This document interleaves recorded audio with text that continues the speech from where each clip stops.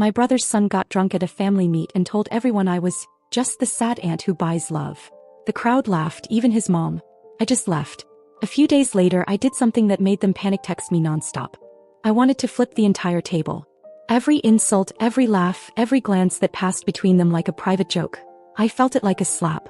And yet I didn't shout. I didn't cry. I didn't throw my glass or storm out like some tragic character in a second-rate drama. I just stood there silent while my nephew, the same kid whose rent, tuition and groceries I paid for, called me a sad aunt who buys love. They all laughed. My brother, his wife, even my mother tried to cover her mouth like that would make it better. No one looked shocked. Just amused. Like it was all finally said out loud. I left before I did something I'd regret. But as I drove home, one thought curled around my mind like smoke. Don't bite the hand that feeds you. I could have cut them off then and there. But I didn't want revenge that burned fast and bright. I wanted it to unfold slowly, beautifully, like a lesson carefully taught. The boy wanted to humiliate me in front of everyone? Fine. But it was time he learned who held the leash he'd been chewing on. See, what none of them seemed to remember was that Chase's shiny apartment 2 states away, the one near campus with central air and a fitness center, was in my name. He couldn't even legally rent it without me. I'd found it, paid the deposit and arranged everything. His parents didn't lift a finger. That night, while they were probably still passing around leftover ribs and giggling about how Aunt Grace finally cracked, I was on the phone with the landlord. He was polite, confused but cooperative. I offered to pay an additional month and a relisting fee if they could have the unit cleared out within the week. By morning, the paperwork was signed.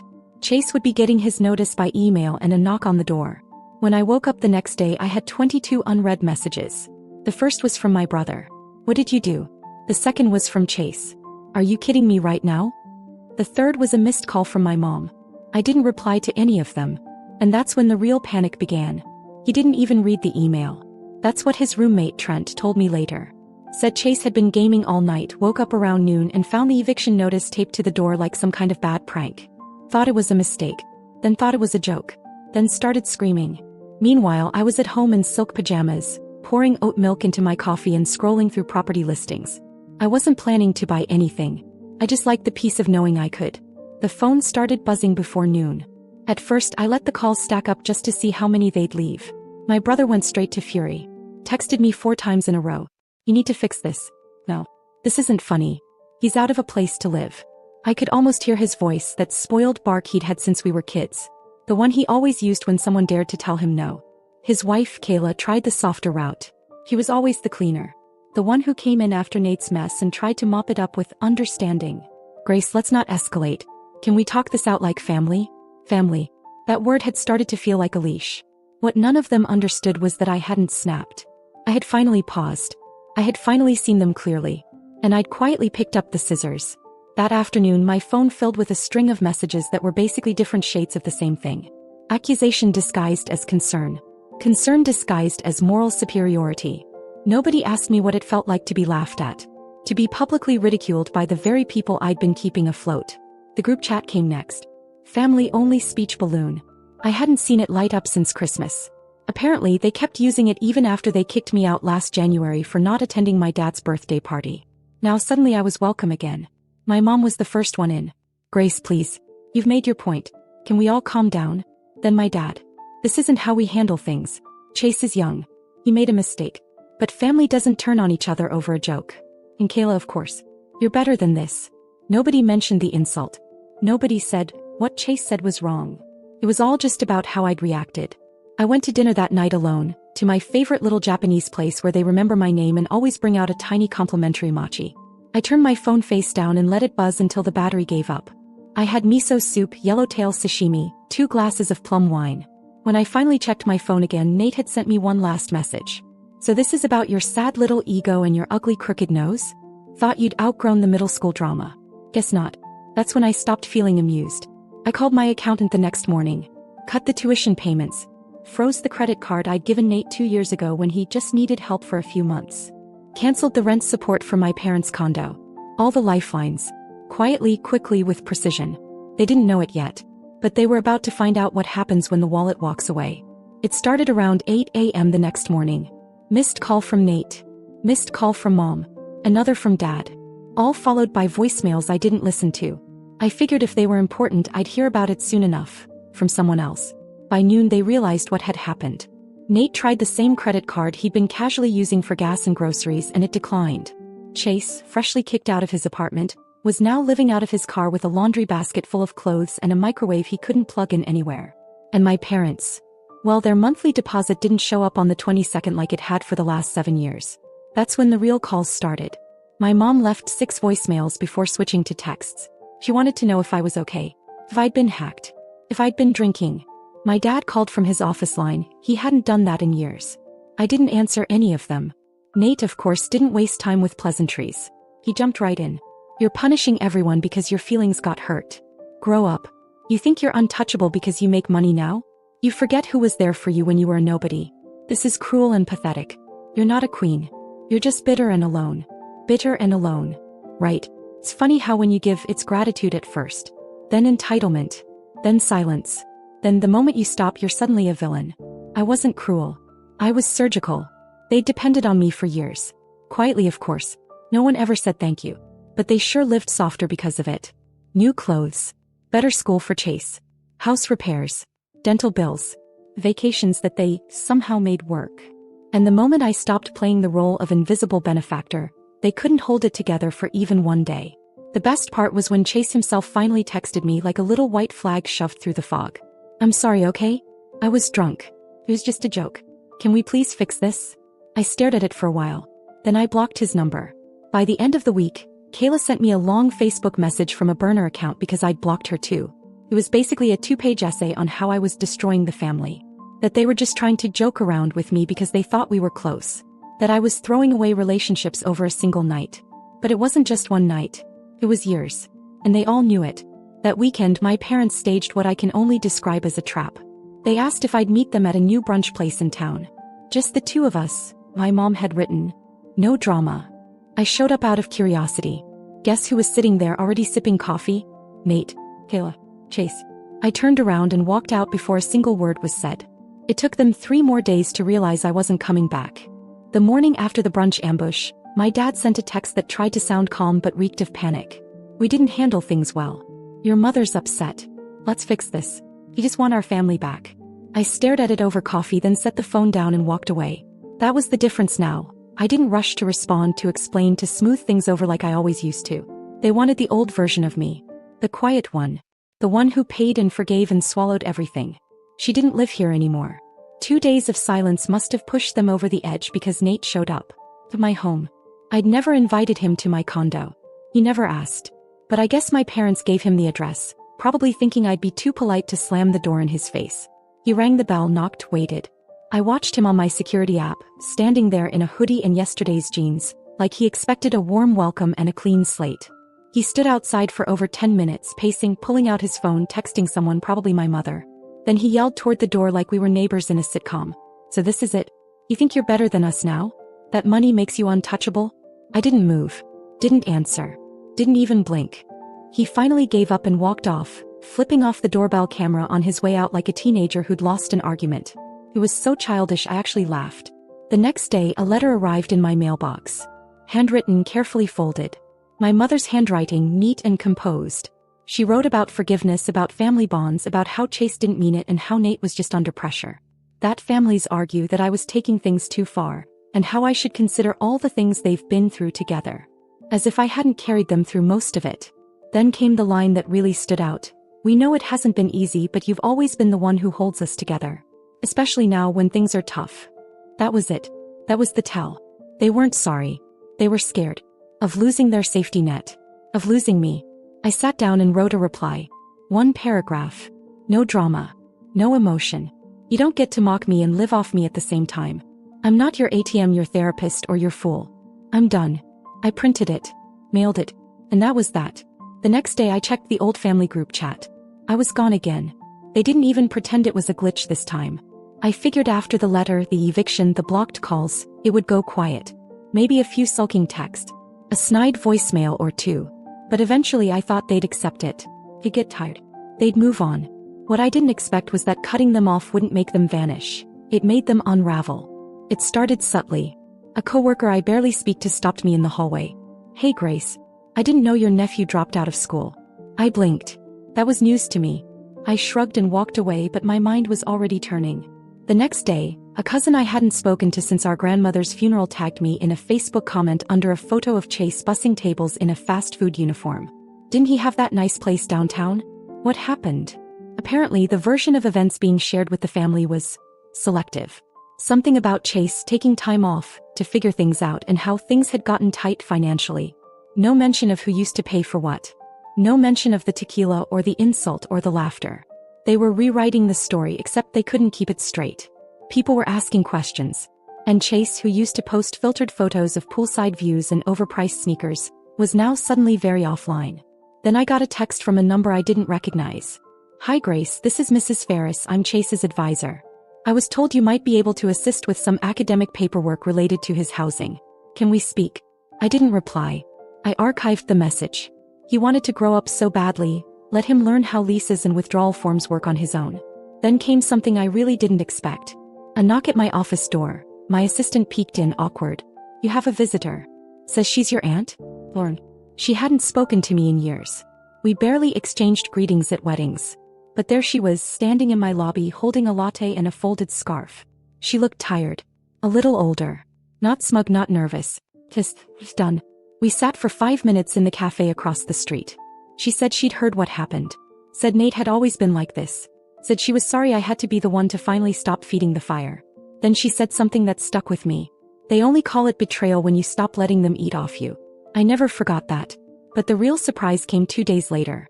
A large box on my doorstep. No return address. Light but taped tightly. Inside were every single birthday card I'd ever sent Chase. Letters. Holiday envelopes. Graduation notes. A photo of us from when he was maybe 8. Both of us laughing, arms around each other, from a day at the lake I'd taken him to when his parents were too busy. They sent it all back. Like I was a stranger who'd sent the wrong mail.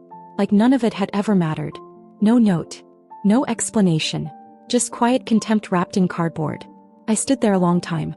Then I put everything back inside, sealed the box again, and wrote one word across the top with a thick black marker. Donated. I dropped it at a shelter the next morning.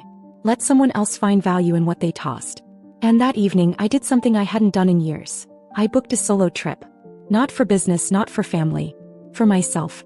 Somewhere warm and distant, where no one would ask about nephews or holidays or why I was traveling alone. I chose a seat by the window, first class, and smiled when I clicked confirm. They could keep their silence. I keep my peace. The trip was supposed to be a reset. I told no one where I was going. I didn't even check in with work. I just packed a carry-on and flew west. A 5-star suite by the ocean. Private balcony. No plans. It was the first time in my adult life I woke up with no obligations. No one to call. No one to answer to. Just the ocean, coffee, and the kind of silence that doesn't ache. I was 3 days into that stillness when the first shadow crept back in. It wasn't a call or a text.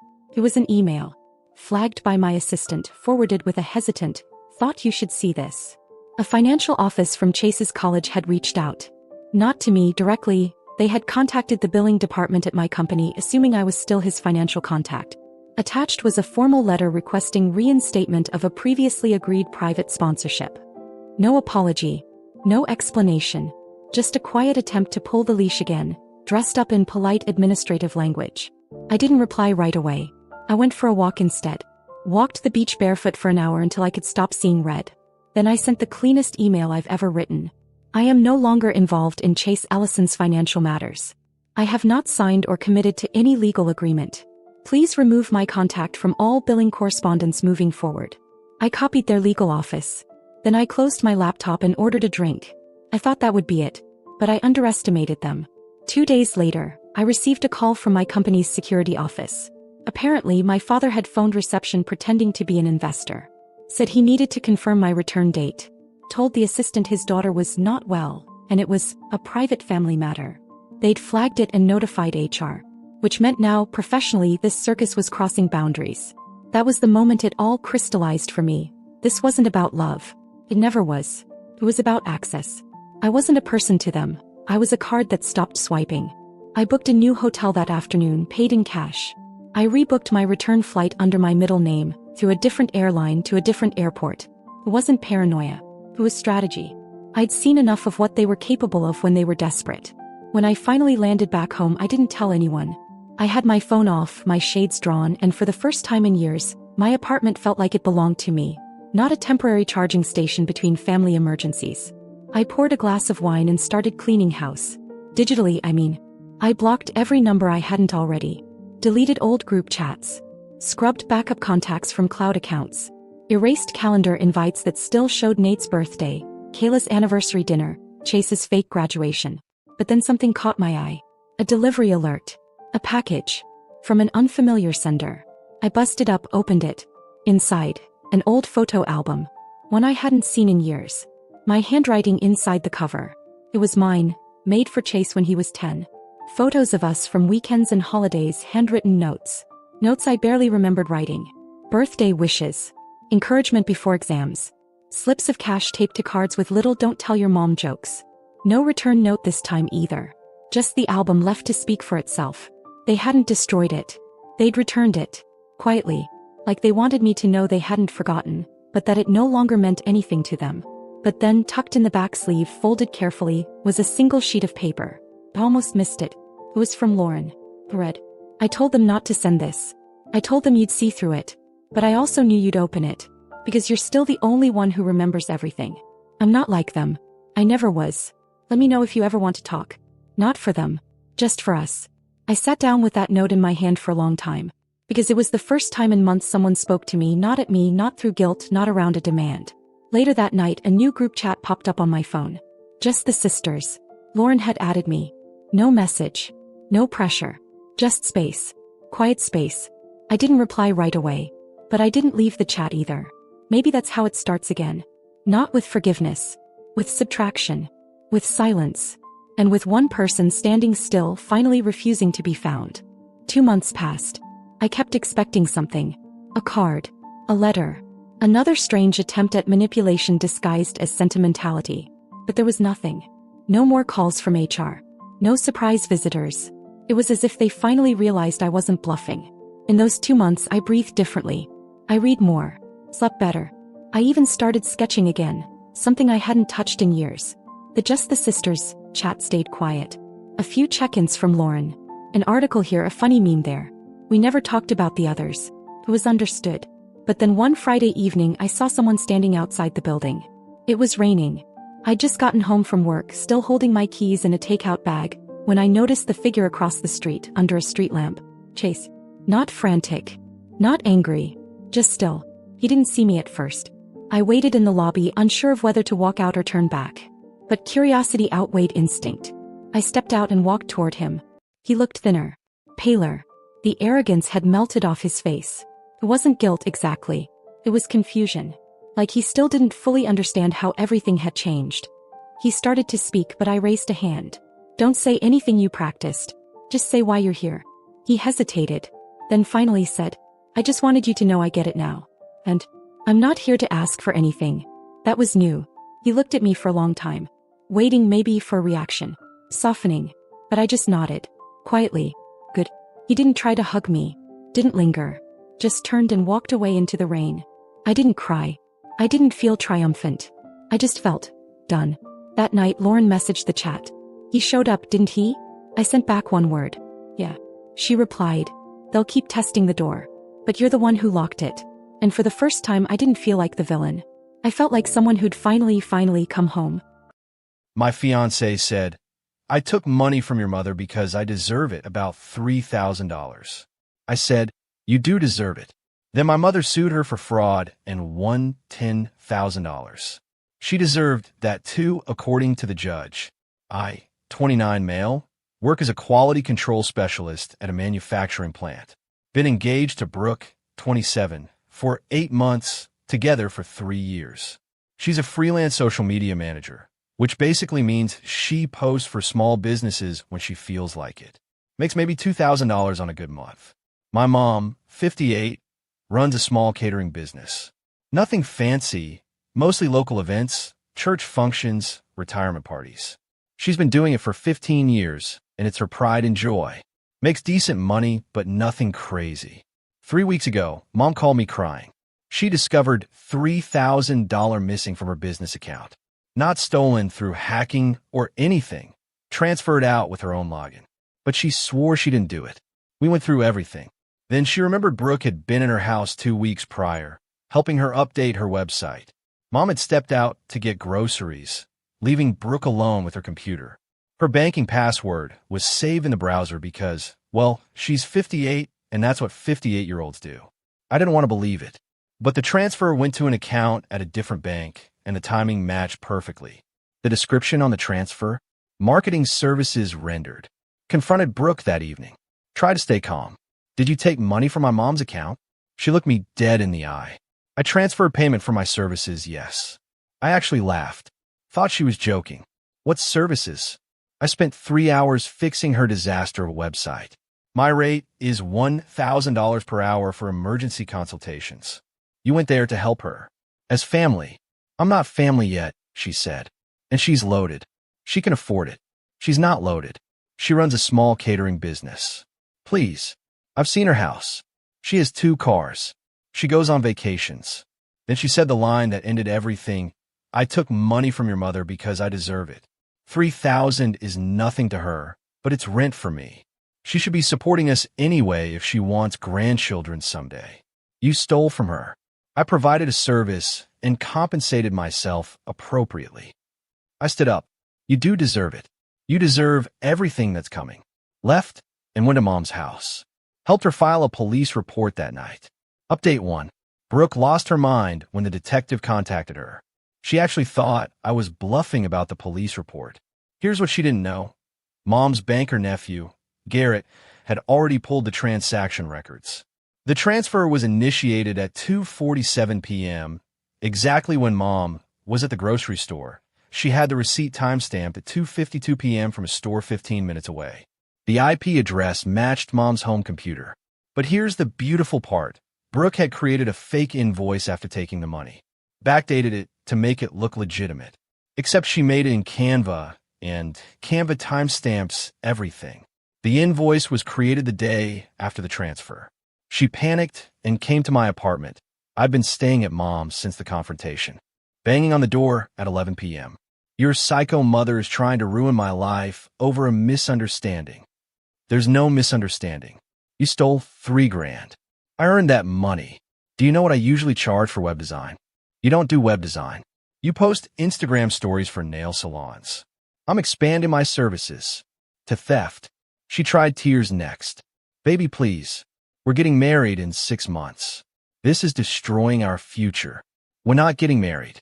I ended our engagement the moment you admitted to stealing from my mother. You can't be serious. I showed her the texts I'd already sent to our wedding venue, the photographer, and the DJ, canceling everything. Lucky for me, we'd only put down deposits, and most were refundable this far out. You're really ending 3 years over money? Over you being a thief? Yeah. She switched tactics again. Fine. I'll pay it back. Great. Mom's lawyer will be in touch about that. Lawyer? Turns out, in our state, when you steal through fraudulent means, false invoices, forged documents, etc., you could be liable for treble damages. That's 3 times the amount stolen, plus legal fees. Update 2. Brooke tried every trick in the book. First, she contacted all our mutual friends with her version. Mom had promised to pay her for website work, then backed out when she saw the bill. I was choosing my controlling mother over our love. She actually convinced a few people until Mom posted the security footage from her doorbell cam. Shows Brooke arriving with no laptop, no work materials, just her purse. Hard to do web design without a computer. Then Brooke tried to negotiate directly with Mom. Showed up at the catering kitchen during prep for a big event. Mom recorded the whole conversation on her phone. Legal in our state. One-party consent. Brooke, this is insane. I'll pay back the $3,000. Mom, it's not about the money anymore. It's about what you did. Brooke, what I did was charge for my time. Mom, what you did was access my computer without permission, steal my banking credentials, and transfer money to yourself. That's wire fraud. Brooke, wire fraud? Are you insane? Mom, that's what the detective called it. The detective had also found something interesting. This wasn't Brooke's first rodeo. She'd done something similar to an elderly client last year, overcharged by $1,500 for services that were never agreed upon. That client didn't press charges, just disputed it with her bank. But there was a record. Brooke then made her biggest mistake. She tried to blackmail me. Text from Brooke. If your mom doesn't drop this, I'm telling everyone about your little problem. My little problem? I went to therapy for anxiety 2 years ago. That's it. That's the big secret. Me, go ahead. Brooke. And about what happened at Tanner's wedding. What happened at Tanner's wedding was I got food poisoning and threw up. Real scandalous. But here's the thing. She put the blackmail attempt in writing. My mom's lawyer was thrilled. Added it to the civil suit as evidence of malicious intent. Update 3. Court date arrived. Small claims court, but Brooke hired a lawyer anyway. Probably cost her $2,000 retainer. Her lawyer argued it was a miscommunication about payment for legitimate services. Mom's lawyer presented the fake invoice with Canva timestamp. Security footage showing Brooke arriving without work materials. The police report with detectives' notes. Bank records showing the unauthorized transfer. Brooke's text admitting she took the money because she deserved it. The blackmail texts. Written statement from her previous victim. Brooke's testimony was something. She claimed mom had verbally agreed to pay her $3,000 but forgot because she's getting older. The judge asked why there was no written agreement for such a large sum. Brooke said she trusted family. Judge, but you stated you weren't family yet. Brooke, I mean practically family. Judge, and you created the invoice after taking the money? Brooke, I forgot to make it beforehand. Judge, but you remember the exact amount to transfer. Brooke, the judge ruled in mom's favor. But here's where it gets beautiful. Because Brooke created fraudulent documentation, the fake invoice, and attempted to blackmail me to stop the legal proceedings, the judge awarded punitive damages. $3,000 in actual damages. $6,000 in punitive damages. $1,200 in legal fees.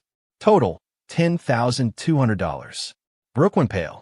Her lawyer asked about a payment plan. Judge, that's between your client and the plaintiff. Mom, absolute savage that she is, cash or certified check. 30 days. Update 4. Brooke had 30 days to pay. She made it 29, but not without drama. First, she tried crowdfunding. Made a sob story post about being sued by my ex's vindictive mother for a simple misunderstanding. It raised $127 before someone posted the court documents in the comments. She deleted it within hours.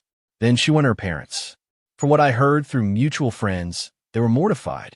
They'd already given her $15,000 last year to start her business she spent on a trip to Europe and designer bags. They refused to help. She sold her car, the BMW she was leasing and could barely afford anyway. Got maybe $3,000 from taking over the lease transfer. Sold all those designer bags, most of her jewelry, her work laptop, barely used, and borrowed the rest from her sister with a written agreement to pay back within a year at 10% interest. She showed up at mom's lawyer's office on day 29 with a certified check. And apparently, according to the receptionist who told mom, she said, "I hope you're all happy ruining my life." The lawyer responded, "You ruined your own life when you chose to steal." But wait, there's more. The criminal case was still pending. The DA offered her a plea deal, deferred adjudication. Basically, plead guilty, do 100 hours community service, pay restitution, already done through the civil case, and stay out of trouble for a year. If she completes it, no conviction on her record. She took it, but at the plea hearing, she couldn't help herself. I still believe I did nothing wrong. I'm only taking this deal to move on.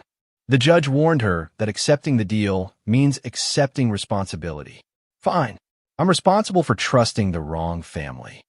The judge almost revoked the deal right there, but ultimately let it stand with an extra 50 hours of community service for her lack of genuine remorse. Final update. Ran into Brooke at a coffee shop last week. She was with some guy I didn't recognize. She saw me, grabbed the guy's arm, and loudly said, "That's my abusive ex I told you about." I just grabbed my coffee and left. Not worth it. But I know through the grapevine what her life's been like. Lost most of her clients after the court case became public. Working as a receptionist at a dental office for $16 per hour.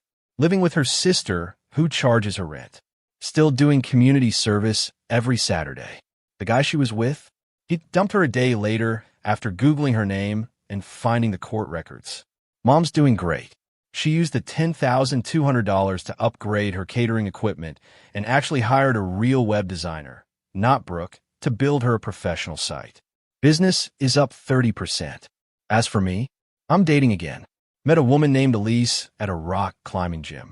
When the check came on our first date, she insisted on splitting it. Well, I told her she didn't have to. She said, "I know, but I want to." That's what adults do. We've been together 4 months now. Looking back, the red flags were there with Brooke. She'd borrow money and forget to pay back. She'd order the most expensive thing when others were paying. She once told me her dream was to be a kept woman, and I thought she was joking. She wasn't. The entitlement was always there. It just took her stealing from my mother for me to finally see it. And you know what? I'm grateful. If she hadn't done it, I might have married her. Then it would have been my account she was draining. Mom and I are closer than ever. She says Brooke did us a favor showing her true colors before the wedding. Mom's right. That $3,000 theft saved me from a lifetime of financial abuse. To anyone in a similar situation, listen to your gut. If someone shows you they feel entitled to other people's money, believe them. And don't feel guilty about letting them face consequences. Brooke still thinks she did nothing wrong. She's currently telling people Mom scammed her out of $10,000. Last I heard, she was trying to start a new business as a legal consultant based on her experience with the justice system. Yeah, good luck with that. My fiancé cheated on me with my own mother just days before our wedding. But what I did shocked everyone. My name is Rebecca, and I'm 28 years old. Right now, I'm standing at the altar of St. Mary's Cathedral, wearing the most beautiful wedding dress I've ever seen, surrounded by 200 guests who have no idea what's about to happen. The white silk feels heavy against my skin, and the cathedral's stained glass windows cast colorful shadows across the marble floor. My bouquet of white roses trembles slightly in my hands, but not from nerves about marriage. I'm trembling because in exactly 24 hours, my entire world crumbled into pieces. My father stands beside me, his arm linked with mine, his face stern but supportive. He knows what I know now. He's the only one who does. In the front row, my mother sits perfectly composed in her navy blue dress, dabbing at her eyes with a lace handkerchief as if she's the picture of a proud mother. Next to me, my fiancé adjusts his tie nervously, flashing that charming smile that once made my heart skip beats. Now it makes my stomach turn. The organ music fills the cathedral as guests whisper among themselves, admiring the decorations my mother insisted on choosing. White lilies everywhere, exactly as she wanted. The same flowers she mentioned loving in her diary entries about him. About them. Together. I graduated summa cum laude with a degree in English literature from Columbia University. I work as a senior editor at Morrison & Associates Publishing, one of the most prestigious publishing houses in Manhattan. I've built a life I'm proud of, a career that matters, relationships I treasure, or at least I thought I had. My father is Pastor Williams, respected throughout our community for his integrity and wisdom. Ironically, he raised me to value honesty above all else. My fiancé comes from the prominent Blackwell family. Old money, connections, the kind of background that looks perfect on paper and in wedding announcements. 3 years ago, when he proposed during intermission at Lincoln Center while we watched Swan Lake, I thought I was living a fairy tale. The spotlight hit the stage as he knelt with a 3-carat diamond ring, and everyone in our section turned to watch. It was magical, perfect, everything I'd dreamed of since I was a little girl. The wedding planning started immediately. My mother threw herself into every detail with an intensity that should have been my first warning. She insisted on choosing the venue, the flowers, the menu, even my dress. When I suggested alternatives, she'd get this look in her eyes, desperate, almost panicked, and say things like, "Sweetheart, trust me, I know what's best." I thought she was just being an overprotective mother living vicariously through my big day. Now I understand she was planning the wedding where she'd watch the man she was sleeping with marry her daughter. The pianist begins the processional, and I take my first step down the aisle. Each footstep echoes in the vast cathedral, and I can feel 200 pairs of eyes on me. Some guests smile and wave subtly. Others wipe away tears, thinking they're witnessing a beautiful love story. They have no idea they're about to witness something entirely different. My bouquet contains a small surprise tucked between the roses. A few pages from my mother's diary, the evidence that shattered my world yesterday afternoon. The pages where she detailed every intimate moment with my fiancé, every lie they told me, every plan they made to continue their affair after today. As I walk toward the altar, I'm not the naive girl who believed in perfect love and happy endings. I'm a woman who discovered that sometimes the people you trust most are capable of the deepest betrayals. And sometimes, the only way to reclaim your dignity is to refuse to be a victim of their lies. The wedding march continues, and with each step, I'm walking toward the moment when I'll show everyone exactly who I really am. 3 months ago, I thought I had everything figured out.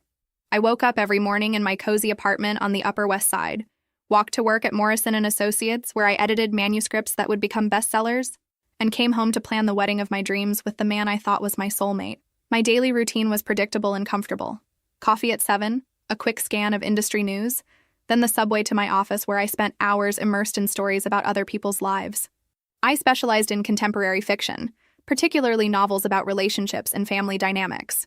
The irony isn't lost on me now. I was an expert at spotting plot holes and character inconsistencies in fiction, but completely blind to them in my own life. My fiancé worked at Sterling Martinez & Associates, one of Manhattan's top law firms. He specialized in corporate mergers and acquisitions, pulling in a 6-figure salary that allowed us to plan the kind of wedding that gets featured in magazines. We'd been together for 3 years, living separately, but spending most nights together, talking about buying a house in Connecticut once we were married. The engagement had been everything I'd ever dreamed of. During Swan Lake's second intermission, he'd excused himself, supposedly to get champagne.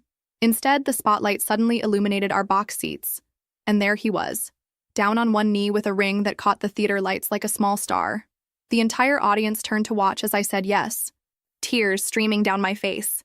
Even now, despite everything, I remember how perfect that moment felt. My mother cried harder than I did that night. She hugged him so tightly I had to laugh and pull her away, joking about how she was acting like she was the one getting engaged. She insisted we celebrate at her favorite restaurant downtown, the one with the intimate candlelit tables and wine list she'd memorized. She ordered a bottle of wine that cost more than most people's rent, saying nothing was too good for her future son-in-law. The wedding planning consumed our lives for months. Every weekend meant appointments, dress fittings, cake tastings, venue tours, meetings with florists. My mother appointed herself as head coordinator, creating detailed spreadsheets and timelines that rivaled corporate project management systems. She had opinions about everything, from the shade of white for my dress to the specific variety of roses for my bouquet. When I suggested having the ceremony at my father's church instead of the expensive cathedral she'd chosen, she practically had a panic attack. Sweetheart, the cathedral has such better acoustics for the music, and the architecture is so much more photogenic. This is your one special day. She had an answer for everything, always delivered with such conviction that I found myself agreeing just to keep the peace. My fiancé seemed oddly uninvolved for someone planning his own wedding. When I'd ask his opinion about table arrangements or menu choices, he'd shrug and say, "Whatever makes you and your mother happy." I thought he was being considerate, letting the women handle the traditionally feminine aspects of wedding planning. Now I realize he was letting my mother plan their fantasy wedding. Work became my refuge from the wedding chaos. At Morrison & Associates, I felt competent and valued. My boss frequently complimented my editorial instincts, and authors specifically requested me for their projects. I was building something that was entirely mine, separate from my identity as someone's daughter or future wife. But even at work, the wedding followed me. My mother would call daily with updates and questions. The florist needs to know if you prefer baby's breath or eucalyptus in the centerpieces. The caterer is asking about dietary restrictions for your fiancé's extended family. Always urgent. Always needing immediate decisions. Looking back, I should have questioned why my mother knew so much about my fiancé's family's preferences, why she seemed to have his cousin's phone number memorized, why she always knew exactly which wine he preferred when we went out to dinner together. The first time I noticed something strange, I dismissed it as wedding stress affecting my judgment. It was a Thursday evening in early spring, about 2 months before the wedding. I'd stopped by my mother's house to drop off the final guest count for the caterer, and I found my fiancé's car parked in her driveway. When I walked into the kitchen, they were standing closer than seemed necessary, both holding glasses of wine and laughing at some private joke. My mother's cheeks were flushed, and she had that sparkle in her eyes that I hadn't seen since before my parents' marriage started deteriorating years ago. "Oh, sweetheart," she said, stepping back quickly from him. "We were just going over the seating chart. Your fiancé had such wonderful suggestions about where to place his business associates." He smiled that charming smile and kissed my cheek. "Your mother has incredible attention to detail." I was just telling her how lucky you are to have someone so invested in making your day perfect. They seemed to have an entire conversation with their eyes before my mother bustled over to the refrigerator. Let me get you some wine, honey. We got this beautiful bottle from that vineyard upstate. Your fiancé picked it out. He said it's exactly what you'd love. The wine was perfect. It was from a small vineyard I'd mentioned loving during a weekend trip we'd taken 6 months earlier. But I'd never told my mother about that vineyard. I'd barely remembered mentioning it myself. How did you know about that place? I asked him.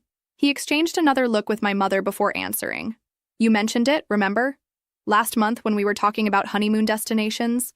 I didn't remember that conversation, but wedding planning had become such a blur that I figured I must have forgotten. That was my first mistake, choosing to trust instead of questioning. The incidents became more frequent as the wedding approached. I'd call my mother and hear masculine laughter in the background before she'd quickly explain that my father was watching something funny on television. But my father was usually at the church during those times, preparing sermons or meeting with parishioners.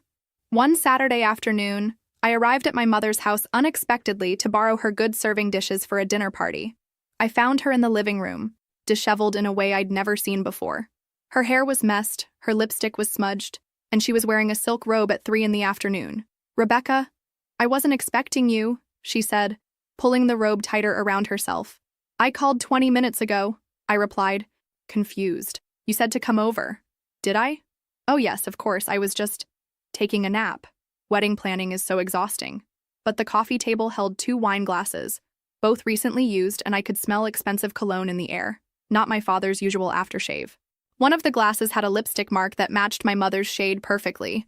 The other had no trace of lipstick at all. Were you expecting company? I asked, trying to sound casual. No, sweetheart. Just me here, enjoying a quiet afternoon. She moved quickly to collect the glasses, but I noticed her hands were trembling slightly.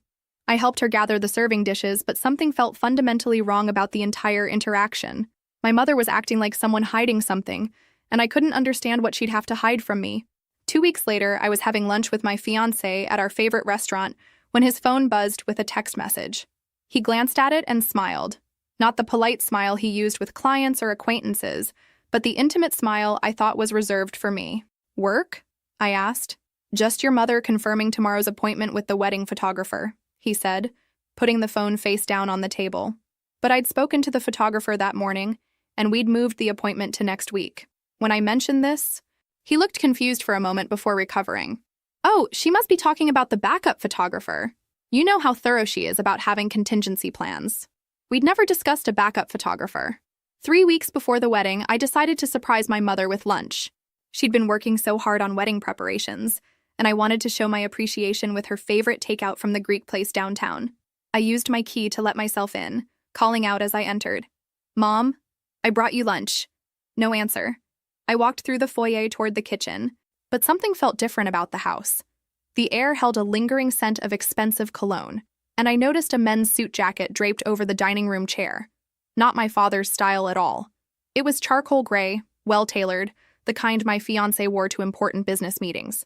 I found my mother in the kitchen, frantically tidying up. Her hair was disheveled, her blouse was wrinkled, and she had that flushed, breathless look of someone who'd been caught off guard. Rebecca, what are you doing here? She seemed almost panicked. I brought lunch, I said slowly, taking in the scene. 2 coffee cups sat in the sink, still warm. 2 plates with crumbs from what looked like an intimate brunch. A bottle of wine was open on the counter, half empty, with 2 glasses nearby. I thought you might be hungry, I continued, setting the takeout bag on the counter. Were you expecting someone? No, sweetheart. Just me here. Her voice was too bright, too quick. I was just cleaning up from breakfast. You know how I hate leaving dishes around. But the table was set for 2 with her good china, the delicate porcelain set she only used for special occasions. A single red rose lay across one of the placemats, clearly fresh, its petals still perfect. The morning newspaper was folded open to the arts section, something my mother never read, but my fiancé always checked for reviews of shows he wanted to see. Mom, whose jacket is that in the dining room? I asked directly. She followed my gaze and paled slightly. Oh, that's your father's. He must have left it there this morning before church. But my father was conducting a wedding rehearsal across town at that exact moment. I knew because I'd helped him prepare the ceremony notes the night before. And the jacket was clearly too modern, too expensive for my father's conservative taste and modest pastor's salary. I should probably get going, my mother said quickly, moving toward the jacket. I have an appointment with the florist in an hour, and you know how traffic gets downtown. She was lying. We'd confirmed the florist appointment for tomorrow, not today. I'd written it in my planner myself. I stayed for 20 minutes, watching my mother act increasingly nervous. She kept glancing at the clock, jumping slightly whenever a car passed outside, and making conversation that felt forced and unnatural. When I finally left, I noticed she immediately locked the door behind me, something she never did during the day. That evening, I mentioned the jacket to my father during dinner at their house. "Jacket?" he said, genuinely confused. "What jacket?" "The charcoal gray one in the dining room this afternoon," I explained. "Mom said it was yours." My parents exchanged a look I couldn't interpret. My mother quickly stood to clear dishes that were still full of food. "Oh, that jacket," my father said carefully.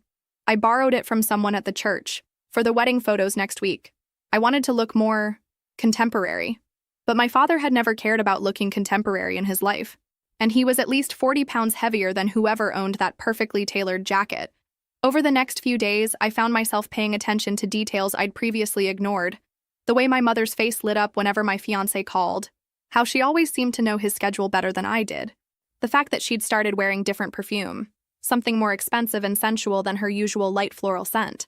When I mentioned to my fiancé that my mother seemed stressed about wedding preparations, he was quick to offer help. "Maybe I should stop by and help her with some of the vendor calls," he suggested.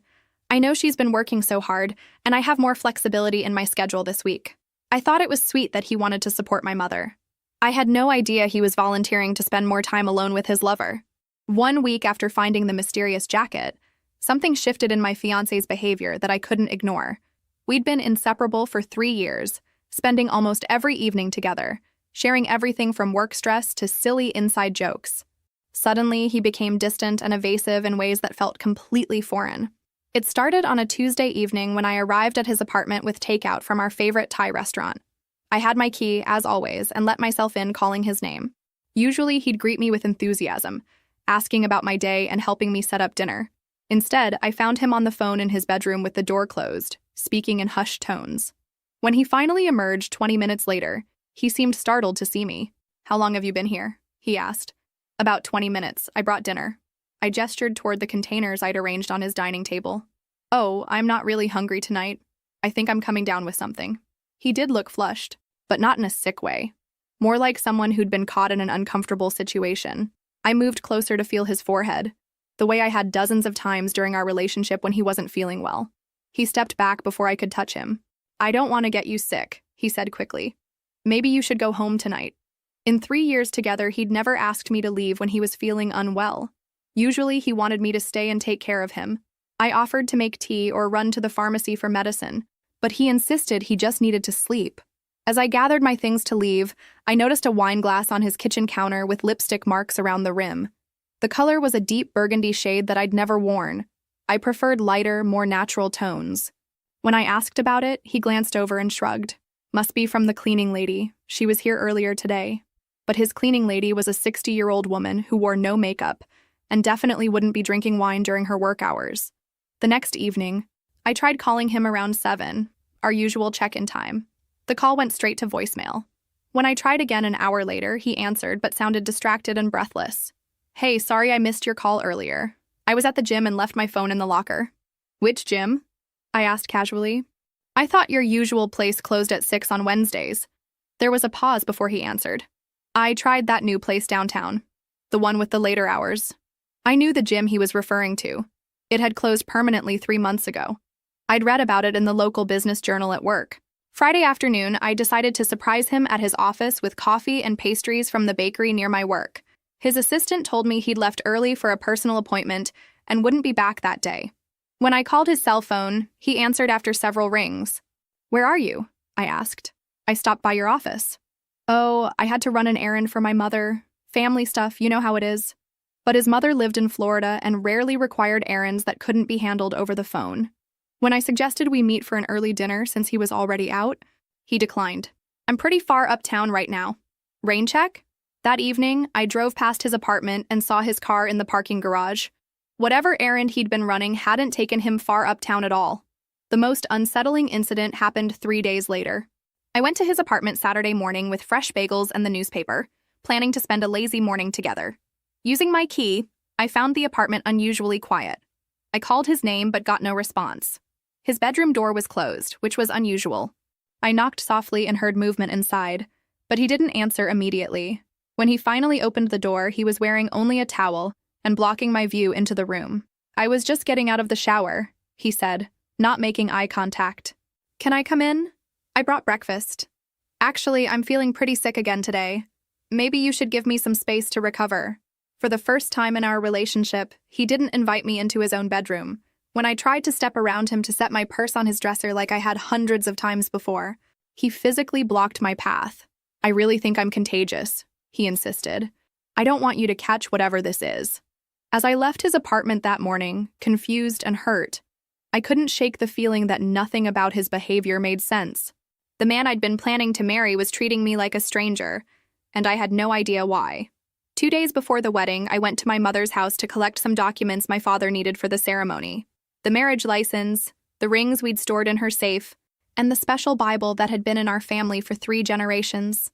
It was supposed to be a quick trip, grab the items and head back to the church for the final rehearsal. My mother wasn't home, but I had a key and knew exactly where everything was stored. The documents were in her bedroom safe, hidden behind a painting that had hung in the same spot since my childhood. As I knelt to open the safe, I noticed something on her nightstand that made me pause. It was a small leather journal I'd never seen before, placed carelessly next to her reading glasses and water glass. The cover was expensive looking, the kind of journal someone gives as a romantic gift, rather than something you'd buy for yourself at a drugstore. I shouldn't have opened it. I knew that even as my hands moved toward it, even as I told myself I was just curious about my mother's new interest in journaling. The first page was dated 3 months ago, exactly when the strange incidents with my fiancé had begun. March 15th. He brought me flowers today. White tulips. My favorite, though I never told him that. Somehow he just knew. We talked for hours about literature, about life, about dreams we've never shared with anyone else. I feel like I'm waking up after years of sleepwalking. My blood ran cold as I read those words in my mother's careful handwriting. The flowers, the intimate conversation, the timing, it all pointed to something I couldn't bring myself to believe. I flipped to the next entry. March 22nd. The guilt is eating me alive, but I can't stop thinking about him. When he kissed me today, I felt more alive than I have in 20 years of marriage. We both know this is wrong, but neither of us seems able to stop. He says he's never felt this way about anyone, that what he has with Rebecca is comfortable but not passionate. I should tell him to stay away, but I'm too selfish. I want to feel wanted again. The journal fell from my hands onto the carpet as the full horror of what I was reading sank in. My mother was having an affair with my fiancé. The man I was supposed to marry in 2 days had been sleeping with my mother for months. With trembling hands, I picked up the journal and continued reading, each entry more devastating than the last. April 5th. We made love in my bed today while Rebecca was at work and her father was at the church. Afterward, he held me and said he wished things were different, that he wished he'd met me first. I know I should feel ashamed, but lying in his arms felt like the most natural thing in the world. April 18th. Rebecca showed me her final dress-fitting photos today. She looked so beautiful, so happy, so trusting. I wanted to tell her the truth, but how can I destroy her life for my own happiness? He says we can continue after the wedding, that marriages of convenience are common in his social circle. I hate myself for even considering it. May 10th. We've started planning how to maintain our relationship after the wedding. He'll have legitimate reasons to visit often. Family dinners, holidays, helping with home repairs. Rebecca will never suspect because she trusts us both completely. Sometimes I think she's too trusting for her own good. Entry after entry detailed their affair with clinical precision.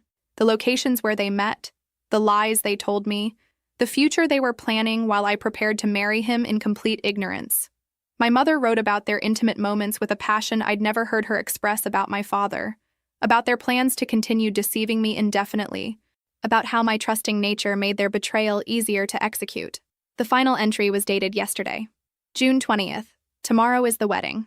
He came over this morning for what we agreed would be our last time together before the ceremony. We both cried afterward, holding each other like teenagers saying goodbye before college.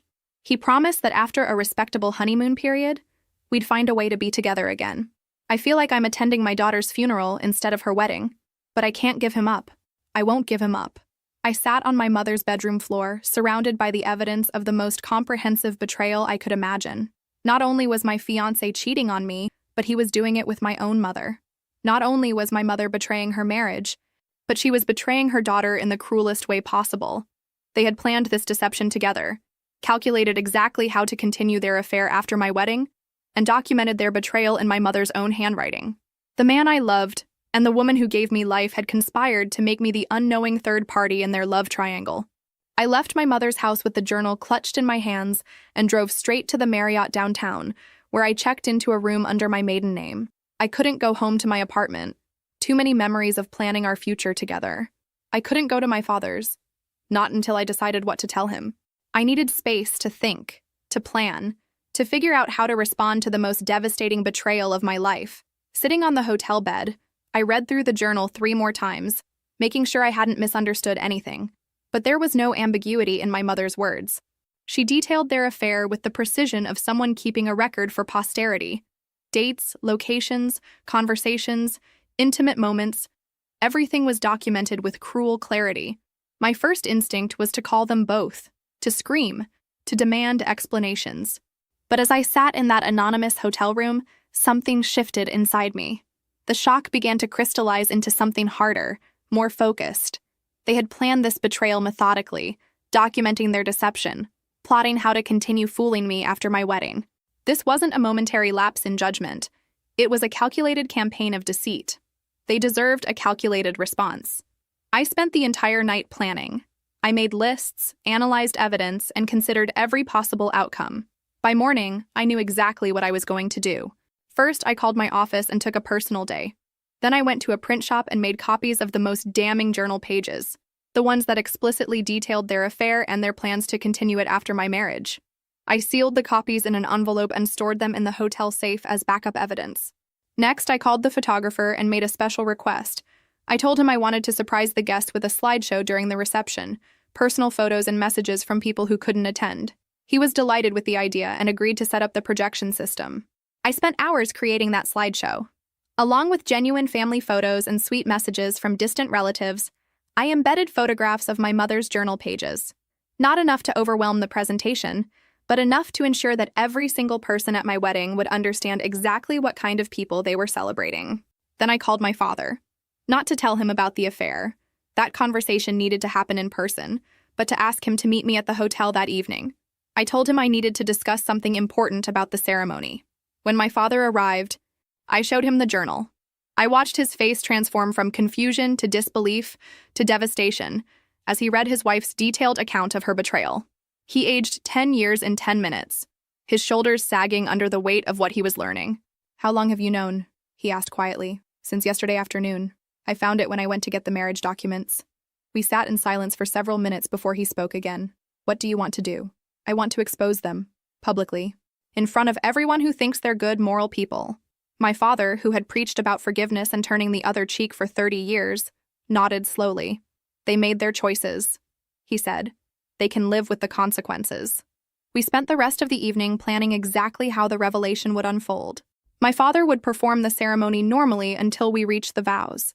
Then, instead of exchanging traditional promises, I would address the congregation directly. "Are you sure about this?" my father asked as he prepared to leave. "Once you do this, there's no going back. They made that choice for me when they decided to betray everything we're supposed to mean to each other," I replied. "I'm just refusing to be a victim of their lies." That night, I slept better than I had in weeks. For the first time since finding the journal, I felt like I had some control over my own life. Tomorrow I would stand in front of 200 people and tell the truth. Not their carefully crafted version of reality, but the actual truth. I wasn't going to quietly disappear or privately confront them in some tearful family meeting.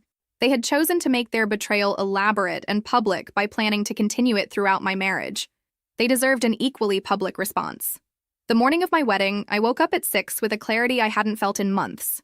No pre-wedding jitters, no butterflies, no last-minute doubts about my dress or hair. Just a calm, focused determination to see my plan through to completion. I ordered room service, fresh fruit, yogurt, and coffee, and ate slowly while reviewing my speech one final time. I'd written it the night before, timing it to last exactly 3 minutes, long enough to deliver all the essential facts. short enough to finish before anyone could stop me. At 9, my bridesmaids arrived at the hotel for the getting ready portion of the day. 3 women I'd known since college, all excited to be part of what they thought was the happiest day of my life. I smiled and laughed with them as they helped me into my dress, applied my makeup, and arranged my hair in the elaborate updo my mother had insisted upon. "You look absolutely radiant," said my maid of honor, fastening my grandmother's pearl necklace around my throat. "I've never seen you so calm before a big event." She was right.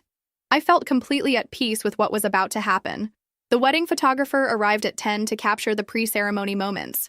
I posed for the traditional shots, putting on my shoes, holding my bouquet, looking pensively out the window. All the images that were supposed to document a bride's anticipation and joy. Instead, they were documenting my preparation for war. At 11:30, my father arrived to escort me to the cathedral. The moment he saw me in my full wedding regalia, his composure cracked slightly. "You don't have to do this," he said quietly, taking my hands in his. "We can call it off right now. Tell everyone you're sick, or that you've changed your mind. No one would blame you." "I need to do this," I replied, straightening his tie with steady hands. "They planned their betrayal. I get to plan my response." He nodded, understanding that this was about more than just ending a relationship. This was about reclaiming my dignity and refusing to be the naive victim in someone else's story. In the limousine on the way to the cathedral, I tucked the copied journal pages into my bouquet, securing them between the roses with ribbon. My something old, something new, something borrowed, something blue, and something true. The cathedral looked exactly as my mother had envisioned, white lilies everywhere, candles flickering along the aisle, soft classical music filling the soaring space. 200 guests filled the pews, dressed in their finest clothes, chattering excitedly about the beautiful ceremony they were about to witness. I stood in the vestibule, watching through the partially open doors as my mother took her seat in the front row. She was wearing the navy blue dress we'd chosen together, dabbing at her eyes with a lace handkerchief as if she were genuinely moved by the occasion. The performance was flawless, the picture of a proud mother on her daughter's wedding day. My fiancé stood at the altar in his perfectly tailored tuxedo, adjusting his cufflinks nervously as he waited for me to appear. From this distance, he looked like every woman's dream groom, handsome, successful, from a good family. The congregation probably thought he was nervous about the magnitude of the commitment he was making. They had no idea he'd already made his real commitment to someone else. 5 minutes, whispered the wedding coordinator, a efficient woman in a black suit who'd managed dozens of ceremonies in this cathedral. "Are you ready?"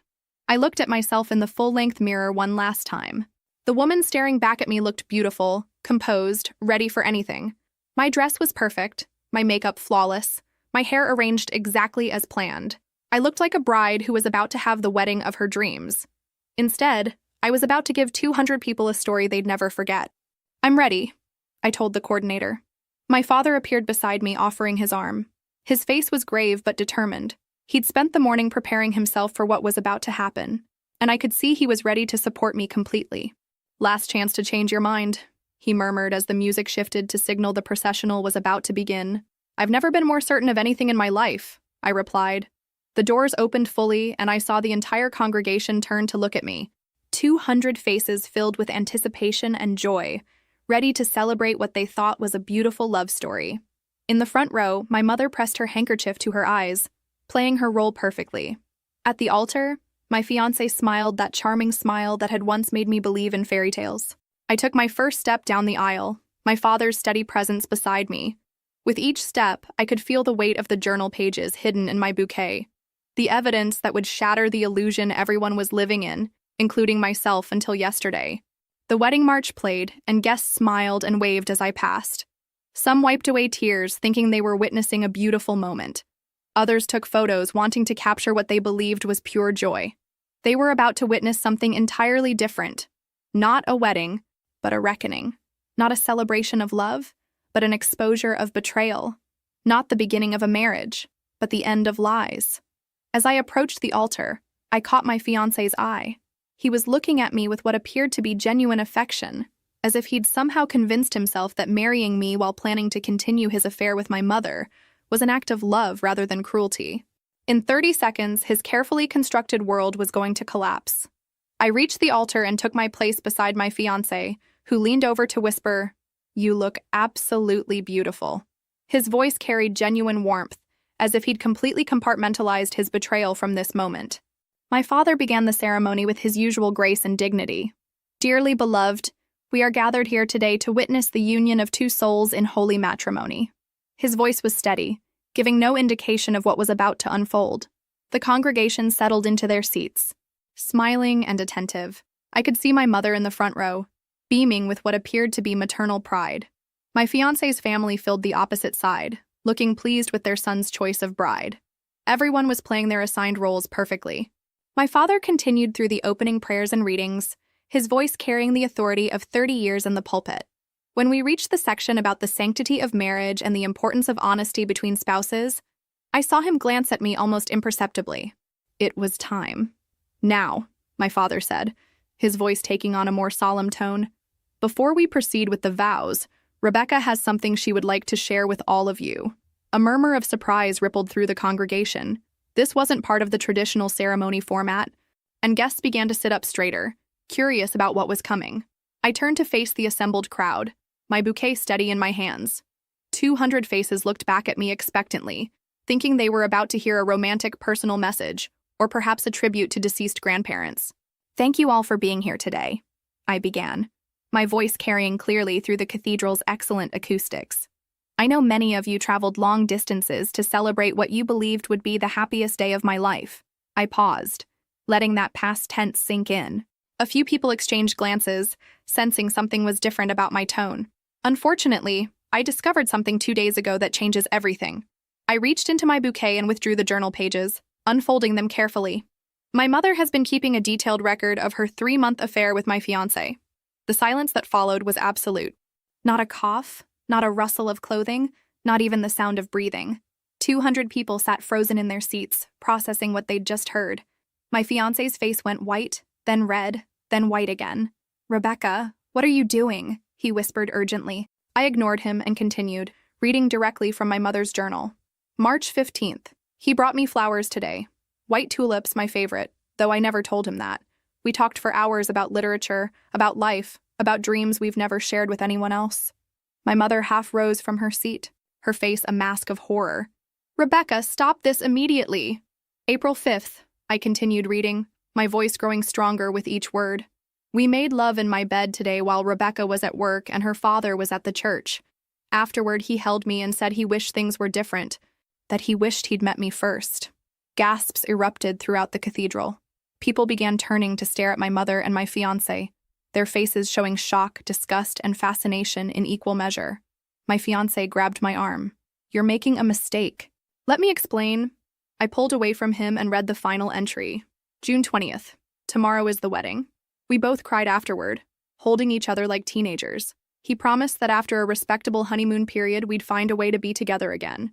I feel like I'm attending my daughter's funeral instead of her wedding. The cathedral erupted in chaos. People were standing, shouting, pulling out their phones to record what was happening. My fiancé's mother screamed, "This is impossible!" My mother's friends stared at her in horror as she collapsed back into the pew, sobbing. "They plan to continue their affair throughout my marriage," I announced over the noise. "This journal documents their betrayal in my mother's own handwriting. Every lie they told me, every deception they planned, every moment they chose their selfish desires over my well-being." I set the journal pages on the altar and faced my fiancé directly. "Did you really think I was too stupid to figure it out eventually? Too trusting to notice the signs? Too weak to do anything about it?" He opened his mouth to speak, but no words came out. He looked like a man watching his entire life implode in real time. I turned back to the congregation one final time. The chaos had settled into a horrified silence as people waited to see what I would do next. "I want everyone here to understand something," I said, my voice carrying to every corner of the cathedral. "I could have handled this privately. I could have quietly called off the wedding, let them save face, protected their reputations. But they chose to document their betrayal. They chose to plan a future of continued deception. They chose to make me an unknowing participant in their sick game." I walked down the altar steps, my wedding dress trailing behind me like a queen's train. So I chose to respond publicly. Everyone who thought they were celebrating a beautiful love story deserves to know they were actually enabling a cruel deception. My mother finally found her voice. "Rebecca, please. I can explain everything. You don't understand." "I understand perfectly," I cut her off. I understand that you betrayed your daughter, your marriage, and every value you claim to represent. I understand that he betrayed our relationship, his promises to me, and the trust of everyone who believed in him. Most importantly, I understand that I deserve better than both of you. I turned to my father, who had watched the entire scene unfold with quiet dignity. Thank you for supporting me today. It means everything. He nodded, his eyes filled with pride and sadness in equal measure. I began walking back down the aisle, my head held high as I passed 200 stunned guests. Some tried to reach out to me with words of support, others sat in shocked silence. But most were already pulling out their phones to share what they'd just witnessed. My fiancé's voice called out behind me. Rebecca, wait, we can work this out.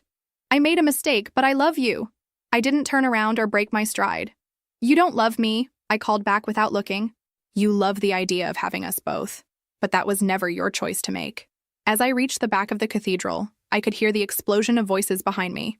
Arguments, accusations, shocked conversations, the sound of people choosing sides in real time. My mother's sobs echoed off the stone walls. My fiancé was apparently trying to explain himself to his family, whose voices rose in anger and disgust.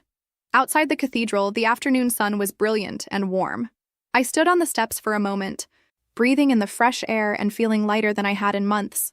Behind me, the chaos continued as guests streamed out of the building, some trying to offer support, others clearly just eager to spread the gossip. My best friend from college reached me first. Rebecca, oh my God, are you okay? Where are you going to go? I'm going to be fine, I told her, meaning it completely. I'm going to be better than fine. Within hours, the story had spread across social media. Videos of the ceremony reveal were shared thousands of times. My mother's carefully cultivated reputation as a devoted pastor's wife crumbled overnight. My fiancé's law firm began receiving calls asking about his character and judgment. Their betrayal, which they'd thought was a secret affair, became a public scandal that followed them everywhere. The wedding that was supposed to be the beginning of my perfect life instead became the moment I chose to value myself over everyone else's comfort. I learned that sometimes the most loving thing you can do is refuse to be a victim of other people's selfishness. And for the first time in my adult life, I was completely free to discover who I really was, when I wasn't trying to please people who didn't deserve my devotion. 6 months later, I was living in a sunny apartment in Portland, Oregon, 2,000 miles away from the wreckage of my former life. I'd taken a senior editor position at a small but prestigious publishing house that specialized in contemporary women's fiction, stories about resilience, transformation, and finding strength in unexpected places. My new life was simple but deeply satisfying. I worked with authors who wrote about complicated heroines making difficult choices. I lived alone for the first time since college and discovered I genuinely enjoyed my own company. My apartment had large windows, hardwood floors, and bookshelves from floor to ceiling. I'd furnished it entirely according to my own taste. No input from well-meaning family members or partners who thought they knew better than I did what would make me happy. The first 3 months had been challenging. The story of my wedding revelation had followed me online, making dating feel impossible and job interviews awkward. But eventually, people stopped recognizing me as that woman from the wedding video, and I could build a reputation based on my work rather than my personal drama. My father had visited twice, both times looking healthier and more at peace than I'd seen him in years. He'd filed for divorce from my mother a week after the wedding, citing irreconcilable differences and betrayal of marital vows. The divorce was finalized 4 months later, and he'd since started seeing a kind widow from his congregation, someone who appreciated his integrity rather than exploiting it. I should thank you, he told me during his second visit, as we sat in my favorite coffee shop overlooking the river. You gave me permission to admit that my marriage had been making me miserable for years. I was so focused on the idea that good Christians work through everything that I never asked myself whether I deserved to be happy. I'd received exactly 3 communication attempts from my mother in 6 months. The first was a 10-page letter delivered 2 weeks after the wedding, filled with justifications, excuses, and requests for forgiveness that felt more about her guilt than my healing. I read it once and threw it away. The second was a voicemail on my birthday, crying and begging me to call her back so she could explain everything properly. I deleted it without listening to the entire message. The third was a package containing family photos and jewelry she thought I might want, along with a note saying she understood why I was angry, but hoped someday I could forgive her. I donated the jewelry to charity and kept one photo, a picture of me and my father at my college graduation, both of us beaming with genuine joy. It was the only family photo where my mother wasn't present, and therefore the only one that didn't make me feel sick to look at. My former fiancé had attempted contact more frequently and more desperately. He'd tried calling, texting, showing up at my old apartment, and even having mutual friends reach out on his behalf. All of his messages followed the same pattern: initial apologies, followed by explanations about how the affair just happened, then anger when I didn't respond, then bargaining about how we could work through this together. His final message, sent 4 months after the wedding, was a rambling email about how he'd realized he'd made the biggest mistake of his life and was willing to do anything to win me back. He claimed he'd ended things with my mother immediately after the wedding and was in therapy to understand why he'd betrayed me so completely. I read the entire message, then blocked his email address without responding. He didn't deserve my forgiveness, my anger, or my attention. He deserved to be forgotten. The most surprising part of my new life was how little I missed either of them. I'd expected to feel sad, lonely, or angry most of the time. Instead, I felt relieved. The constant low-level anxiety I'd carried throughout my engagement, always wondering if I was good enough, smart enough, interesting enough, had disappeared completely. I no longer had to perform the role of the perfect daughter or the ideal fiancé. I could just be Rebecca, figuring out what I wanted without anyone else's input or approval. 1 year after my wedding, that never was.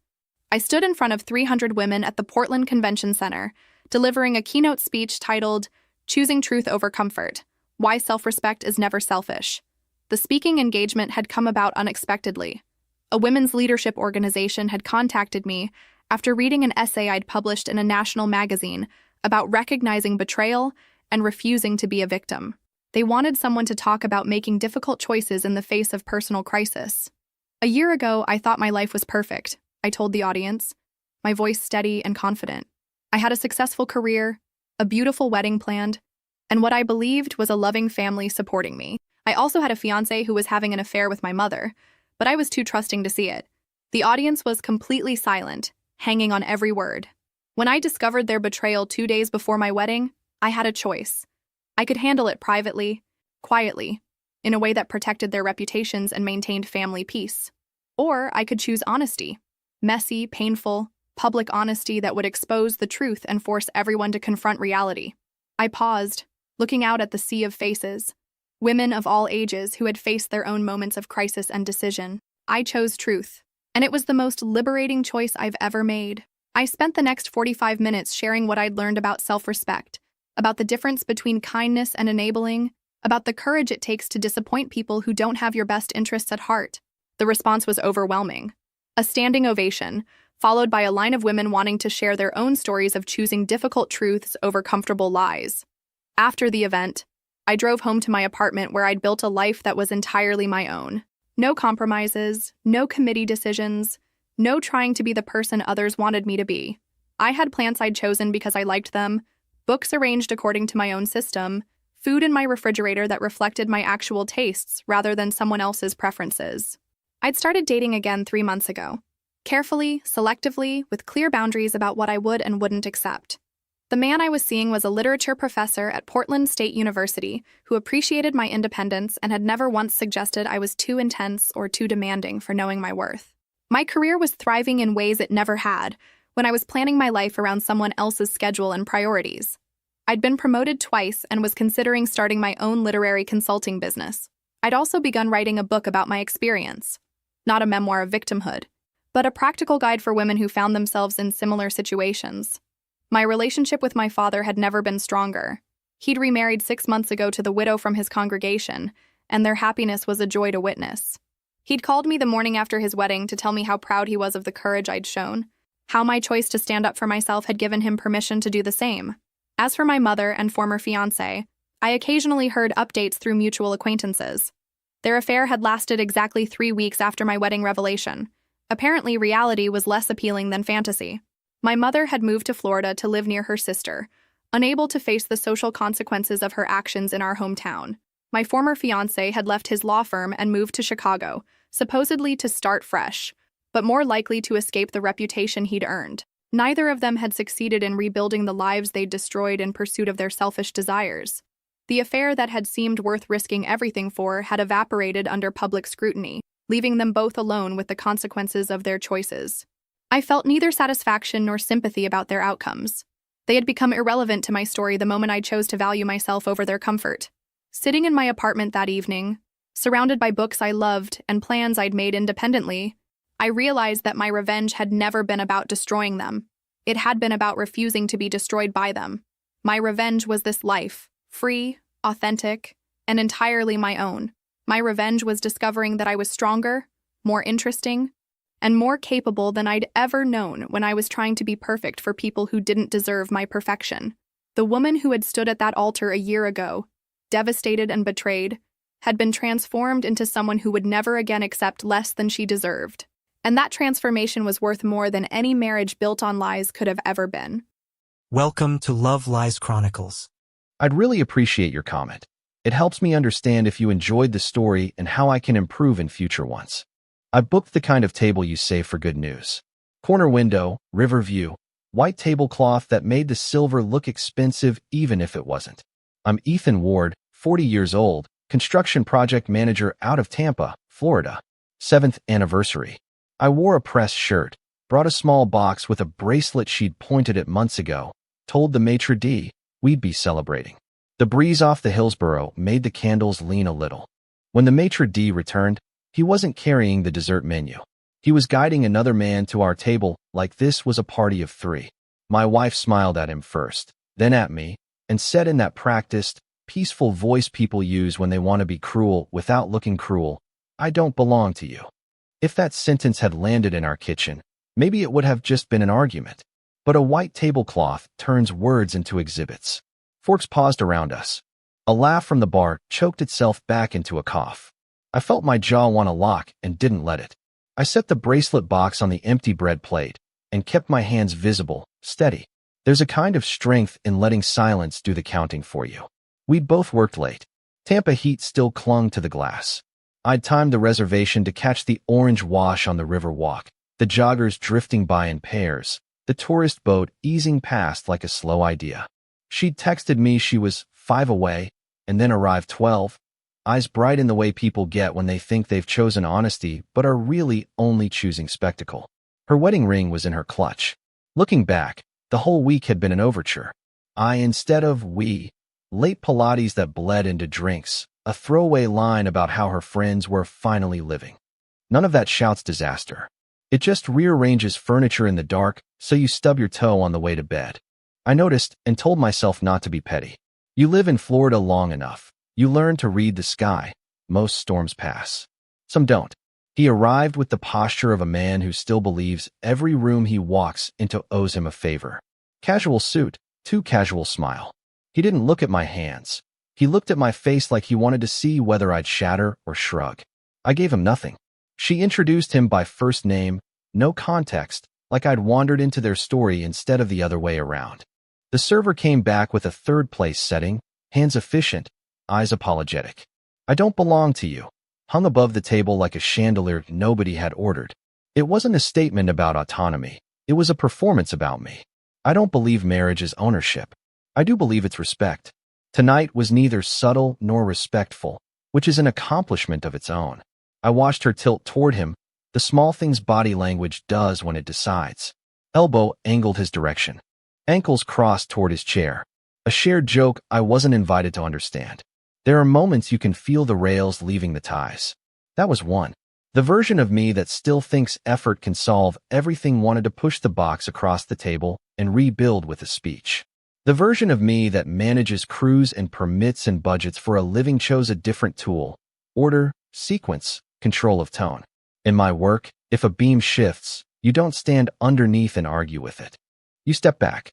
You get accurate. You make a plan. Accuracy started with details. I noticed the way the maitre d' hovered a beat too long, the couple behind us pretending not to listen, the busboy slowed by curiosity near the water glasses. I noticed her phone face up, screen lighting like a nervous pulse. I noticed his watch, good leather, worn one hole tighter than it should be. People reveal themselves in the margins. Tonight, all the margins were fluorescent. I placed my napkin on my lap like we were still following a script that required manners. She made a soft, dismissive sound, the kind people make when a dog sits on the wrong rug. He leaned back, comfortable, a man watching a show he thinks he's already seen the ending to. If the goal was humiliation, it was achieved. But humiliation has a way of turning its face to the person who ordered it. I thought about the job we're starting next week in Ybor. Early pour, tight timeline, crews stacked on top of each other at sunup. Measure twice, cut once. It's the dullest wisdom in the world, until your livelihood depends on it. I let it settle my breathing. Measure twice, acknowledge the insult, accept the reality. Cut once, decide what comes next and refuse to cut again. Her laugh came out on a higher note than usual when the server offered wine, like she wanted to sound unbothered by the tension she'd built. She chose a rose for the table, a phrase I used to like when it meant us. The server poured. The first sip tasted like fruit and metal. I held the glass in both hands the way you do when you need something to occupy them that isn't a fist. He asked how long we'd been married. Too loud, the way people ask questions when they're really delivering lines. 7 years, I said, and watched the number hang over his head like a measurement he hadn't expected. She cut in to say it felt like more, then went still, maybe hearing herself at last. I hoped so, because I wanted the truth recognized by the person who threw it. Outside, a water taxi scraped the dock. Inside, the room kept pretending it was any other Thursday night. I adjusted my chair a few inches toward the window so I could see both of them and my own reflection in the glass. I wanted to be sure of the man who was about to speak. If this had been a private ambush, maybe I would have let the evening collapse under its own weight. But she'd chosen an audience. An audience deserves clarity. I looked at her, not him. There was a tremor at the corner of her mouth, the tiniest regret or the tiniest thrill. I couldn't tell. Maybe she couldn't either. Freedom is cheap until the check arrives. I set my glass down, aligned the stem with the fold in the tablecloth. My voice felt like another tool in the kit. Something you use carefully because overuse dulls the edge. I wasn't going to raise it. I wasn't going to debate definitions of belonging in front of a man who'd shown up uninvited to an anniversary dinner and called it bravery. I was going to do what I do best. Ask for scope, schedule, reality. Somewhere in the restaurant, a plate broke and somebody laughed too hard at the relief. Our table stayed quiet. I glanced at the bracelet box one last time and slid it back into my pocket, as acknowledgement that this night wasn't built for gifts. It was built for truth. And truth, like concrete, sets faster than you think when the mix is right. I turned my chair that last degree, faced her fully, and let the performance end without applause. The decision wasn't about saving a marriage in one conversation. It was about refusing to betray myself in public to make other people comfortable. I breathed in the river air that sneaks through old windows even when they're sealed, and felt my pulse slow into something like focus. When I finally spoke, I aimed for the clean cut. No accusations. Just the truth we'd both been orbiting since the maitre d' walked that man to our table. The past had ended, right here, with a sentence and a smile. I didn't look at him. I looked at her. The river glass threw our reflections back at me like a split screen. Me with my shoulders square, her angled toward a man who didn't belong at an anniversary table. The room hummed in that comfortable restaurant way that lets people say uncomfortable things without having to hear themselves. I moved my water glass 2 inches to the left and made space for what needed to happen. Why? I let it land on its own. Not a demand. A door. She blinked like she hadn't expected a question that small to feel that big. Her eyes went toward the window, then toward the third place setting, then down to the napkin she hadn't unfolded. What was missing with me? She took a breath that wanted to be brave and turned it into a list. You don't surprise me anymore. You plan everything. You make reservations too early. You never post us. You always post the skyline. You keep your phone on silent. You never dance. You make coffee like a grandfather. You watch boring shows about renovating old buildings. You fold towels wrong. Your idea of adventure is leaving for the gym 10 minutes earlier. You are steady. Steady built our house, I said. Steady pays for this table. The smirk across from us cracked open. He leaned forward, elbows on linen like a man who'd been waiting to enter the scene. Maybe she just needs to feel alive. I didn't turn. Not yet. You'll get your turn. Right now, I'm speaking to my wife. The smirk closed. The server appeared with bread, sensed the weather, and vanished. She tried again, reaching for phrases that sounded borrowed. I need freedom. I need to figure out who I am. I feel unseen. I feel like a mother even though we don't have kids. I feel like Tampa is small. I feel like I missed my 20s. People do, I said, but respect doesn't. She looked at her hands. The ring wasn't on one of them. The clutch sat beside her fork like a small, armored animal. She touched the clasp, then touched the stem of her glass and didn't drink. He tried again, softer, like he'd gotten coaching in tone. We didn't come here to hurt you. This is about honesty. I turned my head just enough to meet his eyes. Honesty doesn't need an audience. Or a third chair. He leaned back, found the ceiling interesting. What would have helped? I asked. What grown-up thing could I have done differently? She lifted her chin. More spontaneity. More fireworks. Less routine. Less construction site. So you wanted fireworks, I said, and invited sparklers to dinner. A couple at the next table coughed at the same time. Or laughed. Hard to tell. I kept my voice level. I've asked the what. I've heard the list. I slid my phone from my pocket like I was checking the time. Screen tapped to life. Voice memo opened behind the brightness. Thumb under the edge. I set it on the table by my water and angled it toward us like any other piece of cutlery. Did you sleep with him? Everything in the room seemed to recalibrate. The air got heavier or quieter or more honest. She looked at me the way people look at exit signs before they pretend they didn't. Her shoulders went back. Her mouth pressed into a line that wanted to be defiant and came out tired.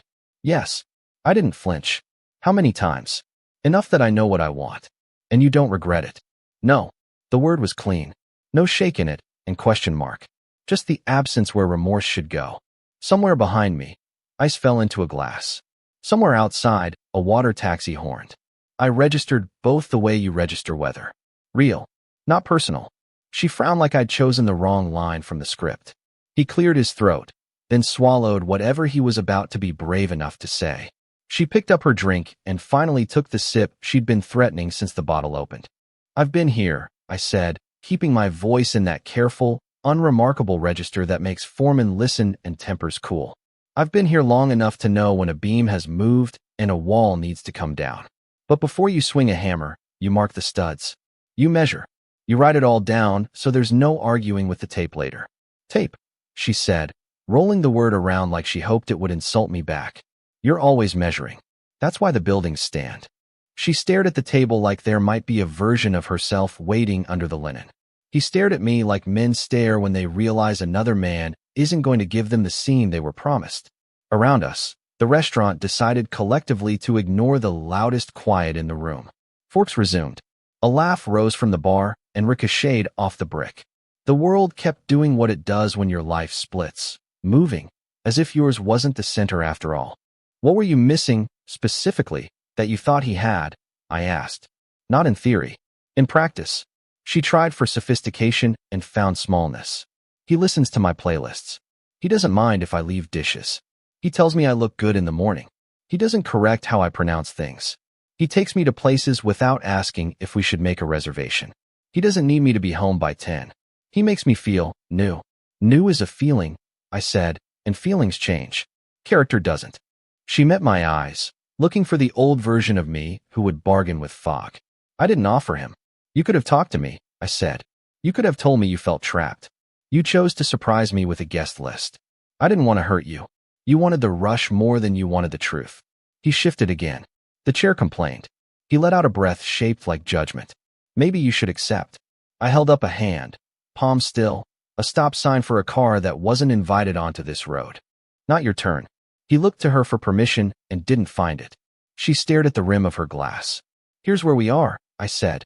I asked why. I heard because. I asked what. I heard fireworks. I asked a yes or no question. I got one. That's more clarity than most men get at an anniversary dinner with a third place setting and a rose. She gave me a look that wanted to calculate outcomes. I let her. I wasn't in the outcome business anymore. I was in the accuracy business. You think being calm makes you the better person? She said. Being calm makes me useful. There's a difference. The server drifted back with a smile that didn't reach his eyes. Anything else I can bring? He nodded and retreated the way good people do when the story in front of them is not theirs to fix. I reached for my phone like a man checking a sports score, tapped the screen, and slid it back into my pocket. The weight of it felt different. Not heavier. More defined. She glanced at the bracelet box outline under my jacket and looked away quickly, guilty or bored or both. I wasn't going to make her choose. I finished the last of my water. The glass clicked softly against the table when I set it down. Numbers lining up. Columns reconciled. We could still talk, she offered, like conversation was a tarp we could throw over a collapsed roof and call a house. We did, I said. And you answered. She folded her napkin finally, exactly in half, then again. Hands careful. Hands nervous. He sat there with a mouth that wanted to matter and couldn't remember how. I let the moment breathe until it didn't need to anymore. I stood without scraping the chair. I kept my voice where it had been all night. Thank you for the anniversary. She looked up, confused by the sentence that had no accusation hiding in it. The river kept moving. The city kept glowing. Tampa does that on weeknights. Lights the water like nothing bad can happen where there are tourists and boats. Bad things still happen. They just reflect better. I set my napkin beside the untouched bread. I pushed my chair back under the table. I didn't touch her. I touched the doorway with my shoulder as I passed because the jamb was 1 inch narrower than code, and I noticed things like that without trying. On the sidewalk, the night air carried the kitchen's heat and a hint of salt from the bay. I put my hands in my pockets like a man who'd just remembered something important and finally wrote it down. The recording rested against my thigh. Proof is a quiet thing. It doesn't glow. It sits and waits for the moment it matters. I walked down the steps and into the Tampa night like a man leaving a job site after the last inspection, quiet, sure, done. The air had that warm salt to it that hangs around the bay even when you're inland. I put the river behind me, crossed to the garage, and sat in my truck long enough to put the evening into orders. First order, stop the bleed. I called the bank from the parking deck, gave my name and the words I never thought I'd use on an anniversary. Remove the authorized user on the joint credit line. Freeze new charges. The rep verified, efficient, professional, and I thanked her like she had just handed me a clean blueprint. Next, I opened my work laptop in the cab, hotspot humming, and changed every shared password I could think of: cloud storage, streaming, the home security app, the grocery delivery we both pretended saved time and only ever saved arguments. Two-factor to my phone only. Family plan access adjusted. Find My turned into Find Me. I drove to the house with the windows down and the radio off. The living room was exactly as we'd left it that afternoon. Pillows squared, our framed photo from Sanibel still pretending to be a future. I didn't turn on the television. I went to the hall closet, pulled the lockbox, and laid our life on the dining table like a set of plans. Birth certificates, the deed, insurance, tax returns, the notarized agreement we made the year I took on my first high-rise, and everyone told me to protect the company from my private life. We'd called it a precaution at the time, a safety rail. I hadn't looked at it since. I ran my fingers along the heavy paper and didn't open it yet. Not tonight. I took photos of every room, walls, appliances, the furniture we chose and the furniture we tolerated. Date stamped, time stamped, uploaded to a folder with a name only I would recognize. I photographed the ring dish by the sink where her band should have been and wasn't. I stood at the kitchen island and drafted a list like I do before a pour. Today, tomorrow, next week. Secure funds. Separate autopays. Update the truck title. Pull my credit report and freeze it. Direct deposit to a new account. Create a ledger of household expenses I'll shoulder alone for the time being. Stop assuming goodwill and start documenting reality. My phone buzzed once. A text from an unknown number asking if I wanted to extend a limited-time offer on a luxury weekend. Maybe the universe has a sense of humor. Maybe it just sends junk at 11:14 p.m. I powered the phone down and packed. Not in anger. In lanes. A duffel with 2 weeks of work clothes, gym shorts, boots, toiletries, the small level my father gave me when I started out that I keep for reasons that aren't practical. I left the suit. I left the framed photo and Sanibel on the dresser with the glass dusted and the smiles edged in sunburn. I slept at a short-term rental near Bayshore, the kind with a key code and a chair that's been sat in by 100 men who needed to be alone without answering questions about it. In the morning, I ran the boulevard until the water slowed my head, and then I showered, shaved, and drove to an office in West Shore with quiet carpets and unremarkable art. I'd called at sunrise and said my name and the facts. The receptionist didn't flinch. She slid a clipboard toward me and a glass of water onto a coaster like none of it was extraordinary. The attorney was younger than I expected and older than anyone who learned this much the easy way. We shook hands. He waited. I set my phone on his desk and pressed play. Her voice was clear and steady where mine had been the night before. Yes, more than once. No, I don't regret it. The recording ended. The room did what rooms do when they've just been told what they needed to know. It stayed the same. This changes everything, he said. I nodded once. Does it meet the bar? He leaned back, laced his fingers, went through the checklist out loud for both of us. Proof of the relationship. Proof of admission. Context that it wasn't coerced, cut, or confused. Chain of custody for the file. He asked about dates, about any messages that overlapped, about whether she had access to my phone. I answered in the measured language I use when a foreman tries to skip a step, one fact at a time. Then I asked the only question that mattered to me beyond the end of the marriage. Is it enough to enforce that clause we added to the postnup? He didn't smile. He just nodded like a man approving a load plan. With evidence like this, yes, we'll move forward. We talked procedure. A preservation letter to her and to him. A notice to keep devices, accounts, and data intact.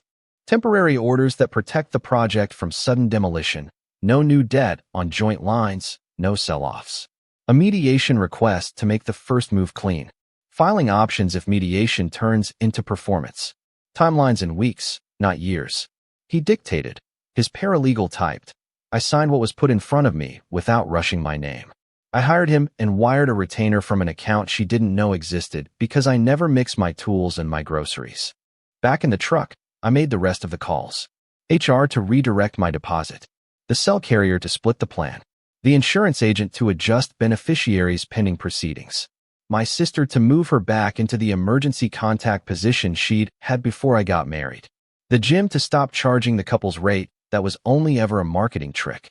My foreman to tell him I might be off the site more than usual this week, and that he didn't need to ask why. Only then did I send a single text to my wife. One line that fit in the space between anger and apology. For all communication going forward, please use counsel. I attached the attorney's card. No paragraphs anyone could mistake for an invitation to argue. A minute later, my phone showed that the message was delivered.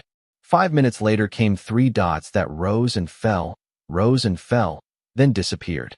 Nothing else. I drove back to the house to grab the last things I needed for the next few days and found the mail stacked just inside the door, a flyer about a boat show, a coupon for a patio store, a handwritten envelope from her mother postmarked earlier in the week. I didn't open it. I set it on the console table and turned the deadbolt out of habit even though it wouldn't matter soon. In the kitchen, I rinsed last night's glass and put it in the rack because I know who I am whether anyone's watching or not. On my way out, I paused at the hall mirror that had given us both a last look before dinners and funerals for 7 years. I didn't search for a different man. I checked the one I am. Shoulders square. Eyes clear. Hands not shaking. There's a story people tell about men who don't explode. They call it numb. They call it cold. What it is, at least today, is discipline. I drove back to Bayshore with the windows down again, past runners and strollers, and the same sky I've been working under my whole adult life. I thought about the clause we wrote when I started my company, and my lawyer taught me the unromantic truth that grown men put rails on bridges they hope no one ever tests. It isn't theatrical. It's arithmetic. It sleeps until proof wakes it. The recording in my pocket was not satisfaction. It was a switch.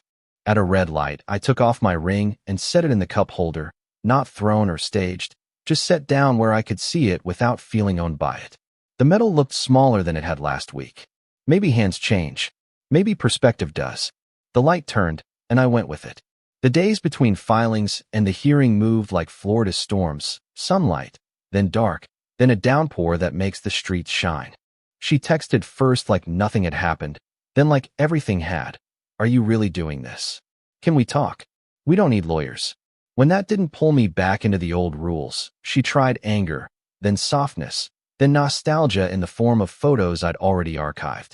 I answered once, with counsel copied, and didn't answer again. On the morning of the hearing, Tampa wore its courthouse face, security bins, cold air, a hallway of quiet shoes, and whispered names. I'd been in rooms like this for permits and disputes about easements. This one felt the same in the way that matters. Decisions get made. Then life continues. I sat on the left with my attorney and a legal pad I didn't need. She came in with hers, hair perfect, mouth set, the clutch she loved held tight like it could argue for her. He showed up too, not at counsel table, just in the second row behind her, the posture of a man who still believed in his role as a plot twist. Her lawyer started with tone and story. Feelings, not facts. She'd felt invisible. We had grown apart. This wasn't betrayal. It was his search for self.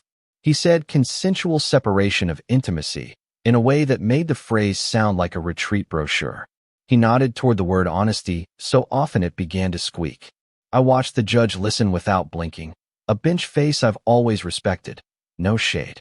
My attorney didn't match their performance. He stood and stacked the timeline like lumber. Marriage date. Post-nuptial agreement date. Exhibit authentication. He described the preservation letters, the chain of custody, the metadata that places my phone, and that recording inside a downtown restaurant on the night in question. No adjectives. He asked to play the audio. Her lawyer objected and lost. The courtroom speakers weren't made for drama, but her voice came through with all the clarity it had at that table. Did you sleep with him? Yes. How many times? Enough that I know what I want. And you don't regret it? No. For sentences. No music behind them. No cut to commercial. Just the kind of truth that doesn't need a witness because it contains its own. She looked at the table, then at the clutch, then, briefly, at him. He stared at the floor like words could stain shoes. My attorney waited for the silence to finish being silence. Then he picked up the document we hadn't spoken aloud since we signed it and took one measured step toward the lectern. He didn't raise his voice. He read, Section 9, Breach and Remedies. In the event of proven infidelity by either party, acknowledged by clear evidence or confession, the non-breaching spouse shall be entitled to liquidated compensation in the amount of $500,000 for each year of marriage as of the date of breach, in addition to equitable distribution and without prejudice to other remedies. Signed by both parties, notarized on record, voluntary and informed. The sound that moved through the gallery wasn't a gasp so much as an intake of logic. Numbers do that, turn air into reality. Her attorney tried to recalibrate, calling the figure punitive, calling the clause oppressive, calling the math disproportionate to harm, as if contracts were poems.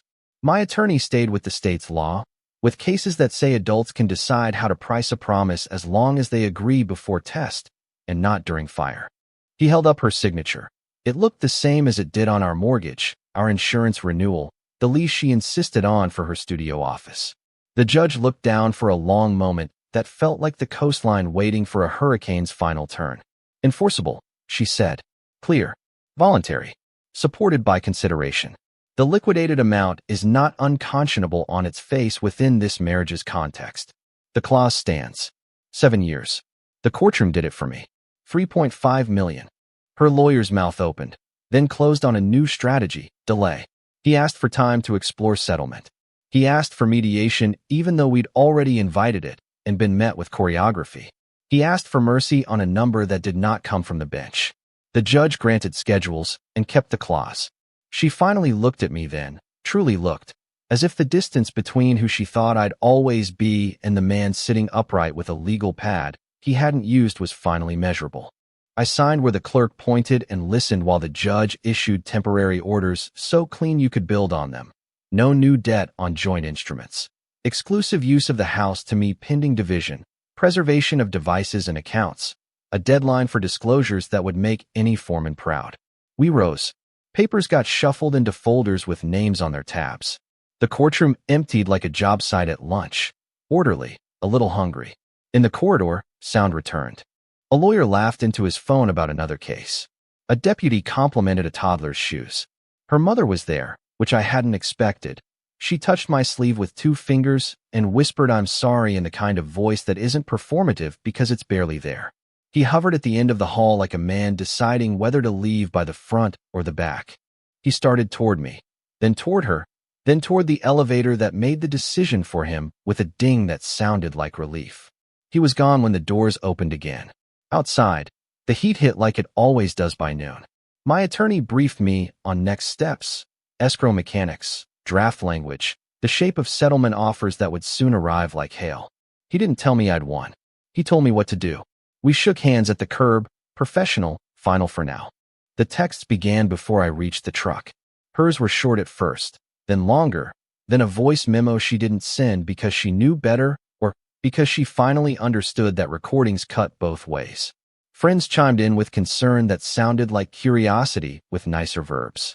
A mutual acquaintance forwarded a group chat screenshot with advice in it that had brought us here in the first place. I put the phone face down on the console and drove in traffic that behaved itself better than usual, like the city had signed a temporary order too. At home, the house felt different under the temporary orders, quieter, defined.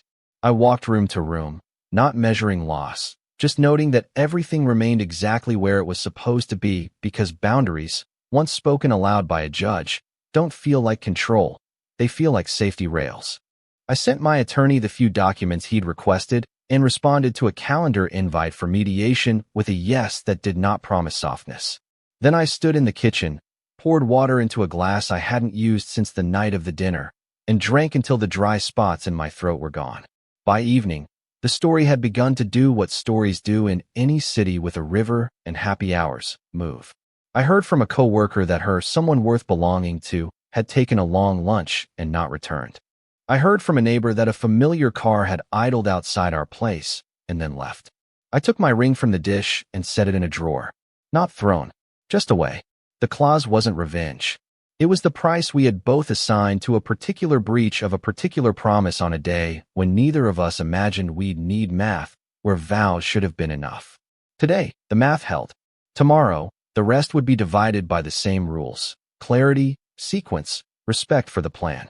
When the sky finally cracked over the bay and the rain came, it hit the street hard and then softened like it always does. I stood at the window and watched the water rinse the day off the sidewalks and the hibiscus.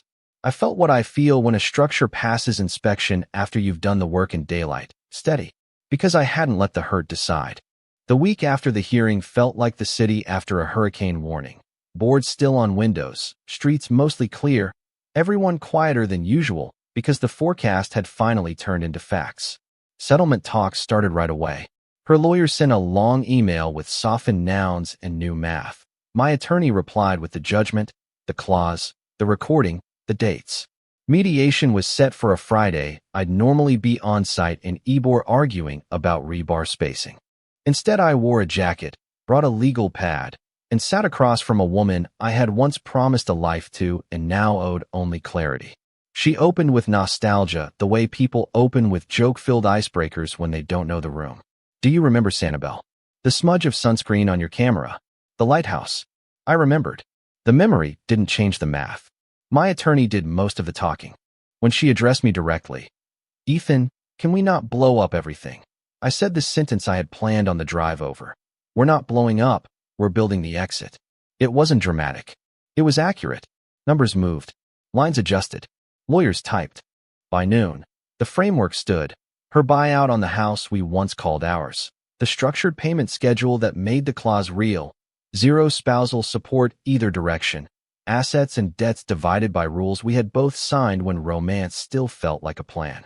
We broke for lunch and I ate a public sub in the parking lot because real life refuses to wait for your clean narrative arcs. When we went back in, her eyes were red and dry the way eyes get when a river has already run through and there's nothing left to do but redraw the banks. We signed. The mediator nodded with the small relief of a man whose day just became less complicated. Afterward, she lingered in the hallway like there was a post-credit scene where we would improvise reconciliation. I thanked her for getting through it and walked to the elevator. She didn't follow. That was mercy for both of us. I kept the house only as long as it took to make a clean sale. It had good bones and bad shadows. I didn't want to memorize new routes for grief every time I crossed the living room. A young family bought it. The little boy ran his hands along the banister like he was meeting a dog. I left a folder on the counter with paint colors, appliance manuals, and the name of my plumber who answers on the second ring. The only personal item I didn't move was the faint mark on the pantry door where we'd measured her niece's height once. You can't pack that without diminishing it. Better to let it belong to the house now. I took a 2-bedroom condo off Bayshore with evening light and no history. One room became an office. The other held a guest bed I wasn't in a hurry to fill. I put my gym bag by the door, lined my boots, and hung a picture of a bridge I built 5 years ago, the one that went up on time and under budget because the crew chose discipline over drama. I slept better than I expected because there was nothing in the room questioning my right to be in it. The claw's money started its slow arrival. I treated it like any other large check tied to a project milestone. Verify, allocate, move on. I paid off the last piece of equipment debt for the company, upped our safety training program, and brought on 2 apprentices from a tech high school in Hillsborough County. Good kids. One has hands like he was born holding a level. I told them the first rule I teach any crew. Measure twice. Cut once isn't about wood. It's about your mouth. Think before you swing. Her text slowed as the paperwork thickened. She tried one last pivot.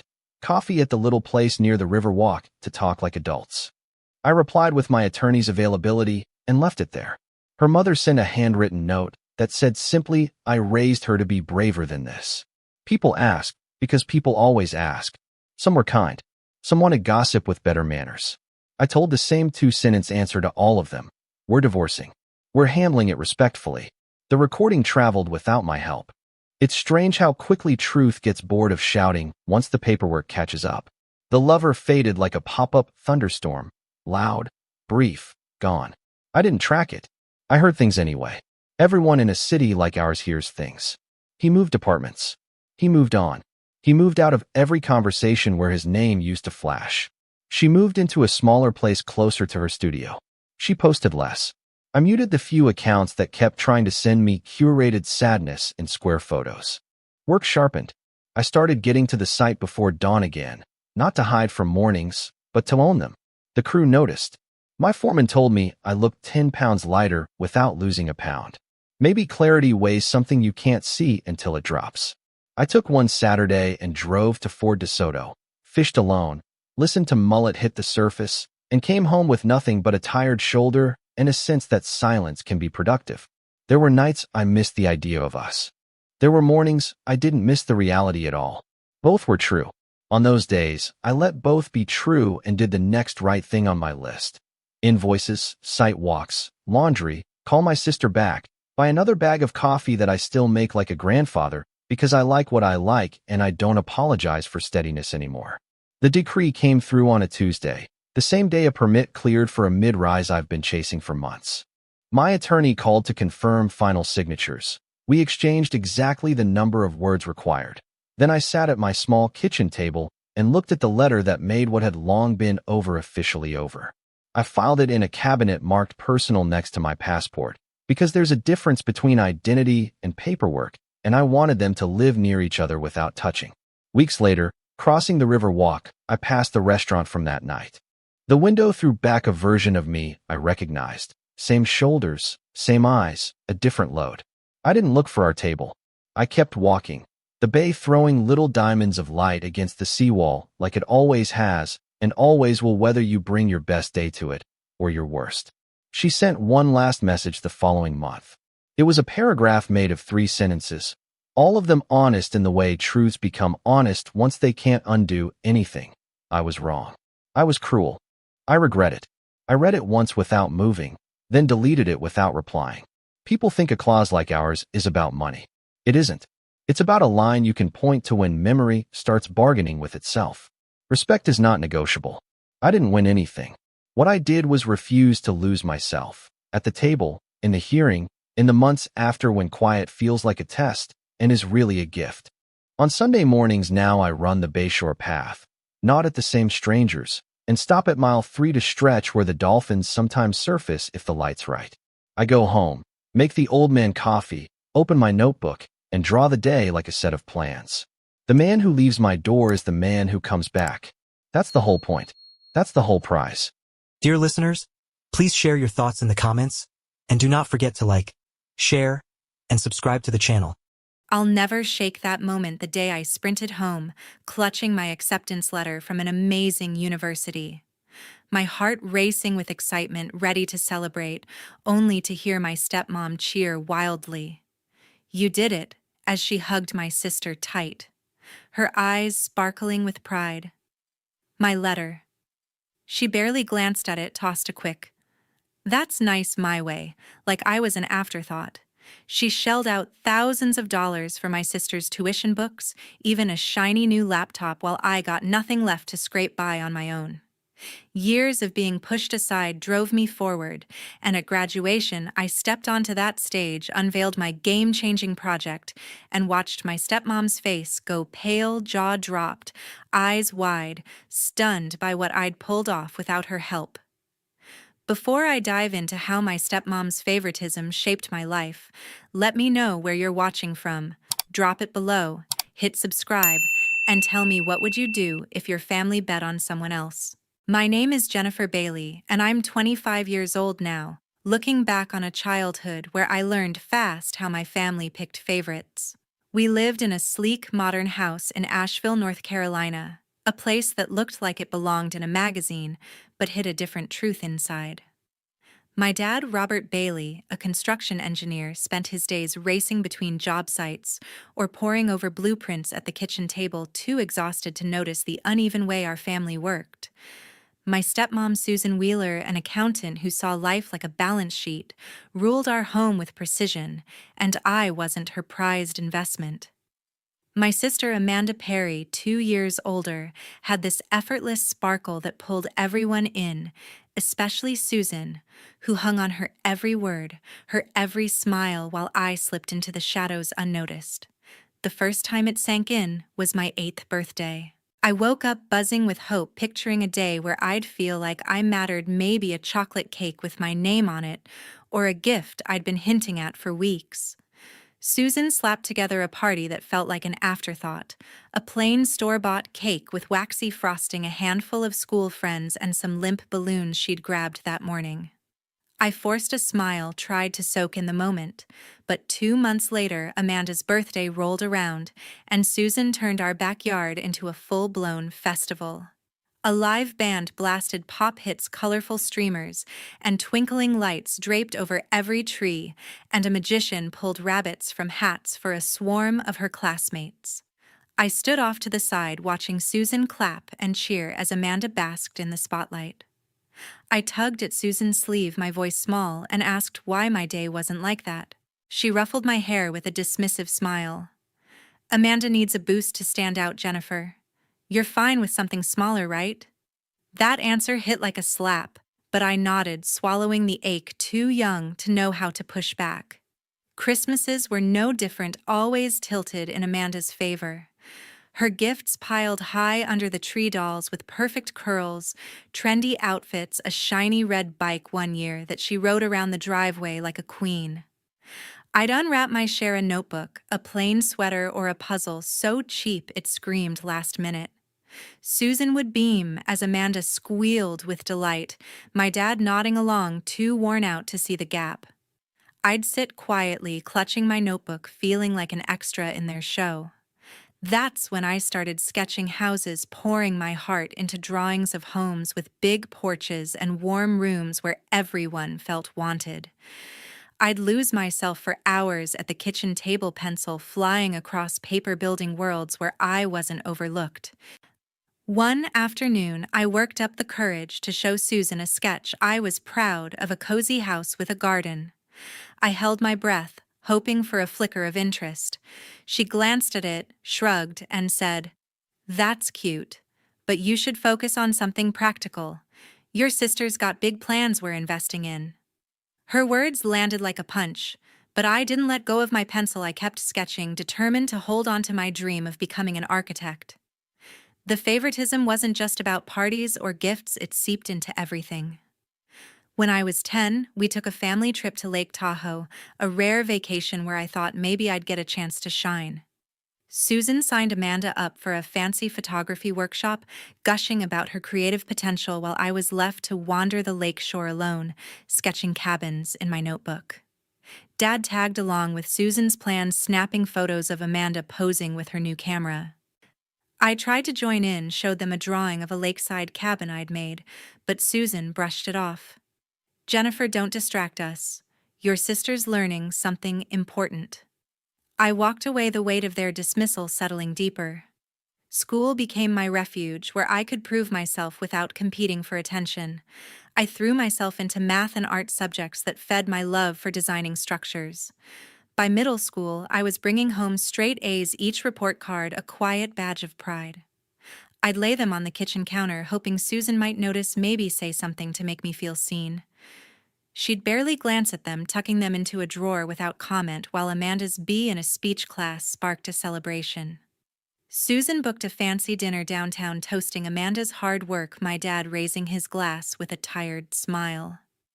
I sat there picking at my food, my perfect grades forgotten.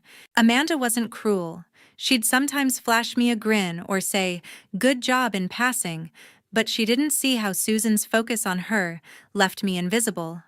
As I got older, the slights piled up, each one a brick in the wall between me and my family. When I was 12, I built a model of a house for a school project, a tiny wooden structure with real windows I'd carved by hand. My art teacher raved about it, saying I had a gift for design. I brought it home, heart pounding, thinking maybe this would change things. I set it on the dining table, waiting for Susan to walk by. She looked at it, raised an eyebrow, and said, "That's a lot of effort for a school thing. Your sister's working on her debate team, which will really open doors." My dad, passing through, mumbled, "Looks nice, kid," before heading to his office. I carried the model back to my room, feeling smaller than ever, but that night, I sat at my desk sketching a new house, promising myself I'd build a future they couldn't ignore. The constant dismissal wasn't Amanda's fault, she was just a kid, too soaking up the love Susan poured her way. But it shaped how I saw myself, like I had to work twice as hard to be half as noticed. Susan's voice echoed in my head. Amanda's got big plans, as if my dreams of designing homes were too small, too impractical. My dad's silence didn't help. He loved me, I knew that, but he was too caught up in his work, or too reluctant to challenge Susan to step in. I'd lie awake some nights wondering why I wasn't enough, why my sketches, my grades, my quiet efforts never measured up. But those questions didn't break me. They lit a fire. I kept sketching, kept pushing, determined to prove I was worth something, even if Susan couldn't see it. That determination would carry me further than I ever imagined, but it started with a kid who felt like a ghost, pouring her heart into drawings, waiting for someone to believe in her. That fire in me, born from years of being overlooked, found a spark when I started spending weekends at my Aunt Nancy's house. She wasn't like Susan. She saw something in my sketches, in the way I dreamed up houses, and made me believe I could build them one day. Nancy Turner, my dad's older sister, was a retired interior designer who lived in a cozy bungalow just outside Asheville, filled with art books and fabric swatches. Her place felt like a sanctuary, unlike our house, where Susan's sharp voice and Amanda's spotlight drowned me out. Every Saturday, I'd hop on my bike, pedal over, and lose myself in her world. Nancy would pull out old drafting paper, hand me a pencil, and say, "Jennifer, show me what's in that head of yours." I'd sketch houses, big ones with wraparound porches, small ones with clever nooks, and she'd lean in, her glasses slipping, pointing out what worked and what could grow. One weekend when I was 10, I showed her a drawing of a treehouse I'd been tinkering with, complete with a rope ladder and skylight. I braced for a shrug, expecting the Susan treatment, but Nancy's eyes lit up. "This is clever, really clever," she said, tapping the paper. "You've got a gift for making spaces feel alive." That was the first time anyone called my work a gift.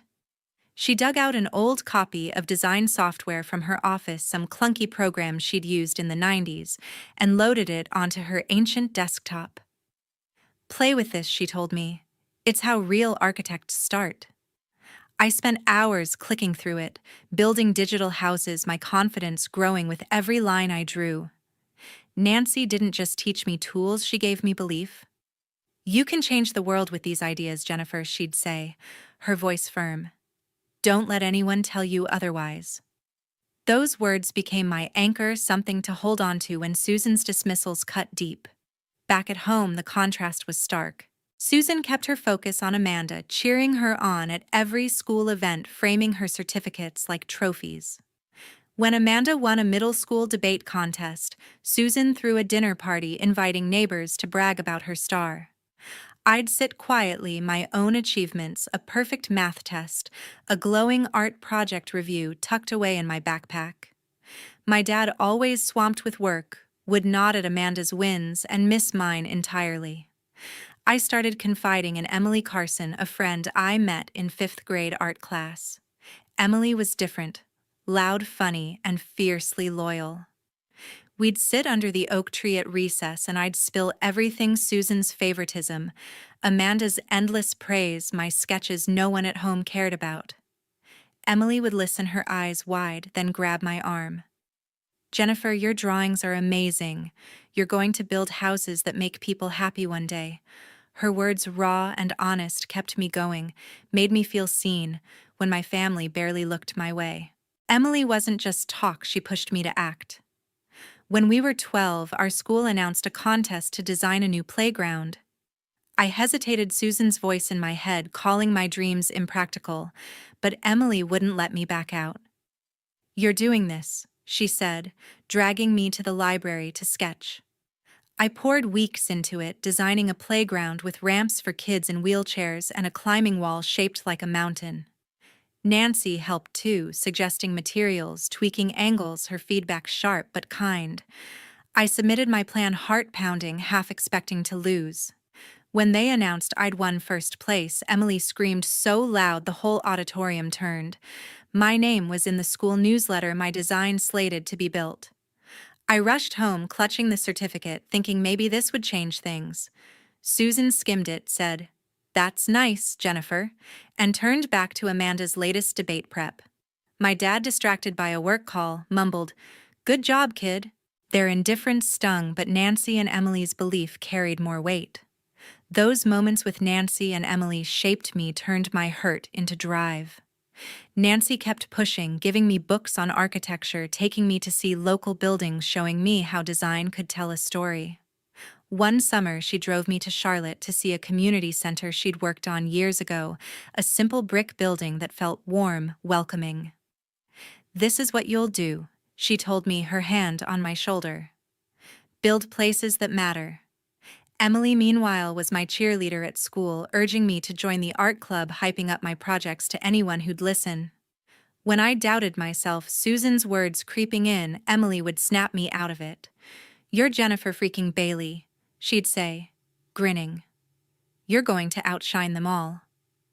The favoritism at home didn't ease up. Susan's focus stayed glued to Amanda.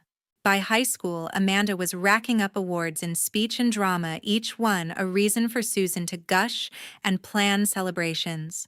My grades stayed perfect, math, art, even physics feeding my architecture dreams, but Susan barely noticed.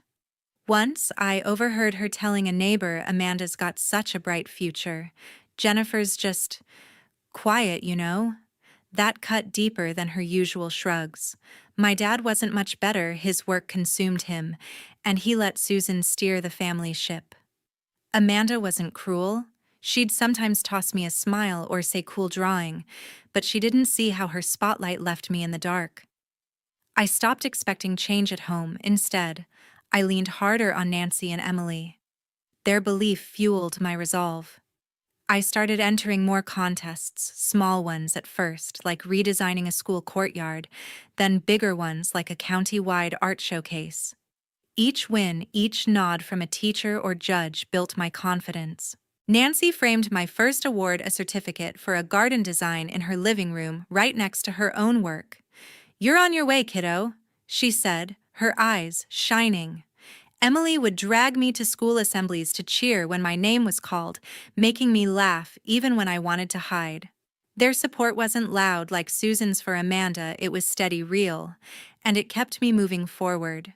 I'd sit at Nancy's drafting table or sketch with Emily at the library, dreaming of a future where my designs would stand tall, where no one could overlook me again. That dream was still far off, but with Nancy and Emily in my corner, I knew I'd fight for it no matter what it took.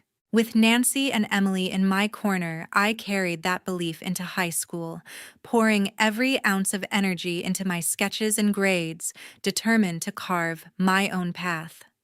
But nothing prepared me for the day my acceptance letter from UNC Charlotte arrived, when Susan's favoritism hit harder than ever.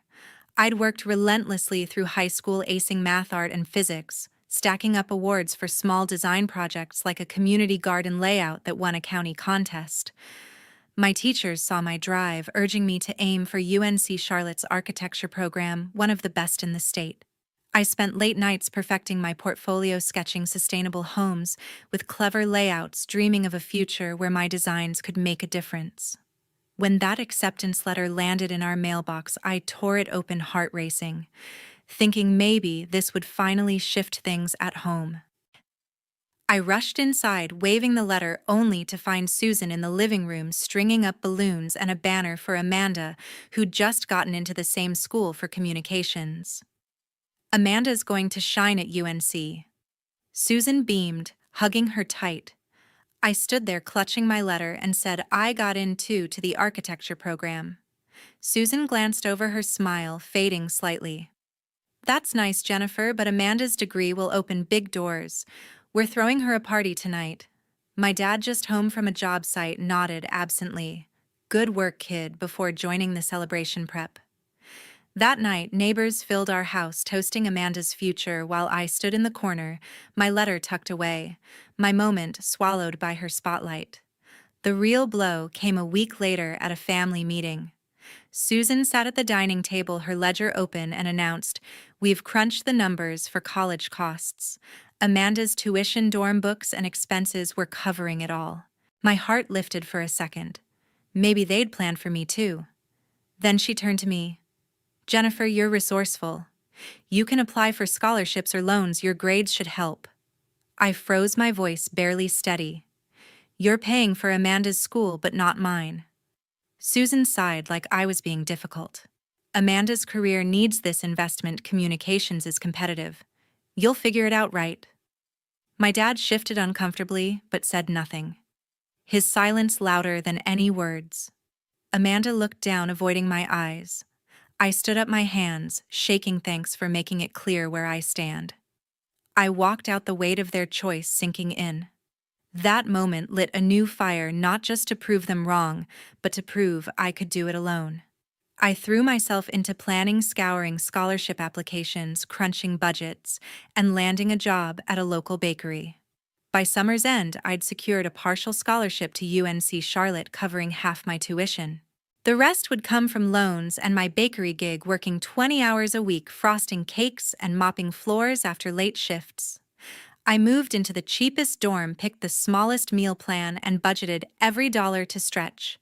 My roommate, Emily Carson, who'd followed me to UNC, saw me juggling it all. Classes, work, sketches, and asked, one night, "Why don't your parents help at all?" I forced a grin. "They believe in tough lessons." She rolled her eyes. "That's not fair." "Jennifer, you're killing yourself." Emily's blunt support kept me grounded. She'd drag me to the library to study or sneak me leftovers when I skipped meals to save cash. Classes were intense. Architecture wasn't just drawing, it was engineering, math, and endless critiques. I loved it, though. Every project felt like a chance to build something real. In my sophomore year, I stumbled into an idea that became my obsession: designing sustainable, affordable homes for low-income families. I sketched houses with solar panels, rainwater systems, and layouts that maximized space without breaking budgets. It wasn't just a project, it was personal, a way to create homes where everyone felt valued, not overlooked. I'd stay up past midnight in the studio, refining plans, fueled by coffee and the memory of Susan's dismissals. My professors noticed one. Dr. Michael Holt pulled me aside after class. "Your designs have heart, Jennifer, but they need polish. Keep pushing." His words stuck, and I did, pouring every spare moment into that project. The grind took a toll. I'd race from the bakery flour still on my apron to class, then to the studio, barely sleeping. My loans piled up, and my scholarship didn't cover extras like software licenses or materials. Some nights I'd stare at my budget, wondering if I'd run dry before graduation. Susan's voice echoed, "You'll figure it out." But figuring it out meant skipping meals, reusing notebooks, and dodging campus events to save a few bucks. Emily saw me unraveling once after a 12-hour shift. I crashed on our dorm couch, too tired to move. "You can't keep this up," she said, shoving a sandwich at me. "You're stronger than this, but you don't have to do it alone." She'd sit with me in the studio sometimes, quizzing me on structural math, or just keeping me company. Her presence a lifeline when I felt like sinking. Home didn't offer relief. During breaks, I'd visit Asheville, hoping for a shift. Maybe Susan would see my effort, or Dad would step up. Instead, Susan gushed over Amanda's college life, her internships, her sorority, all funded by them. My updates, top grades, a design contest win got a nod or a, "That's great," Jennifer before the conversation swung back to Amanda. Once I mentioned my sustainable housing project thinking it might spark interest. Susan cut me off. "Sounds ambitious, but Amanda's got a big presentation coming up. We're helping her prep." My dad, glued to his phone, didn't look up. I stopped sharing after that. Their indifference wasn't worth the sting. Aunt Nancy, though, kept me tethered.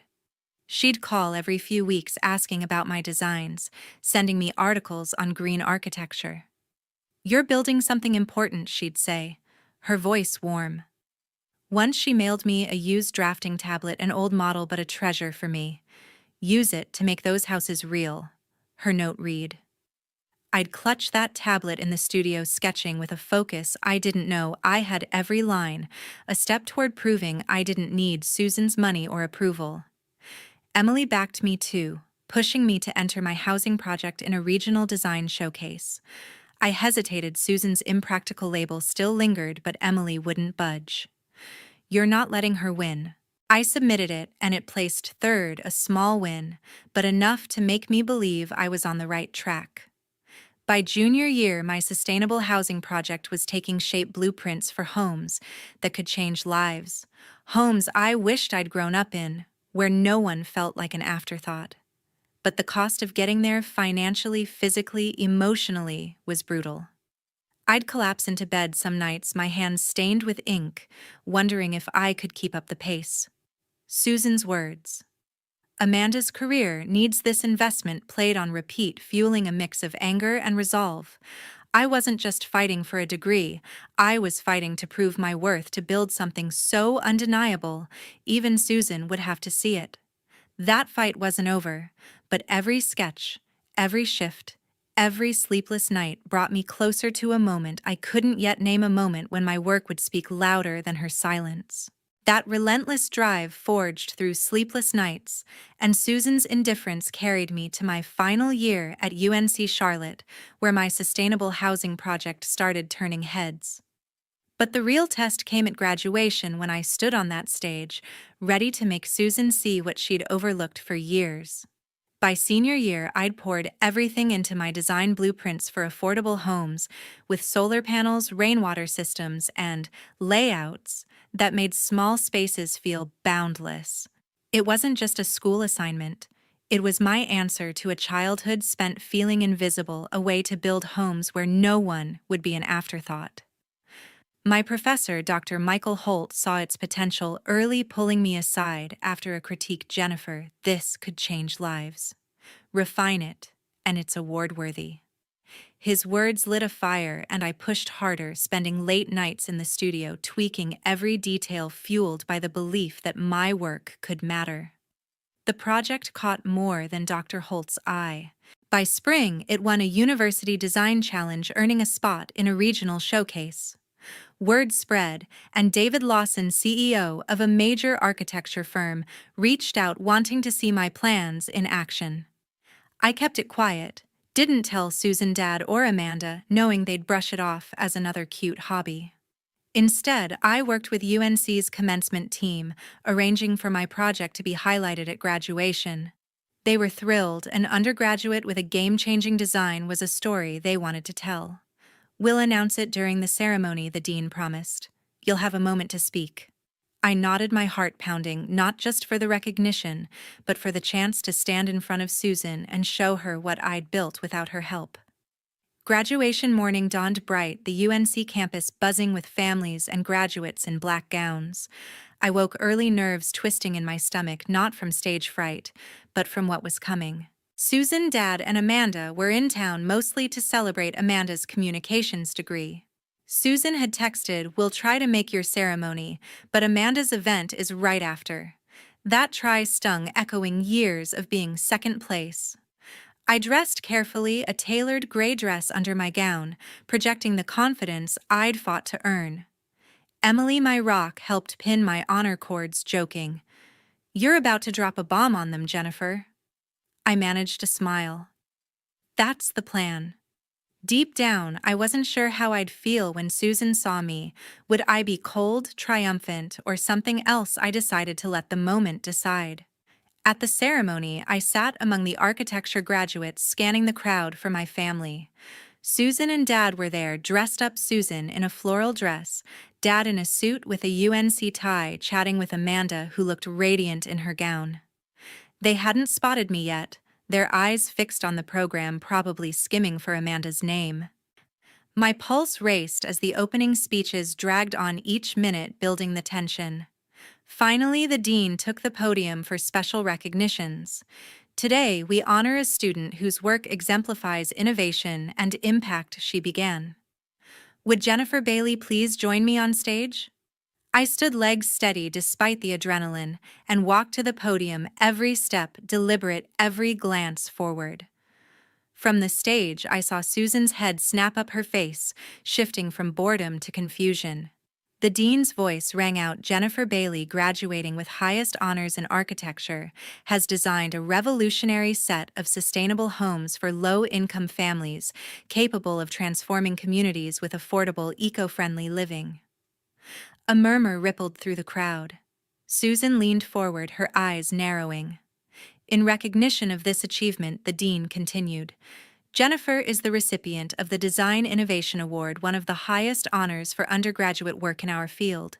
Furthermore, her project has secured a partnership with Lawson Architecture, a $3,500,000 deal to bring these homes to life."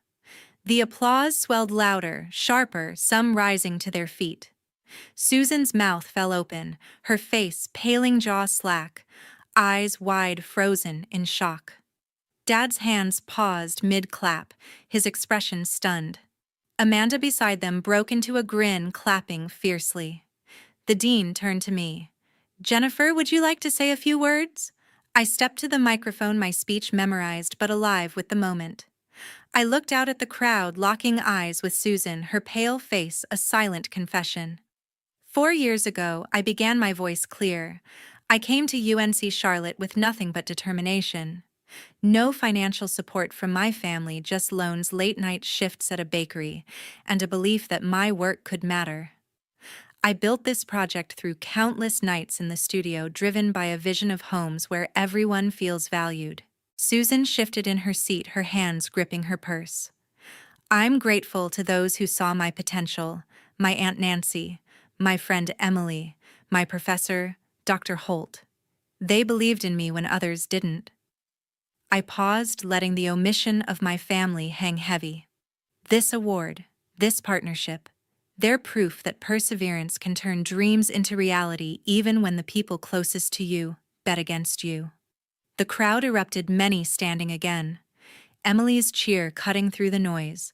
Susan sat motionless, her face drained of color, Dad staring at the floor, Amanda still smiling, her eyes glistening. The rest of the ceremony blurred my name, called for my diploma, the applause louder than for others. After it ended, I waded through well-wishers, classmates, professors, even Dr. Holt, who hugged me. "You did it, Jennifer." Emily found me next, nearly tackling me. "You killed it up there." Before I could reply, I felt a tap on my shoulder. Susan stood there, her makeup smudged, Dad and Amanda behind her. Susan's voice wavered. "Jennifer, we had no idea. This is incredible. Congratulations." Dad cleared his throat. "I'm proud of you, kid." Amanda stepped forward, her voice soft. "I always knew you were amazing, Jen. I'm sorry I didn't say it sooner." Their words hit me, but not like I'd imagined. Years ago, I'd craved this, their approval, their regret. But now it felt hollow. I looked at Susan, my voice calm but firm. "Would it have mattered if I told you? You made it clear my dreams weren't worth your time." Amanda's were. Susan flinched, her eyes darting away. We thought you were fine on your own, so capable. I cut her off. Capable doesn't mean I didn't need support. Imagine what I could have done without scraping by, without carrying the weight of your indifference. Dad stepped closer, his face pained. We messed up, Jennifer. Amanda nodded. I should have spoken up. You deserved better. I took a breath, steadying myself. I didn't need your money to get here, and I don't need your pride now. But if you want to know me, not just this moment but who I am, we start by being honest about the past. Susan's eyes welled up, but she nodded. Dad muttered, We'll make time. Amanda reached for my hand. Let's talk soon. Okay? I didn't promise anything. Years of hurt wouldn't vanish in one conversation. Emily, watching nearby, gave me a nod. You good? I nodded back. Yeah, I am. Dr. Holt called me over for a photo with the dean, and I walked away, leaving Susan's pale face behind, stepping into a future where my work, not their approval, defined me. That stage, that moment, it wasn't just a victory. It was the start of something bigger, something I'd built on my own terms. That moment on the stage wasn't the end, it was the beginning of a life I'd built without Susan's approval, a life where my worth didn't hinge on her seeing me. The day after graduation, I met Susan, Dad, and Amanda at a quiet cafe near UNC Charlotte's campus. The air was thick with tension.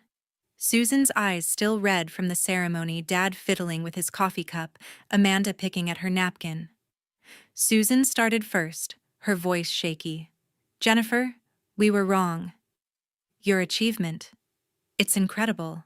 We want to make things right. Dad nodded. I should have stepped up sooner. I'm sorry, kid. Amanda looked at me, her eyes soft. I never meant to take your light, Jen. You're amazing. Their words stirred something. Part of me had waited years for this, but they landed differently now. I didn't need their apologies to feel whole. I leaned back, keeping my voice steady. I'm glad you're saying this, but it's not enough. You chose Amanda over me every birthday, every Christmas, her tuition over mine. I don't need your regret now. I need you to know who I am, not just what I've done. Susan's face crumpled, but she nodded. We'll try, Jennifer. We want to be part of your life. Dad added. We can stay longer. Talk more. Amanda reached for my hand. Let's start over, okay? I pulled back gently. I'm not ready for that.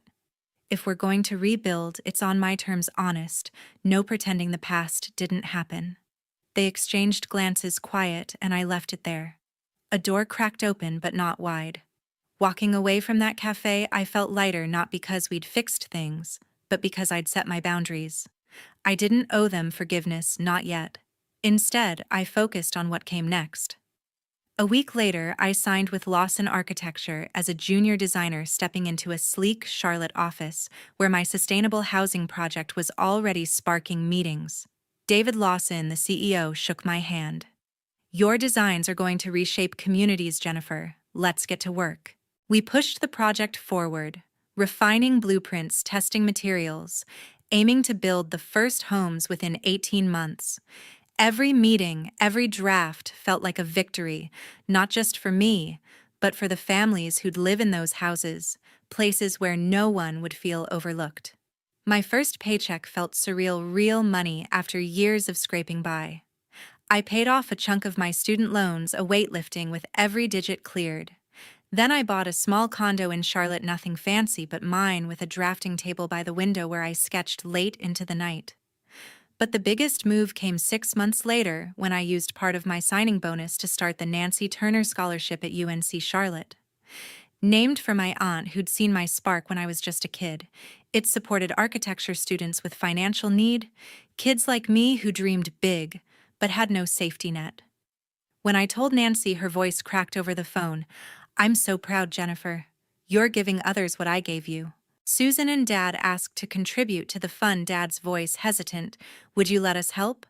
I paused, then said, maybe one day, but this is mine to build. It was a small step, but it felt right, my way of honoring Nancy, not their guilt. Work consumed me, but in the best way. The housing project grew. Our first prototype broke ground in a low-income Charlotte neighborhood, a small house with solar panels gleaming under the sun. Dr. Michael Holt, now a mentor, visited the site. "This is why we teach Jennifer. You're making a difference." Emily Still, my rock, came too, cracking jokes about my hard hat, but tearing up when she saw the house. "You did this," she said, hugging me tight. Those moments standing on that dirt lot seeing my designs take shape were proof I'd built something bigger than Susan's indifference. My family wasn't out of the picture, but we moved slowly. Susan sent texts, awkward at first, asking about my work, my life. I replied sparingly, testing their effort. Dad called monthly, his voice softer, asking about my designs, once he even read an article on sustainable housing to keep up. Amanda visited Charlotte once over coffee and opened up. "Growing up, I felt pressure to be perfect for them. It wasn't fair to you, Jen. I'm sorry." Her words surprised me. Favoritism hurt us both just differently. We didn't hug it out, but we agreed to talk again. I wasn't ready to trust them fully. Years of neglect don't vanish, but I left the door ajar, curious where it might lead. The biggest shift wasn't with them, it was in me. I started speaking at schools, sharing my story with kids who felt overlooked. At one high school, a girl approached me, her voice quiet. "My parents say, architecture's a waste for girls. They want me to do business." I saw myself in her, those years of Susan's shrugs, and knelt down. "Their doubts don't define you," I said. "Keep drawing, use their words as fuel." Her nod, small but fierce, stayed with me. That's when I knew my worth wasn't tied to Susan's approval or anyone's. It came from the homes I'd build, the kids I'd inspire, the life I'd carved on my own terms. 2 years after graduation, the first family moved into one of my houses, a single mom and her 2 kids, their smiles wide as they stepped inside. I stood outside, watching, my chest tight with something deeper than pride. This was why I'd fought. Why every late shift, every loan, every ignored sketch was worth it. If you're watching this and feeling unseen by your family, your friends, anyone, know this: their blindness doesn't measure your value. Find your spark, hold it tight, and build something they can't ignore. What's your story? Drop it in the comments. Have you ever been underestimated? How do you push through? Hit subscribe, share this with someone who needs it, and let's keep this conversation going. Thanks for hearing me out now. Go make your dreams louder than their doubts. She introduced me to her friends as the guy paying for tonight. They all snickered and called me a good investment. I just nodded. A month later, she was back living with her parents after what I did. The moment of impact wasn't loud. It was a quiet little clinking of champagne glasses in a ridiculously overpriced restaurant. We were out for my girlfriend Ashley's birthday, a dinner she had arranged with her 3 closest friends. I knew the place was expensive, but I didn't care. The cost was a rounding error in the budget for my current project, a project she was the centerpiece of. When the waiter brought another round of champagne, one of her friends, a vapid girl named Lauren, raised her glass. "Okay, birthday girl," she chirped. "Introduce your new man properly." Ashley, who was glowing from the attention and the champagne, turned to them with a theatrical flourish. She gestured towards me with her glass. "Girls, this is Mark," she said, her voice dripping with condescending sweetness. "He's the guy paying for tonight." Her friends, Lauren, Jess, and Megan, all erupted in a chorus of practiced, high-pitched giggles. Jess, who considered herself the witty one, leaned forward, her eyes twinkling with malice. "Oh, I get it," she said, looking me up and down. "He's not a boyfriend, he's a good investment." They all snickered again, clinking their glasses together. They saw me as a joke, a walking ATM whose only purpose was to fund their good time. They expected me to look embarrassed, to stammer, to maybe even blush. I didn't. I just smiled, a calm, easy smile that didn't reach my eyes. I raised my own glass. "To good investments," I said, my voice perfectly even. I took a sip of the champagne. In my head, a switch didn't just flip, an entire demolition sequence was initiated. The project had just been declared a catastrophic failure. It was time to tear it down to the foundation, salvage what I could, and build something new on the ruins. Let's be very clear, I'm not a simp. I don't pay for women. I'm a real estate developer. I don't buy houses, I buy opportunities. I look for distressed, undervalued properties with hidden potential, what the industry calls bad bones. And I figure out how to unlock their value. My entire career is about seeing the hidden weaknesses in a structure, both physical and legal, and leveraging them to my advantage. I met Ashley 6 months ago. She was working as a hostess at a restaurant where I was meeting a client. She was beautiful, charming, and lived in a building I had been trying to acquire for 3 years. The Glenwood. It was a pre-war 6-story building in the most desirable part of the city. It was a gold mine, but it had a fatal flaw.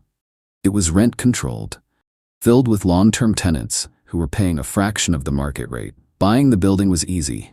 Getting the tenants out legally so I could gut renovate it was the multi-million-dollar problem no one had been able to solve. Ashley was my way in.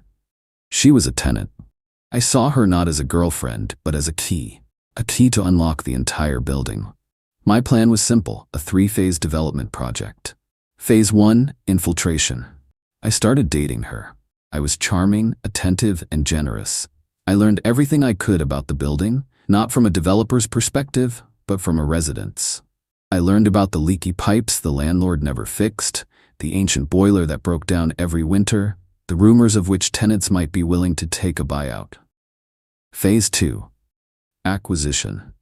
Once I had enough intel, I would approach the owner with an offer he couldn't refuse, contingent on him delivering the building vacant. I would use the maintenance issues I'd learned about as leverage. Phase 3. Liquidation. I would end the relationship with Ashley, offering her a generous buyout for her apartment, just like the other tenants. She would get enough cash to start a new life somewhere else, and I would get my empty building. It was a clean, professional transaction. My investment in her, the dinners, the gifts, the time, was simply the cost of due diligence. It was a budget line item for on-site reconnaissance. Her comment at that dinner and her friend's snickering reinforcement changed the project parameters. She hadn't just revealed herself to be shallow and disrespectful. She had revealed herself to be a hostile variable, a liability. She and her friends saw me as an investment to be exploited. It was time to show them what happens when a developer decides to foreclose on a bad asset. Update 1. The night of the dinner was the beginning of the end, and I was the only one who knew it. When the bill came, a staggering $2,000, I didn't flinch. I placed my black card on the little tray. As the waiter walked away, I looked at Ashley and her friends, who were all happily scrolling through their phones, posting pictures of the meal I had just paid for. "You know, Jess," I said, my voice casual. "You're right, I am a good investment. The best investments, in my experience, are the ones that provide detailed data." I smiled. They all just looked at me, confused. They thought it was a strange, clumsy attempt at a joke. The next morning, I initiated phase 1 of the new plan, hostile audit. My first move was to analyze the asset's core vulnerabilities. Ashley's primary source of power was her apartment at the Glenwood. She paid a ridiculously low rent of $800 a month for a 1-bedroom that should have been $4,000. This rent-controlled status was her golden ticket, and she knew it. But rent control laws come with strict rules, and I suspected she wasn't following them. I spent a day doing some deep-dive digital forensics. I hired a private investigator, a guy I used to vet potential business partners. I gave him Ashley's name and social media handles. His job was simple: find out if she was violating her lease. While he was working, I focused on the building itself. I already knew the owner, a tired old man named Mr. Harrison, who was sick of dealing with the constant repairs and tenant complaints. I put together a new offer for the building. It was a generous, all-cash offer, well above market rate for a building with its occupancy issues. But it came with one non-negotiable condition. The building had to be delivered to me completely vacant within 90 days of the sale. This put the legal burden of removing the tenants squarely on his shoulders. It was an offer designed to make him an active participant in my plan. Simultaneously, I began financially isolating Ashley. I didn't dramatically cut her off. That would have been too obvious. Instead, I started making strategic adjustments. The credit card she was an authorized user on, I called the company and had her spending limit lowered to $500, citing fraud prevention concerns. The surprise gifts stopped. When she suggested another expensive restaurant, I countered with a casual, "I'm feeling like staying in tonight." I was recalibrating the terms of her investment, slowly devaluing her returns. She noticed, of course. She became moody and complained to her friends that I was being cheap. This was exactly what I wanted. I needed her to become frustrated. Frustrated people make mistakes. The private investigator hit pay dirt in less than 48 hours. His report was a thing of beauty. Not only had Ashley been subletting her apartment on Airbnb on weekends when she stayed with me, a massive violation of her lease and city law, but her friend, Jess, the witty one, had been her primary co-conspirator. Jess had her own Airbnb account and was taking a 30% cut for managing the listings and the cleaning. They had a tidy little illegal side hustle going. The report included screenshots of the listings, glowing reviews from guests, and even a Venmo transaction history between the two of them with notes like Glenwood.Aller. This was the leverage I needed. It was the structural flaw in her foundation, and I was about to drive a wrecking ball through it. I now had two paths forward. I could give this information directly to Mr. Harrison, or I could use it for a more creative purpose. I chose creativity. I drafted a formal, anonymous complaint letter. It was written from the perspective of a concerned fellow tenant at the Glenwood. The letter detailed the illegal Airbnb operation, citing specific dates and listing numbers. It spoke of strange people coming and going at all hours, loud parties, and a general feeling of insecurity in the building. It was a work of art designed to trigger a specific and aggressive response from any landlord. I didn't send it to Mr. Harrison. Not yet. I sealed it in an envelope and placed it in my briefcase. It was my ace in the hole. First, I needed to meet with the landlord and get him on my side. Update 2. My meeting with Mr. Harrison took place a week after the disastrous birthday dinner. I met him at a coffee shop near the Glenwood. He looked exhausted. I presented him with my all-cash offer. His eyes widened when he saw the number. Then he saw the 90-day vacancy clause, and his shoulders slumped. "Getting these tenants out is impossible," he sighed. "They know their rights. It would take me years in court." "Perhaps," I said, pushing the anonymous complaint letter across the table, "but I believe you may have a tenant who is not quite as protected as she thinks she is." He read the letter, his expression shifting from wariness to cold fury. The evidence of the illegal subletting was undeniable. In our city, proving just one case of a tenant illegally subletting a rent-controlled apartment can give a landlord enough legal ammunition to start eviction proceedings that often scare other tenants into taking buyouts. "This changes things," he said, his voice low. "I believe it does," I replied. "My offer stands for 72 hours. If you accept, my legal team will assist you, pro bono, with the eviction process for this specific tenant. We handle the work, you handle the notices. Once she's gone, the others will see you're serious. They'll be much more receptive to buyout offers." He agreed on the spot. We had a deal. Mr. Harrison, the tired old landlord, was now my fully motivated partner. The very next day, a formal notice to cure or quit was delivered to Ashley's apartment. It's a legal document that gives a tenant a short period to fix a lease violation or face eviction. In this case, the violation, profiting from an illegal sublet, was incurable. It was the first legal step in throwing her out. The panicked phone call I received from her was everything I had hoped for. She was hysterical. She had no idea where the complaint had come from. She immediately blamed one of the other tenants. She begged me to help her, to call my lawyers, to do something. "This sounds serious, Ashley," I said, my voice full of fake concern. "Illegal subletting? That's a tough one. I'm not sure what I can do." "But you have to do something." She shrieked. "They're trying to evict me. Where will I go?" "I don't know," I said calmly, "but I'm sure a good investment like you will figure it out." I hung up.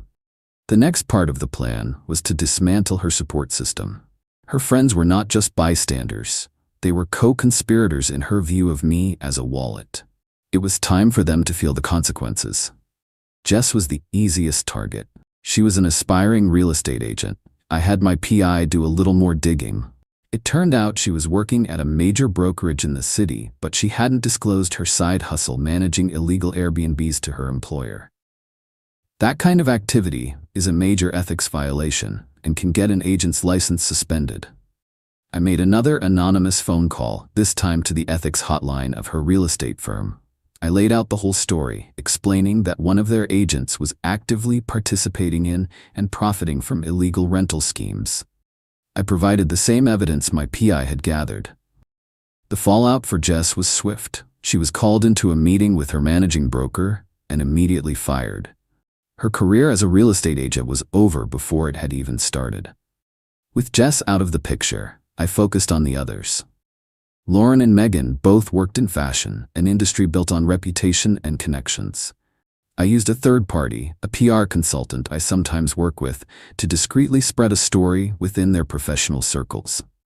The story was simple, a cautionary tale about a group of young women who had latched onto a wealthy developer, only to have it blow up in their faces when their friend was evicted for illegal activities, and another was fired for ethics violations.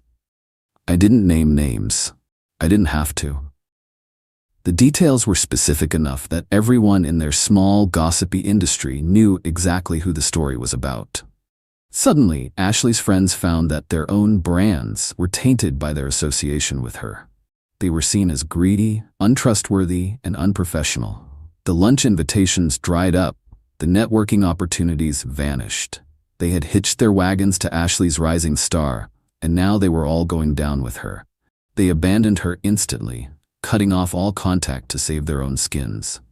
In the span of 2 weeks, Ashley was facing eviction, had been cut off financially, and had been completely abandoned by her entire circle of friends.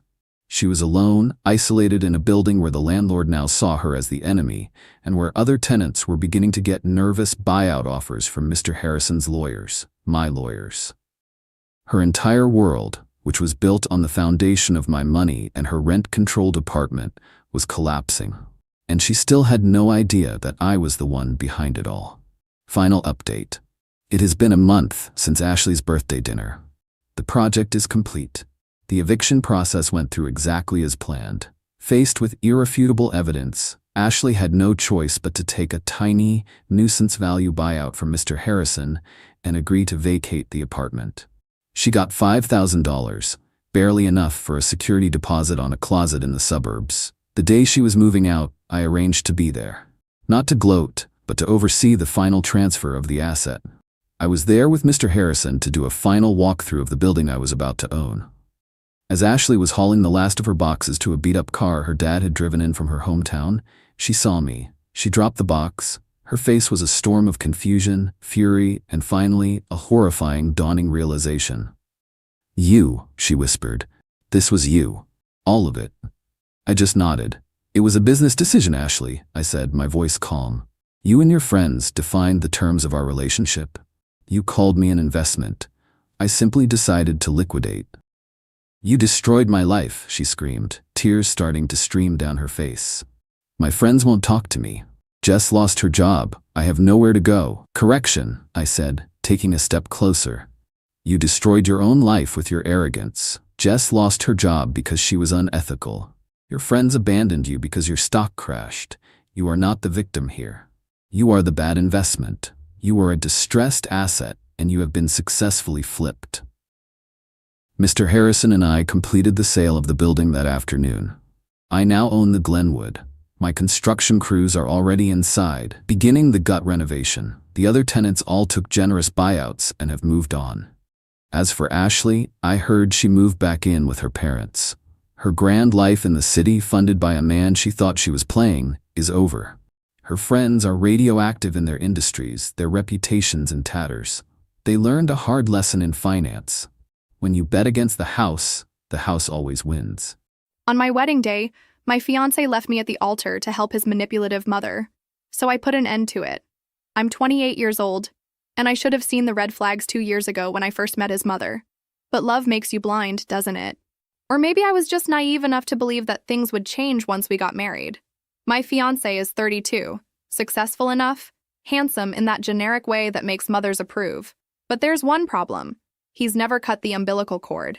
Not metaphorically. Literally, his 58-year-old mother controls every aspect of his life, and by extension, mine. Take yesterday, for instance. We were driving to look at wedding venues, and I naturally headed for the passenger seat. Oh no. Dear, his mother chirped from behind us. The front seat is for family. She slid past me with that saccharine smile I've learned to despise. My fiancé didn't even blink. He just shrugged apologetically as I climbed into the back like a child. This is my life now. She chooses his clothes. Navy suits you better than black, sweetheart. She rearranges our apartment when she visits. This couch would look so much better against that wall. She even has opinions about our bedroom, commenting on the thread count of our sheets and suggesting we need more romantic lighting, with a wink that makes my skin crawl. The worst part? He agrees with everything. Every single thing. She just cares about us. He tells me when I try to bring it up. She wants what's best. But what's best for whom? Certainly not for me, sitting in restaurant booths while she feeds him bites of dessert like he's 5 years old. Not for me, listening to her detailed opinions about when we should start having children and how many we should have.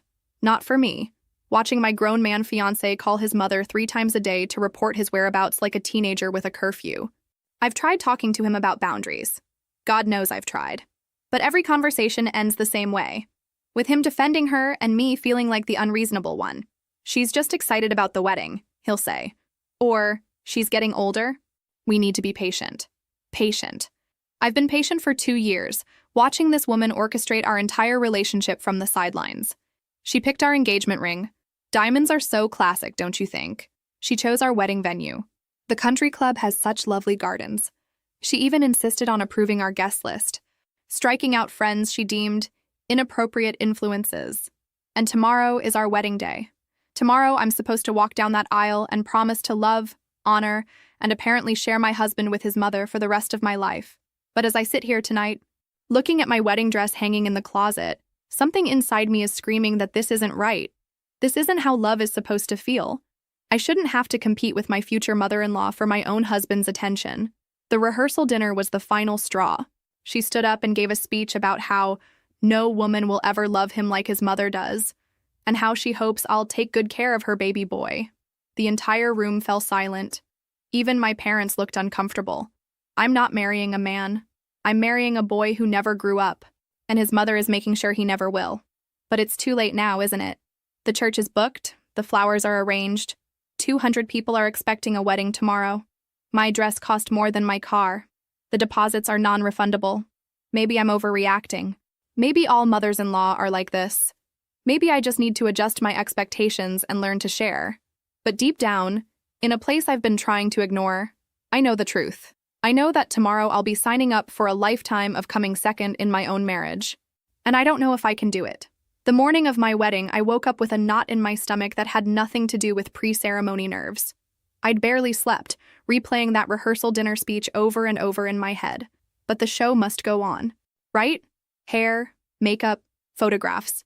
My bridesmaids fluttered around me, gushing about how beautiful everything looked. The church was decorated exactly as his mother had envisioned. White roses and baby's breath, elegant but somehow cold. Nothing I would have chosen. I stood at the back of the church in my grandmother's pearls and a dress that cost more than my first car. 200 guests filled every pew. My father squeezed my arm and whispered, "You look radiant, sweetheart. Are you ready?" Was I? My heart was hammering against my ribs, but not with excitement, with dread. We began the processional. My bridesmaids glided down the aisle in their pale pink dresses. Another choice made by his mother, naturally. Then it was my turn.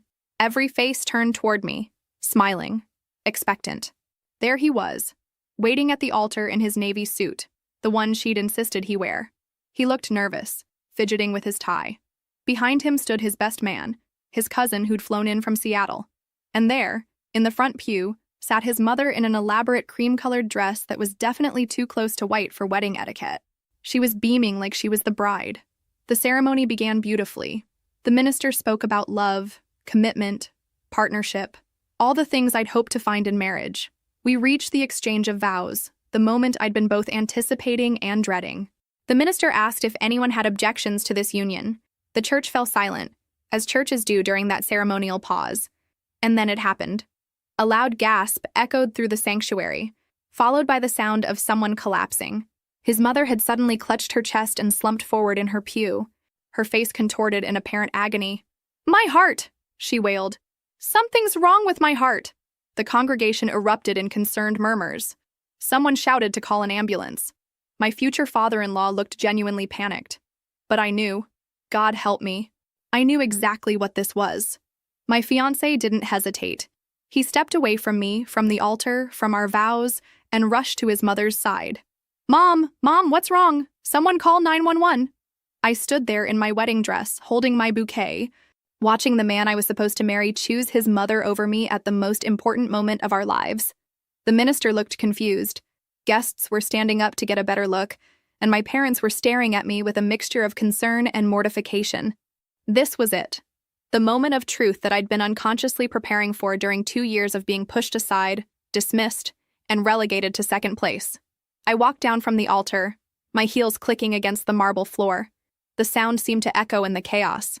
I approached my fiancé, who was kneeling beside his mother, holding her hand. Choose, I said quietly, but my voice carried in the acoustics of the church. He looked up at me, confused. What? Choose right now? I repeated, louder this time. Be my husband, or continue being her eternal little boy. But you can't be both. His mother's episode seemed to intensify at my words. She gripped his hand tighter, breathing heavily. I need you, she gasped. Don't leave me. I watched his face. I saw the exact moment he made his choice. He stayed kneeling beside her. I can't leave her like this, he said. You have to understand. I understood perfectly. I'd understood for 2 years, but I'd chosen to ignore it. I'd chosen to hope things would change, that marriage would somehow magically transform our dynamic. I set my bouquet down on the altar and addressed our guests, my voice steady despite my shaking hands. I'm sorry everyone came so far for this, but there won't be a wedding today. Apparently the groom is already married. Then I walked back down that aisle, alone, my train trailing behind me like a ghost. Behind me, I could hear the explosion of shocked whispers, but I didn't turn around. By evening, his mother had made a complete recovery.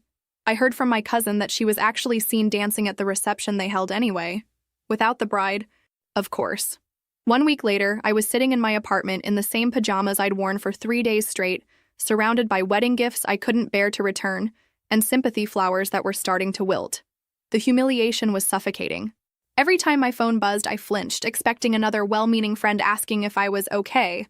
I wasn't okay. I was a 28-year-old woman who'd been abandoned at the altar because a grown man couldn't cut his mother's apron strings.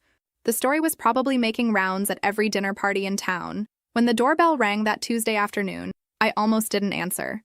But the persistent knocking suggested whoever it was wasn't going away. I opened the door to find him, my ex-fiancé's uncle, the one family member I'd actually respected. At 47, he carried himself with the quiet confidence that comes from real success, not the inherited kind. He was the one who'd built the family business from the ground up, turning a small construction company into a multi-million-dollar enterprise. I brought lunch, he said simply, holding up bags from the Italian place downtown. Figured you might not be eating much. I probably looked terrible. Unwashed hair, tear-stained cheeks, wearing sweatpants that had seen better days. But he didn't comment. He just walked past me into the kitchen and started unpacking containers of pasta and salad, like he'd done it 100 times before. You don't have to pretend this is a social call, I said, slumping into a chair. If you're here to do damage control for your family, I'm here because what happened was wrong, he interrupted, not looking up from the containers. And because I've watched that woman manipulate my nephew his entire life, and I'm tired of pretending it's normal. I stared at him. In 2 years of family gatherings, no one had ever acknowledged what everyone could clearly see. He sat across from me, pushing a container of chicken Alfredo in my direction. Eat. Then we'll talk about what you need. I don't need anything from your family, I said, but my stomach betrayed me by growling audibly. This isn't about family, he replied. This is about making sure you land on your feet. As I picked at the pasta, the first real food I'd had in days, he laid out practical solutions with the matter-of-fact efficiency of someone accustomed to fixing problems. A lawyer friend who could handle returning the gifts and dealing with vendor contracts. A real estate contact who could help me find a new apartment if I wanted to start fresh somewhere else. A recommendation for a good therapist. Why are you doing this? I asked. He was quiet for a long moment, turning his water glass in slow circles on the table. Because I've been married for 22 years to a woman I don't love, and I know what it's like to wake up every day in the wrong life, he said finally. You're 28. You have time to build something real. There was something in his voice, a loneliness that I recognized because I'd been feeling it too. even while engaged. The loneliness of being with someone who didn't really see you. I keep thinking I should have known better, I admitted. All the signs were there. Love makes us stupid sometimes, he said with a slight smile. But stupidity isn't permanent. What matters is what you do next. Over the next hour, we talked. Really talked. He listened without trying to fix me or tell me everything happens for a reason. He didn't minimize what had happened or suggest I'd dodged a bullet. He just acknowledged that it hurt, and that the hurt was valid. When he left, I felt something I hadn't experienced in months. Relief. Not happiness, not yet. But relief. Like someone had finally told me it was okay to be angry about being treated badly. I looked around my apartment, our apartment, technically, since my ex's name was still on the lease. Tomorrow I'd call the lawyer. Tomorrow I'd start the process of untangling my life from his. But tonight, for the first time in a week, I was going to shower and put on clean clothes. It seemed like a small thing, but it felt like the first step back to myself. 6 months after the wedding that never was, I was finally starting to feel like myself again. The lawyer had been worth every penny. Efficient, discreet, and completely professional about handling the mess of canceled vendors and returned gifts. I'd found a cozy one-bedroom apartment across town, away from all the places that held memories of him. The therapy sessions were helping too. Dr. Martinez, I'd started calling her Maria after she insisted, helped me understand that what I'd experienced wasn't just a failed relationship, but a pattern of emotional manipulation that had slowly eroded my sense of self-worth. You're rebuilding your identity, she'd told me during our last session. That takes time, but you're making remarkable progress. The new job at the marketing firm downtown was exactly what I needed. Challenging enough to keep my mind busy, with colleagues who knew nothing about my personal drama. I was good at it too, which felt like a revelation after months of being made to feel like my opinions didn't matter. He'd been checking in regularly, my ex's uncle. Never intrusively, just a text every few weeks asking how I was settling in, if I needed anything. Sometimes he'd recommend a book he thought I'd like, or mention a new restaurant worth trying. It was the kind of friendship I'd never experienced with a man, completely without agenda, based on genuine respect and mutual understanding. We'd started meeting for coffee occasionally, usually on Saturday afternoons at a quiet place near the river. He'd tell me about the challenges of running his business, the satisfaction of building something from nothing. I'd share stories from my new job, my small victories in rediscovering who I was outside of that suffocating relationship. You seem different, he observed during one of our conversations, stirring sugar into his espresso. Stronger. I feel different, I admitted. Like I'm finally allowed to take up space in my own life. He smiled at that, the kind of smile that reached his eyes. That's exactly how it should be. What struck me most about our friendship was how he listened. Really listened. When I talked about my ideas for improving processes at work, he didn't dismiss them or suggest modifications. He asked thoughtful questions, challenged my assumptions in ways that made me think harder, better. It was intoxicating, being treated like an intellectual equal by someone I respected. Your ex-nephew is an idiot, I'd told him once, making him laugh, a genuine surprised sound. Yes, well, intelligence isn't hereditary, he'd replied. Neither is wisdom, unfortunately. He never talked much about his own marriage, but I could read between the lines. 22 years of going through the motions, of sleeping in the same bed as someone who'd never really known him. His wife was perfectly nice, perfectly appropriate. I'd met her at family gatherings, but there was no spark there, no connection deeper than shared social circles and financial comfort. I found myself looking forward to our conversations more than I probably should have. He had this way of making me feel seen, valued, intellectually stimulated. After years of having my thoughts dismissed or ignored, it was like discovering I had a voice that someone actually wanted to hear. I've been thinking about what you said last week, he told me one afternoon, about expanding the company's environmental initiatives. I've scheduled a meeting with some consultants next month. The fact that he'd not only remembered my suggestion but acted on it made something warm unfurl in my chest. This was what partnership looked like. Two people building something together, respecting each other's contributions. I was learning what it meant to be valued for my mind, not just tolerated as an accessory to someone else's life.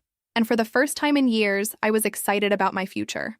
1 year after the wedding disaster, I was sitting across from him at our usual coffee shop when I realized I was in trouble. Not the kind of trouble that ruins your life, the kind that changes it completely.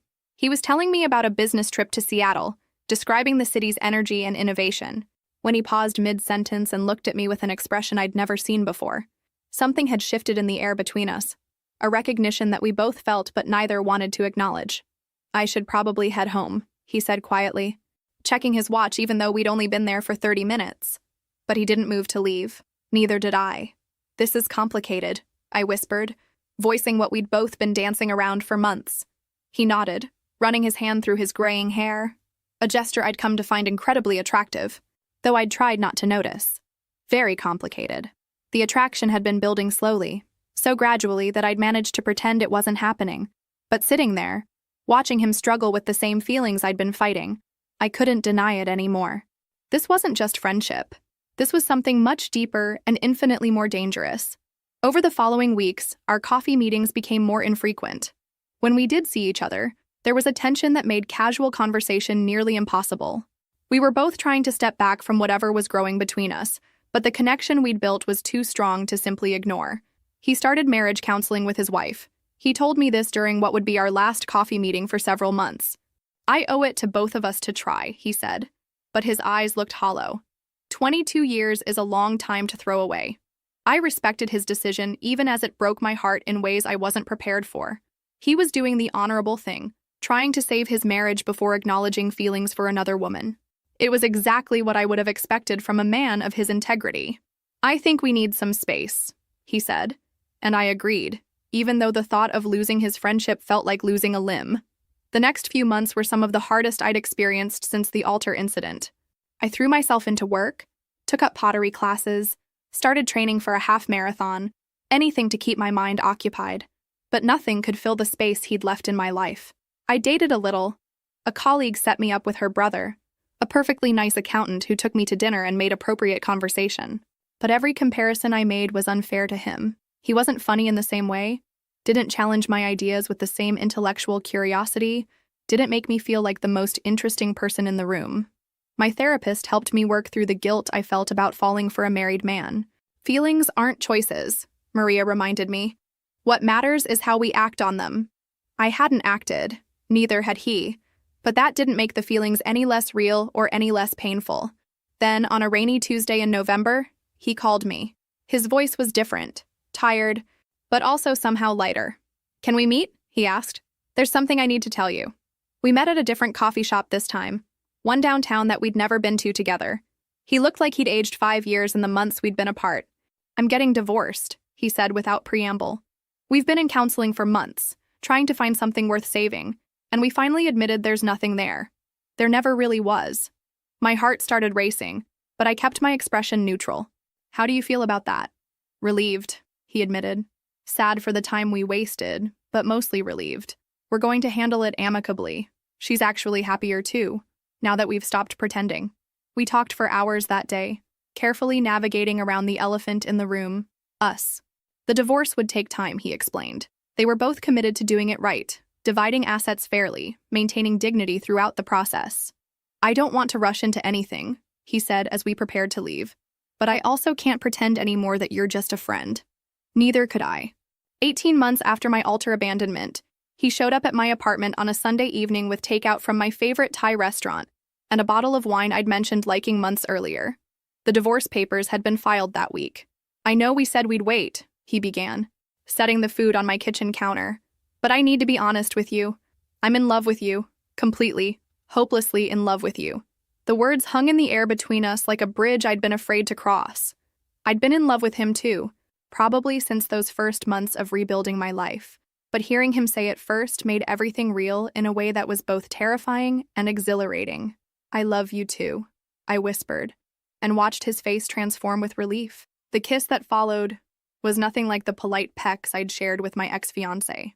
This was hungry, desperate, the culmination of months of careful distance and suppressed feelings.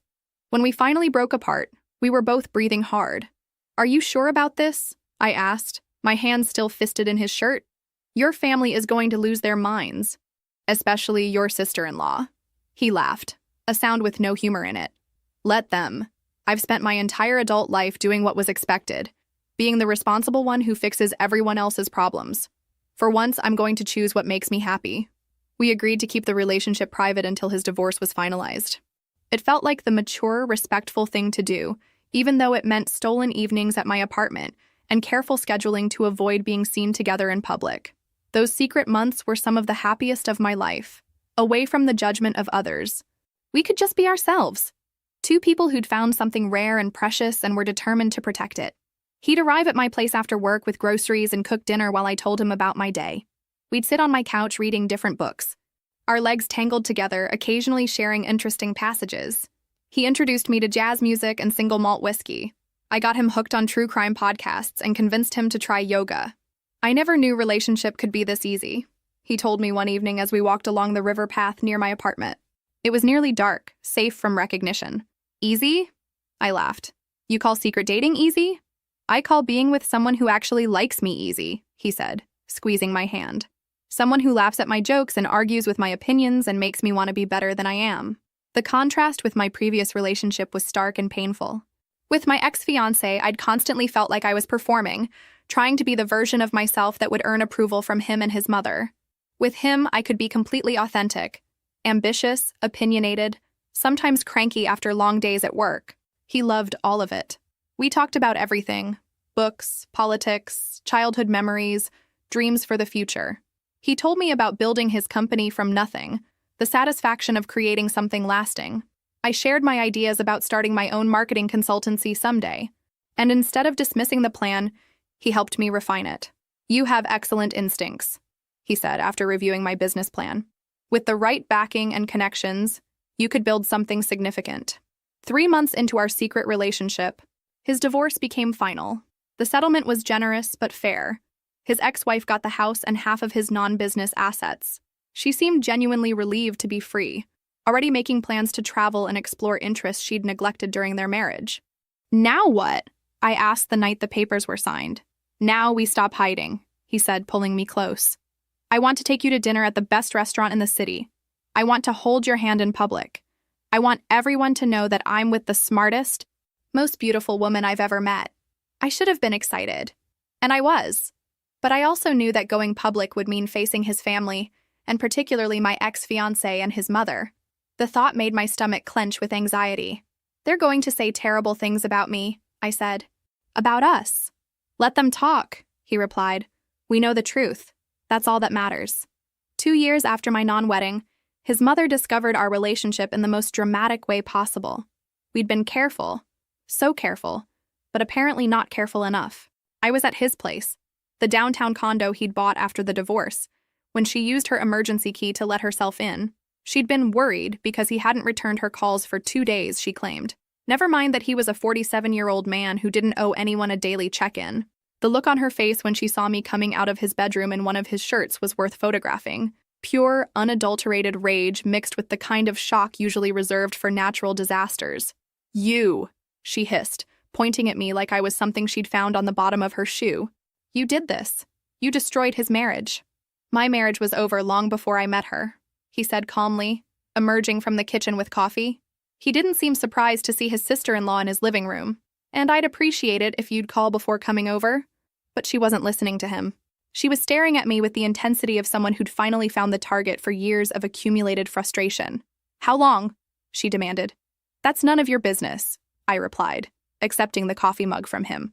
My hands were steady, which surprised me. I felt remarkably calm for someone facing down my worst nightmare. It is my business when you're destroying this family, she shrieked. First, you humiliate my son at his own wedding, and now you steal his uncle. What kind of person are you? The kind who doesn't abandon someone at the altar, I said quietly. The silence that followed was deafening. Even she seemed to realize she'd overplayed her hand by bringing up the wedding.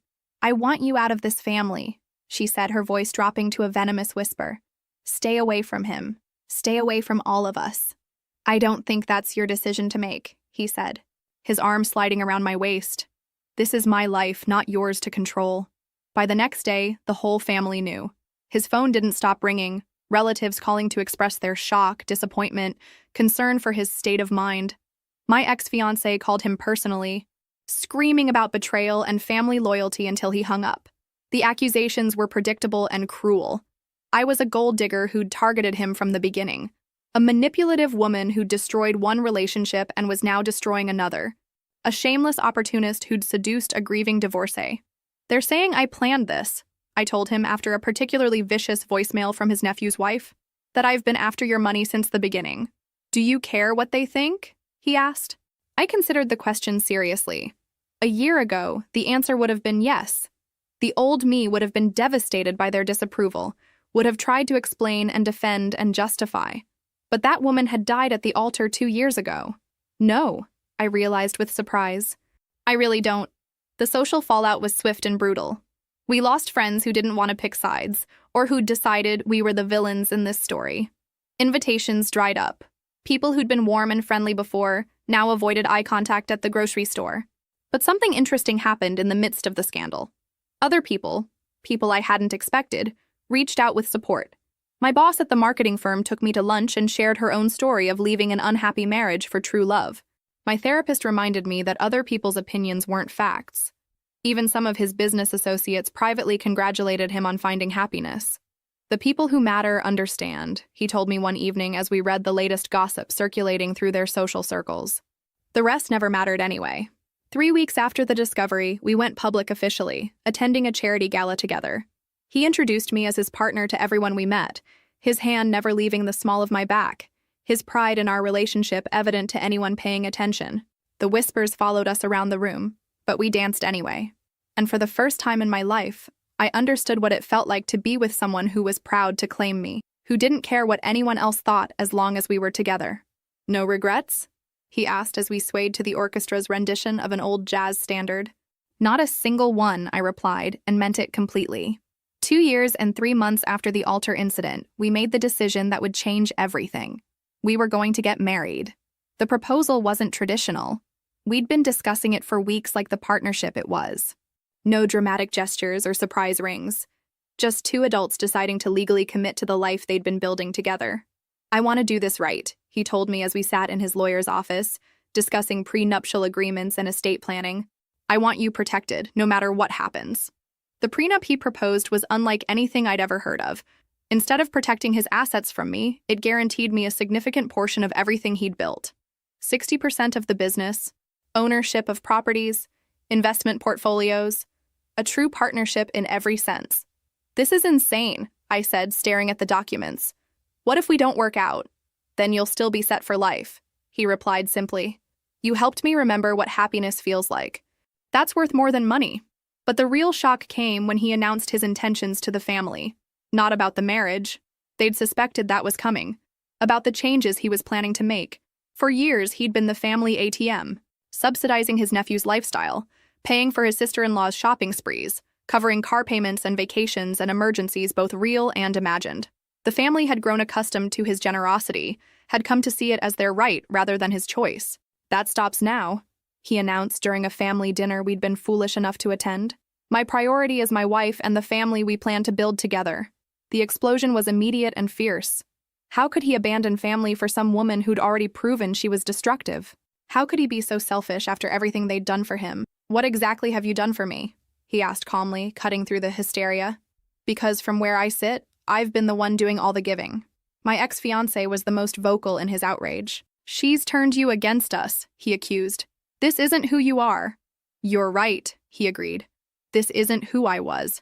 I was an enabler who confused financial support with love. I'm not doing that anymore. The wedding itself was elegant and intimate. 50 guests who genuinely celebrated our happiness rather than coming to gawk at the scandal. My parents, who'd come to adore him, walked me down the aisle together. His few remaining family members who'd chosen our side over the dramatics sat with genuine smiles. His ex-wife even sent a beautiful congratulations card with a handwritten note. I hope you both find the happiness we couldn't give each other. The ceremony was everything my first almost wedding wasn't. Authentic, meaningful, centered on our actual relationship rather than someone else's vision. When the minister asked if anyone objected, we both laughed, remembering the dramatic scene from 2 years earlier. No one collapsed. No one interrupted. We exchanged vows we'd written ourselves, promising partnership, respect, and the kind of love that makes both people stronger. The reception was held at a boutique hotel downtown, decorated with flowers I'd actually chosen. As we danced to our song, the same jazz standard we'd danced to at that first public appearance, I marveled at how different everything felt. Mrs. Patterson, he whispered in my ear, using my new name for the first time. I like the sound of that, I replied. though it would take time to get used to. But even in our happiness, we knew the real challenges were just beginning. The family had made it clear they viewed our marriage as a betrayal, and the financial changes he'd announced would hit them hard. For years, they'd lived beyond their means, subsidized by his generosity. My new mother-in-law had been particularly venomous, telling anyone who would listen that I'd manipulated a vulnerable man during his divorce. The irony wasn't lost on me. She, who'd manipulated her own son his entire life, accusing me of manipulation for encouraging independence. They'll come around, my new husband said optimistically as we packed for our honeymoon in Italy. No, they won't, I replied, and I was okay with that. But it doesn't matter. We don't need their approval to be happy. The honeymoon was a revelation. 2 weeks of exploring Tuscany, eating incredible food, making love without worrying about who might see us together. For the first time in years, we both completely relaxed. On our last night in Florence, as we sat on the terrace of our hotel overlooking the Arno River, he pulled out his phone and showed me a series of increasingly desperate texts from various family members. Your nephew's been calling about his car payment, I noted, scrolling through the messages. He has a job, my husband replied, pouring more wine. He can make his own car payments. And your sister-in-law wants you to cover her credit card bill. She has a husband for that. It was strange watching him establish boundaries he should have set decades ago. But better late than never, I supposed. The real test would come when we returned home, and the family realized he wasn't bluffing about cutting off the financial support. They'd assumed his marriage was just a phase, that eventually he'd come to his senses and return to being their personal bank. They were about to learn otherwise. As we flew back to the States, I squeezed his hand and prepared for the war that was coming. Because it was coming, I could feel it. The family that had lived off his generosity wasn't going to accept their new reality quietly. But for the first time in my life, I felt ready for whatever they could throw at us. I wasn't the broken woman who'd been abandoned at an altar anymore. I was a wife, a partner, and soon to be a business owner with real power. Let them come. 3 years after my altar humiliation, I walked into the headquarters of Patterson Construction as the majority owner of a multi-million-dollar company. The irony was delicious. The legal paperwork had been finalized while we were on our honeymoon. As my husband's wife, I now controlled 60% of the business that had made his entire family wealthy. The same family that had spent months calling me a gold digger was about to discover what real power looked like. My first order of business was a complete audit of company finances. What I found was worse than I'd suspected. Years of nepotism, inflated salaries for no-show jobs, and a shocking lack of professional oversight. My ex-fiancé was officially listed as Regional Development Manager, with a salary of $95,000 per year. His job description was vague, his responsibilities unclear, and according to the time logs, he rarely worked more than 20 hours a week. His mother was on the payroll as a consultant making $60,000 annually, for what appeared to be nothing more than occasionally attending family dinners where business was discussed. Various cousins, in-laws, and family friends had carved out their own little fiefdoms within the company structure, drawing generous salaries while contributing minimal value. This has to stop, I told my husband as we reviewed the books in our home office. We're running a business, not a charity. I know, he sighed, rubbing his temples. I've known for years, but it was easier to just let it slide than deal with the family drama. Well, the drama is coming anyway, I replied, pulling up the organizational chart I'd been working on. We might as well earn it. The staff meeting I called for the following Monday was legendary in company history. Every employee, real and fictitious, was required to attend. The conference room was packed with people who'd grown comfortable treating the company as their personal ATM. I stood at the head of the table in my best suit, looking every inch the businesswoman I'd become. Next to me, my husband provided silent support, making it clear we were presenting a united front. Effective immediately, this company will operate as a professional business rather than a family welfare system, I announced. Distributing packets of new job descriptions and performance expectations? The explosion of outrage was immediate and predictable. How dare I waltz in and destroy what they'd built? Who did I think I was anyway? I'm the majority owner, I replied calmly to my ex-fiancé's red-faced shouting, and these changes aren't suggestions. The new policies were simple but revolutionary for this family business. Employees would work full-time hours for full-time salaries, performance would be measured and reviewed quarterly, and positions would be justified by actual business needs. Anyone unable or unwilling to meet professional standards was welcome to seek employment elsewhere. My ex-fiancé lasted exactly 2 weeks under the new regime. Faced with actual work expectations and performance metrics, He submitted his resignation with a scathing letter about how I'd corrupted his uncle and destroyed the family business. His mother's consulting contract was terminated immediately. There was no legitimate business justification for her position, and her primary qualifications seemed to be having opinions about things that weren't her concern. Over the following months, we trimmed the workforce by 30%, eliminating redundancies and phantom positions. The remaining employees, those who actually contributed value, received significant raises and better benefits. Company profits increased by 40% in the first quarter after restructuring. "You've transformed this place," my husband told me as we reviewed the quarterly reports. "I should have done this years ago." "You weren't ready years ago," I replied, "and you didn't have a partner who understood business operations." The family's response to their new financial reality was swift and vicious. We received angry phone calls, threatening letters, and social media posts calling me every name in the book. My ex-fiancé started a whisper campaign claiming I'd stolen his inheritance and manipulated his uncle into abandoning his family responsibilities. But the numbers didn't lie. The company was more profitable, more efficient, and more professionally managed than it had ever been. Our remaining employees were happier and more productive. Our clients were receiving better service. "No regrets?" my husband asked one evening as we celebrated landing a major new contract. I looked around our beautiful home, thought about the thriving business we were building together, considered the life of purpose and partnership we'd created. "Not a single one," I replied, raising my wine glass in a toast. "To cutting dead weight. To new beginnings," he countered, and we drank to the future we were building, free from the family that had never deserved his generosity anyway. 4 years after the wedding that changed everything, mine that never happened and the one that actually mattered, the consequences of my business decisions were rippling through his family like a tsunami. My ex-fiancé, now 36, was working his first real job in over a decade.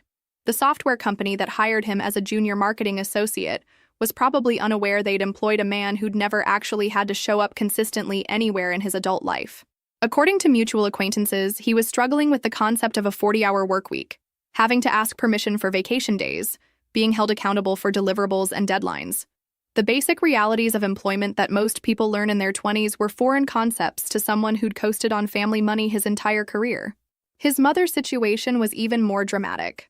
Without her consulting income and the various financial supports my husband had provided over the years, she'd been forced to sell her expensive townhouse and move into a modest apartment across town. "She's working at a department store," my husband reported after running into a family friend at the grocery store. "Part-time, in the cosmetics section." At 62, she was learning what millions of Americans had always known, that surviving requires actual work, not just manipulating the people around you to subsidize your lifestyle. The credit cards that my husband had been quietly paying off for years were now her responsibility. The luxury car lease he'd covered was replaced by a 7-year-old sedan. The weekly mani-pedis and expensive salon visits were luxuries of the past. But perhaps the most satisfying change was watching my ex-fiancé navigate the world without his mother's constant interference, mainly because she was too busy working to micromanage his life. He'd attempted dating a few times, according to the family gossip network. But apparently, potential partners were less charmed by a 36-year-old man who still needed his mother's approval for major decisions and had never learned basic adulting skills. He asked his mother's permission before ordering dinner on a first date, one of my former bridesmaids told me during a chance encounter at the farmer's market.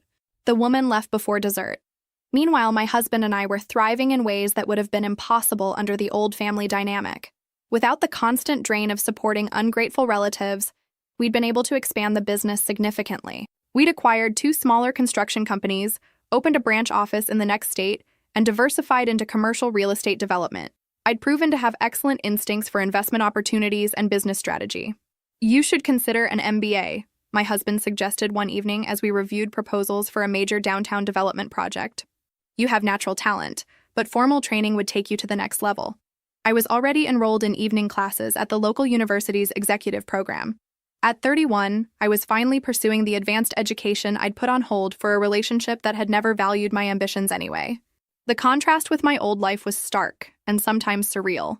4 years ago, I'd been a woman whose opinions were dismissed, whose dreams were considered impractical, whose worth was measured primarily by how well I accommodated other people's needs. Now I was co-running a multi-million-dollar company, pursuing an advanced degree, and married to a man who actively encouraged my ambitions rather than merely tolerating them. "I got a Christmas card from your nephew," I mentioned to my husband one December evening, showing him the generic holiday greeting that had arrived in our mail. Inside, my ex-fiancé had written a brief note. "Hope you're both well. Things are good here. Working hard and learning a lot." There was no anger in the message, no bitterness or blame, just the simple acknowledgement of someone who'd finally been forced to grow up and was perhaps discovering that independence, while challenging, had its own rewards. "Think he's learned anything?" my husband asked, reading the note. "I think he's learned that his mother can't solve all his problems," I replied. Whether he's learned to solve them himself remains to be seen.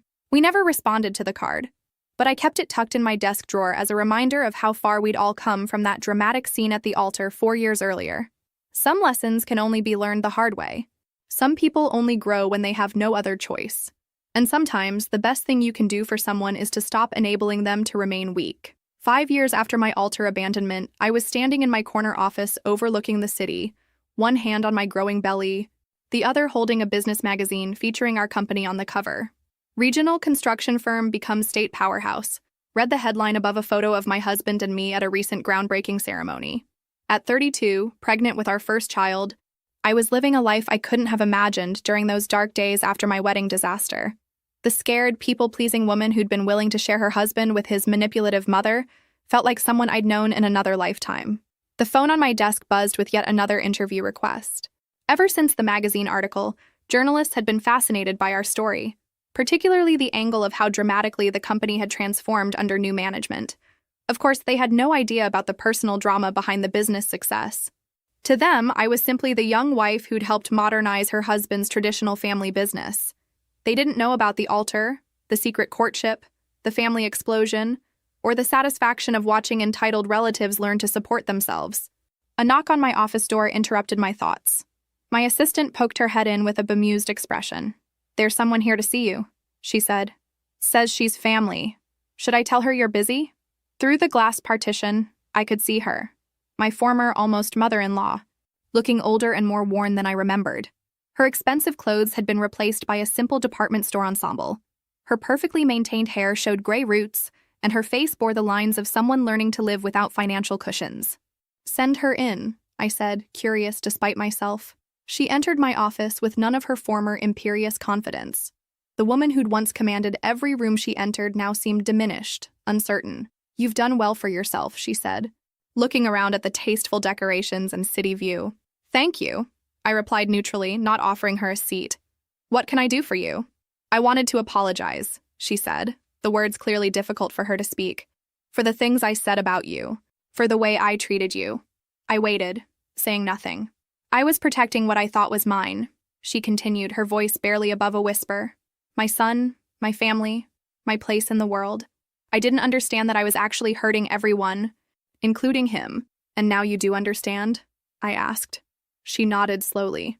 He's learning to be independent, finally. It's been hard for both of us, but I think it might be good for him. He seems more confident lately, more like a real man instead of your little boy," I finished. "Yes." She looked directly at me for the first time since entering. "You were right about the wedding day, about making him choose. I did manipulate that situation, and I've regretted it every day since."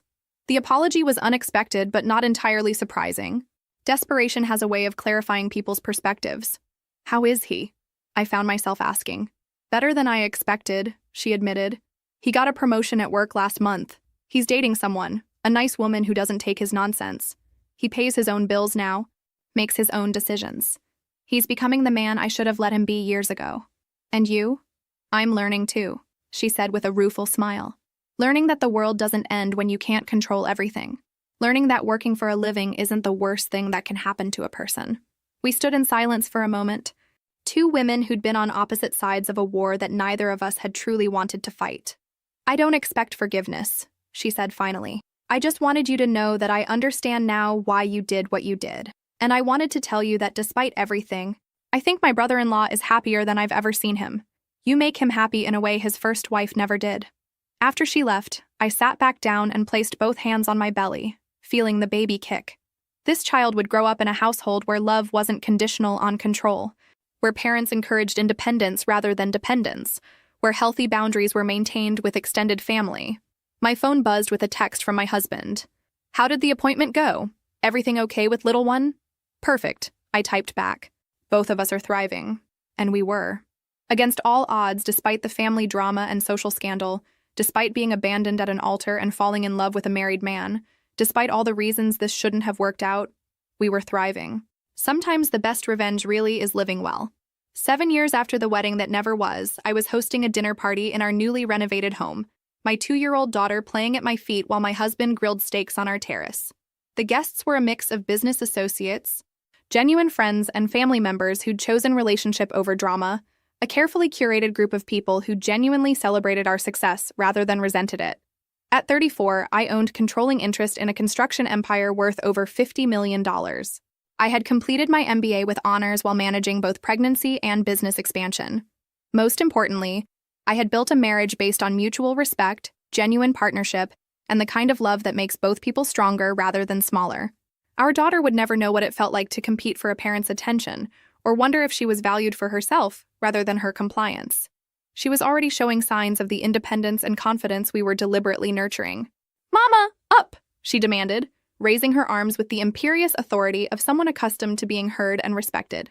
As I lifted her, I caught sight of a familiar figure through the front window. My ex-fiancé walking past with a woman I didn't recognize. They were holding hands, talking animatedly about something that had them both laughing. At 39, he looked healthier than I'd ever seen him. Confident, relaxed, genuinely happy. According to family updates, he'd been promoted to senior manager at his company, bought his own small house, and was engaged to a nurse who apparently had no patience for emotional manipulation or mother-in-law interference. His mother had learned to respect their boundaries, partly because she was too busy with her own life to micromanage his. She had indeed discovered that independence, while initially terrifying, had its rewards. At 66, she was working as a sales associate at an upscale boutique, had made friends with her co-workers, and was dating a widower she'd met at a community center dance class. The woman who'd once needed to control every detail of her son's life had learned to build her own. His ex-wife, my husband's first wife, had also flourished in unexpected ways. Free from a loveless marriage, she'd gone back to school, become a travel photographer, and was living the artistic life she'd abandoned for conventional respectability. We exchanged Christmas cards now. Two women who'd found happiness after escaping situations that had never fit properly. "Any regrets about how everything turned out?" my husband asked that evening as we cleaned up after the party, our daughter finally asleep upstairs. I considered the question seriously, as I always did. 7 years ago, I'd been a different person. Smaller, more frightened, willing to accept scraps of attention rather than demand the love I deserved. The woman I'd been would never have had the courage to build this life, to take control of a major company, to stand up to family pressure, to choose happiness over approval. If someone had told me at 28 that getting abandoned at the altar was the best thing that could happen to me, I'd have thought they were insane, I said, loading wine glasses into the dishwasher. But it forced me to discover who I really was underneath all that people-pleasing. "And who are you?" he asked, wrapping his arms around me from behind. "Someone who knows her worth," I replied without hesitation. "Someone who refuses to settle for anything less than real love. Someone who learned that the right person will choose you every single time, not just when it's convenient." Through our kitchen window, I could see the city lights twinkling in the distance. Somewhere out there, my ex-fiancé was probably calling his fiancée to tell her about his day, making decisions about their future together, learning what it meant to be half of a partnership rather than someone's managed child. His mother was likely getting ready for bed in her modest apartment, perhaps looking forward to her weekend date or planning her next work schedule, finding satisfaction in a life she'd built through her own efforts rather than manipulation.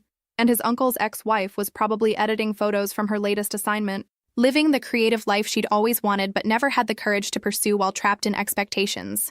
We'd all been broken free from patterns that had kept us small and scared.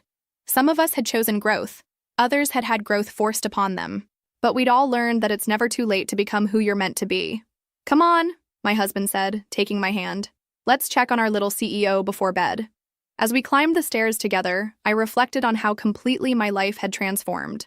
The scared woman who'd been willing to compete with a mother-in-law for scraps of attention had become someone who commanded boardrooms, made million-dollar decisions, and never doubted her right to be heard. Sometimes the best thing that can happen to you is having your old life completely destroyed.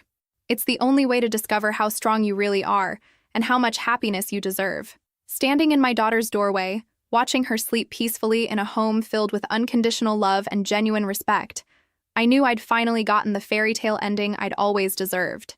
Not the one I'd originally planned, but something infinitely better. A life built on truth instead of compromise, on strength instead of submission, on the radical idea that love should make you more yourself, not less. My daughter would grow up knowing that she never had to settle, never had to compete for love, never had to choose between being herself and being accepted. That was the real victory. Not the money or the business success or even the personal satisfaction of watching entitled people learn to work for a living. The real victory was breaking a cycle and ensuring the next generation would never accept less than they deserved. Sometimes the best revenge really is living well. But more than that, sometimes it's raising children who will never need revenge because they'll never allow themselves to be diminished in the first place. She said, "We need to postpone the wedding. My mom's sick." I expressed my sympathy. Then I saw her mom's social media post from a casino in Monaco. I sent the screenshot to her entire family with the caption, "So glad she's feeling better." The wedding was off, but not the way she planned. I, 31 male, am sitting here in what should have been my wedding week, drinking a beer and feeling oddly relieved. Instead of final venue checks and rehearsal dinners, I'm packing up boxes and canceling vendors. Let me back up. Tessa, 29, and I had been together for 4 years, engaged for 1. Wedding was set for this Saturday, classic fall wedding, 150 guests, the works. We dropped about $28 total, mostly from my savings since I make more. Everything was locked in. 2 weeks ago, Tuesday morning, Tessa called me at work. She was crying, full-on sobbing. "Babe, I have terrible news. My mom, she's really sick. The doctors found something during her routine checkup." My heart dropped. Her mom, Eleanor, 52, and I had a decent relationship. Not super close, but friendly enough. Oh no, what did they find? They're running more tests, but it doesn't look good. She's really scared and needs me. I hate to ask this, but can we postpone the wedding? Just until she's better? I can't imagine getting married without her there, and she needs treatment immediately. What was I supposed to say? Of course I agreed. Told her family comes first, we'll figure out the wedding stuff later. She cried harder, thanking me for being so understanding. The next few days were a blur of cancellation calls. Lost deposits everywhere. Venue, 5K. Catering, 3K. Flowers, 15K. The photographer was cool and said we could apply the deposit to a future date. Small victories, right? Tessa was staying with her mom to help out, barely responding to texts. When she did, it was short. "Mom's resting," or "at the hospital, talk later." I offered to come help, bring food, anything. She said her mom was too weak for visitors and didn't want anyone seeing her like that. I was worried sick. Sent flowers to their house with a get well card. Tessa texted a quick thanks, Mom appreciated it. Then came Sunday night. I was mindlessly scrolling Instagram when I saw it. My buddy Derek had shared a story from some luxury travel account. The post was showcasing the Casino de Monte Carlo in Monaco. Beautiful sunset shot, champagne, the works. And there, in the third photo of the carousel, at a roulette table, was Eleanor, laughing, holding a martini, wearing a designer dress. The post was from that day. Time-stamped 6 hours ago. I stared at my phone for probably 10 minutes, refreshed the page thinking maybe I was seeing things. Nope, that was definitely Eleanor. I knew that laugh, that jewelry she always wore. Then I noticed who was tagged in the photo. At EleanorStyle55, her actual Instagram that I followed but she rarely posted on. Clicked on her profile. She'd been posting stories. You know, the ones that disappear after 24 hours? Except she forgot one thing, I could see them. Her stories from the past week. Airport selfie, adventure time. First class cabin, treating myself. Hotel room view in Monaco, paradise, spa day, much needed relaxation. Multiple casino shots, yacht party photos, designer shopping bags. The woman who was supposedly too sick to attend her daughter's wedding was living it up in Monaco, had been there for a week. My hands were shaking. I screenshot everything, every single story. Then I checked Tessa's Instagram. Her last post, a photo of medical pamphlets with the caption, "Staying strong for mom. Wedding postponed but family first. Thank you all for understanding." 182 likes. Dozens of comments offering prayers and support. I sat there for an hour, just processing. Then I did what any rational person would do. I created a group message. Added Tessa's dad Richard, her brother Kyle, Her sister Zoe, her Aunt Patricia, her cousins, my parents, my siblings, our entire wedding party, and about 20 mutual friends who'd been commenting support on her post. Attached every screenshot, all of Eleanor's Monaco stories, the casino photos, the yacht parties, the shopping sprees. My message: so glad Eleanor is feeling better. Miraculous recovery. Then I turned off my phone and went to bed. Update 1. Holy hell. The fallout was instantaneous and nuclear. Woke up to 89 missed calls, 200 plus texts. My phone was practically having a seizure. The first voicemail was from Richard, Tessa's dad, at 5:47 a.m. Hell is this? Eleanor's in Monaco. Call me now. Here's the thing about Richard and Eleanor. They've been divorced for 3 years. Messy split. Eleanor got alimony, a lot of alimony. Richard thought she'd been struggling financially based on her constant complaints and requests for extra money for medical expenses. The second voicemail was Tessa screaming, "How dare you? You had no right. This was private family business. You've ruined everything." Interesting choice of words. Not "this isn't what it looks like" or "I can explain." Just anger that I'd exposed it. Kyle, her brother, texted, "Yo, Teef. Mom told me she couldn't help with my student loans because of medical bills. She's at a yacht party?" Zoe called me directly around noon. She was the only calm one. "Adrian, I need you to know something. This isn't the first time. Last year when Mom supposedly had that emergency surgery, she was in Cabo. I found out accidentally, but she made me promise not to tell Dad or Kyle. I'm sorry, I should have warned you when you started dating Tessa." The plot thickens. By evening, Tessa showed up at my apartment, no warning, just pounding on the door. "Open up, we need to talk." I opened the door but didn't let her in. She looked rough. Mascara smudged, hair a mess. "How could you do this to me?" she demanded. "How could your mom fake being sick to go to Monaco? It's complicated. You don't understand, then explain it." She started crying, but not sad crying, angry crying. The Monaco trip was planned months ago. It was non-refundable. Mom used her savings. So she lied about being sick? She is sick. She has anxiety. The trip was therapeutic. I actually laughed. Therapeutic gambling? You don't get it. You've never had anxiety. Mom needed this trip to decompress before my wedding. She was going to come back refreshed and ready. "Tessa, you told me she had something serious. We postponed our wedding. I lost thousands in deposits." Her face changed, got harder. "Well, maybe if you weren't so obsessed with having a huge wedding, the deposits wouldn't matter.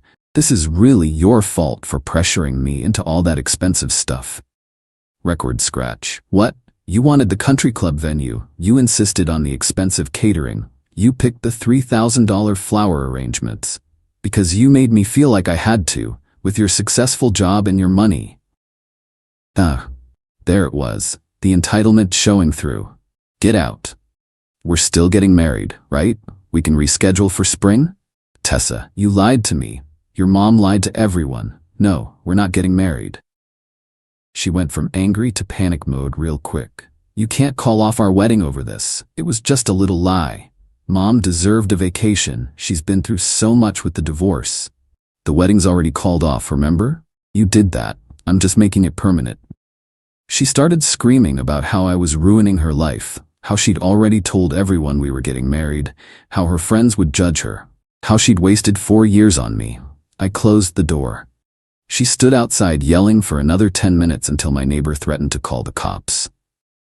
But here's where it gets really good. Richard called me that night. Turns out, Eleanor's Monaco trip, funded by the extra alimony she'd been getting by claiming medical expenses. Fraud. He's taking her back to court. Kyle messaged me. "Bro, Mom owes me $15K in medical loan money. I've been eating ramen for months thinking I was helping with her chemo. I'm done with both of them." Even better, the venue called ME. Turns out when I canceled, I mentioned a family medical emergency. They felt bad and were going to refund half my deposit as a courtesy. But Tessa had already called them the same day. She told me about postponing and tried to reschedule for next year without telling me. When they mentioned the refund during her call, she said, "Oh no, keep it as credit for our new date." She was planning this before she even told me about the illness. Update 2. The entitlement escalation has been absolutely wild. So after I went public with everything and ended the engagement, Tessa and Eleanor went into full damage control mode. Eleanor posted this long Facebook post about how she has chronic anxiety disorder and the Monaco trip was doctor recommended for her mental health. She actually wrote, Adrian's toxic masculinity prevented him from understanding invisible illnesses. Lady, there's literally a photo of you doing shots off an ice luge on a yacht. But the real circus started when Tessa realized I was serious about the breakup. First, she tried the guilt trip, sent me this long email about how I'd abandoned her in her time of need, and how she was suffering from caretaker fatigue. Her mom was literally on vacation. She said I should be more understanding because her family processes stress differently. When I didn't respond, she switched tactics. Started texting about our shared assets. We don't have any shared assets. We don't even have a joint Netflix account. But she claimed the engagement ring was a mutual purchase because she helped pick it out. She pointed at it in the store. I paid $8 for it. The deposits for the wedding were joint investments in our future. I have receipts showing I paid everything. My apartment had become our home, and she had tenant rights. She's not on the lease and was staying there 3 to 4 nights a week. The weekend trip we'd booked for December was her property because it was a birthday gift. Her birthday is in March. I forwarded everything to my lawyer friend who literally responded, Elmo. Then came the family attacks. Eleanor started calling my mother. They'd met maybe 3 times total. Eleanor was sobbing about how I was destroying her daughter's future, and how could my mother raise such a heartless son. My mom, absolute legend, responded, maybe if you'd raised an honest daughter, we wouldn't be here. Also, how was Monaco? The photos looked lovely. Eleanor hung up and blocked her. Patricia, Tessa's aunt, tried to play mediator, called me saying this was all a misunderstanding and that every family has their quirks. I asked if lying about cancer was a quirk. She said I was being dramatic, that Eleanor never said it was cancer specifically. I sent her the text where Tessa literally used the words, it might be cancer, we're waiting for results. Patricia, well, anxiety can feel like cancer to the person experiencing it. I hung up, but the peak entitlement came when Tessa showed up at my work. Security had to escort her out. She came in around lunch, marched past reception, told them she was my fiancée, and cornered me in the break room. Started loud talking about how I was financially abusing her by stealing the wedding funds and leaving her with nothing. My coworkers were stunned. She was making a whole scene about how she'd quit her part-time retail job to support me. She quit because she didn't like her manager, and now had no income because of my betrayal. Security arrived. She told them she was my fiancée and had a right to be there. They asked me if this was true. Ex-fiancée, and no, she doesn't. As they escorted her out, she screamed, "You'll pay for this." My mother knows lawyers. Plot twist from Zoe, still the only sane one. Eleanor doesn't know lawyers. She knows a paralegal from her book club who does real estate closings. The revenge tour wasn't over though. Remember those wedding deposits I lost? Well, I started calling vendors to see if anything could be salvaged. The photographer was still cool about applying credit to future events. The caterer had actually felt bad and offered a partial refund when I explained the situation. But the venue? Oh, the venue was interesting. Turns out Tessa had called them again. This time, pretending the wedding was back on. Tried to access the credit she thought was there. When they told her I'd officially canceled and requested any possible refund be sent to me, she lost it. Started threatening to leave bad reviews, saying they were stealing from a bride, etc. They recorded the call, sent it to me as a courtesy with a note. We're refunding your full deposit. Nobody should have to deal with this. $5,000 back in my pocket and a recording of Tessa screaming at a venue coordinator about how they were ruining her special day. And she'd make sure no one ever books there again. I forwarded the recording to Richard, not to be petty, but because he deserved to know what his daughter had become. His response, "I'm sorry, Adrian. I failed as a father. Eleanor poisoned her with this entitlement. I'm cutting them both off." Final update. It's been a month since the wedding that never was should have happened. Time for the final update, because this story needs its ending. After the work incident, I knew I needed a restraining order. Filed the paperwork with documentation of her showing up at my home and work, the harassing messages, and the recordings from the venue. granted temporarily. Court date set for permanent one. But Tessa couldn't help herself. 2 weeks ago, she created a fake Instagram account and started messaging my female coworkers, telling them I was abusive, that I'd stolen from her, that I'd isolated her from her family. One coworker, Harmony, immediately forwarded me the messages. The messages were unhinged. Claimed I'd forced her mother to go to Monaco to separate them. Said I'd manipulated the wedding vendors to keep their money. Accused me of emotional abuse for exposing family medical information. Then she made her biggest mistake. She messaged my ex, Jenna, who I dated before Tessa. Still friendly, we grabbed coffee sometimes. Tessa knew this and had always been jealous. Tessa told Jenna that I'd been cheating with her throughout our relationship. That's why I'd canceled the wedding, because I was planning to leave Tessa for Jenna. Jenna, absolute hero, played along. Got Tessa to admit in writing that she'd lied about her mom's illness, that the whole thing was planned, that she'd wanted to postpone the wedding because, wait for it, she'd been talking to her ex, Dimitri. He'd been going through something, and she wanted to be there for him, without the pressure of wedding planning. The Monaco trip? Eleanor had invited Dimitri. They were all there together. The family photos Zoe found later confirmed it. There's Dimitri in the background of the yacht party. Tessa was planning to use the postponement to figure out if she wanted to get back with Dimitri. If not, she'd just reschedule the wedding with me for spring. I was the backup plan. Jenna sent me everything, then posted it all on her public Instagram with the caption, "When the trash takes itself out." It went semi-viral in our city. Tons of people knew about our wedding, had been invited, had sent gifts. The humiliation was complete. But wait, there's more consequences. Remember Richard taking Eleanor back to court? Well, the Monaco documentation I'd provided was Exhibit A. Turns out she'd claimed medical expenses for the exact dates she was traveling. Fraud. The alimony got reversed. She now owes him money. Eleanor tried to sell her house to pay for legal fees. But Kyle, beautiful, petty Kyle, had filed a civil suit for the $15,000 she'd borrowed under false pretenses. Lien on the house. Can't sell until it's resolved. Tessa, now exposed and humiliated, tried one last Hail Mary. She contacted my cousin about buying the engagement ring from me since it was meant for her. My cousin told her I'd already sold it and donated half to a cancer charity in Eleanor's honor. I actually did this, felt poetic. The restraining order hearing was last week. Tessa showed up with Eleanor. No lawyer, couldn't afford one apparently.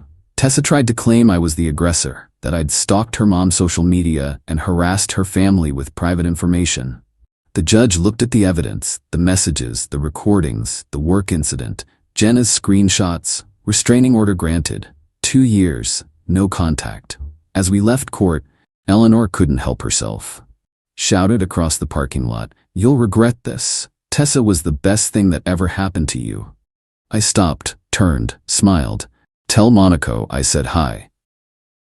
Current status. Tessa is living with Eleanor, who's living with her sister Patricia, because the house is tied up in legal issues. Kyle hasn't spoken to either of them since he found out about the money. Zoe sent me a thank you card for finally exposing the truth. Richard is in therapy, genuinely working through the guilt of enabling this behavior. Dimitri apparently dumped Tessa via text after the Instagram exposure. I got back about $11 of my deposits. My company gave me extra PTO days for personal distress. Started dating Harmony from accounting last week, the one who forwarded me the first messages. She asked me out.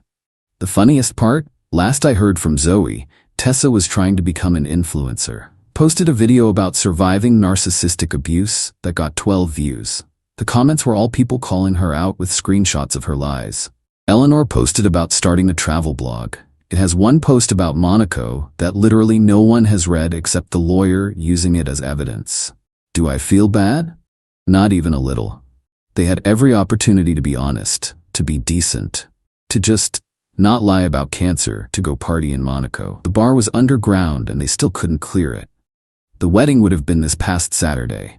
Instead of saying, "I do" to Tessa, I was on a beach vacation with Harmony. Used some of the refunded deposit money. Posted lots of photos, made sure they were all public. Petty? Maybe. Satisfying? Absolutely. Thanks for following this insane journey. Remember, folks, when someone shows you who they are, believe them. And always, always check their mom's Instagram stories. Peace out from the guy who dodged a massive bullet. P.S. Harmony thinks this whole story is hilarious and has already made Tell Monaco I Said Hi into an inside joke. She's a keeper.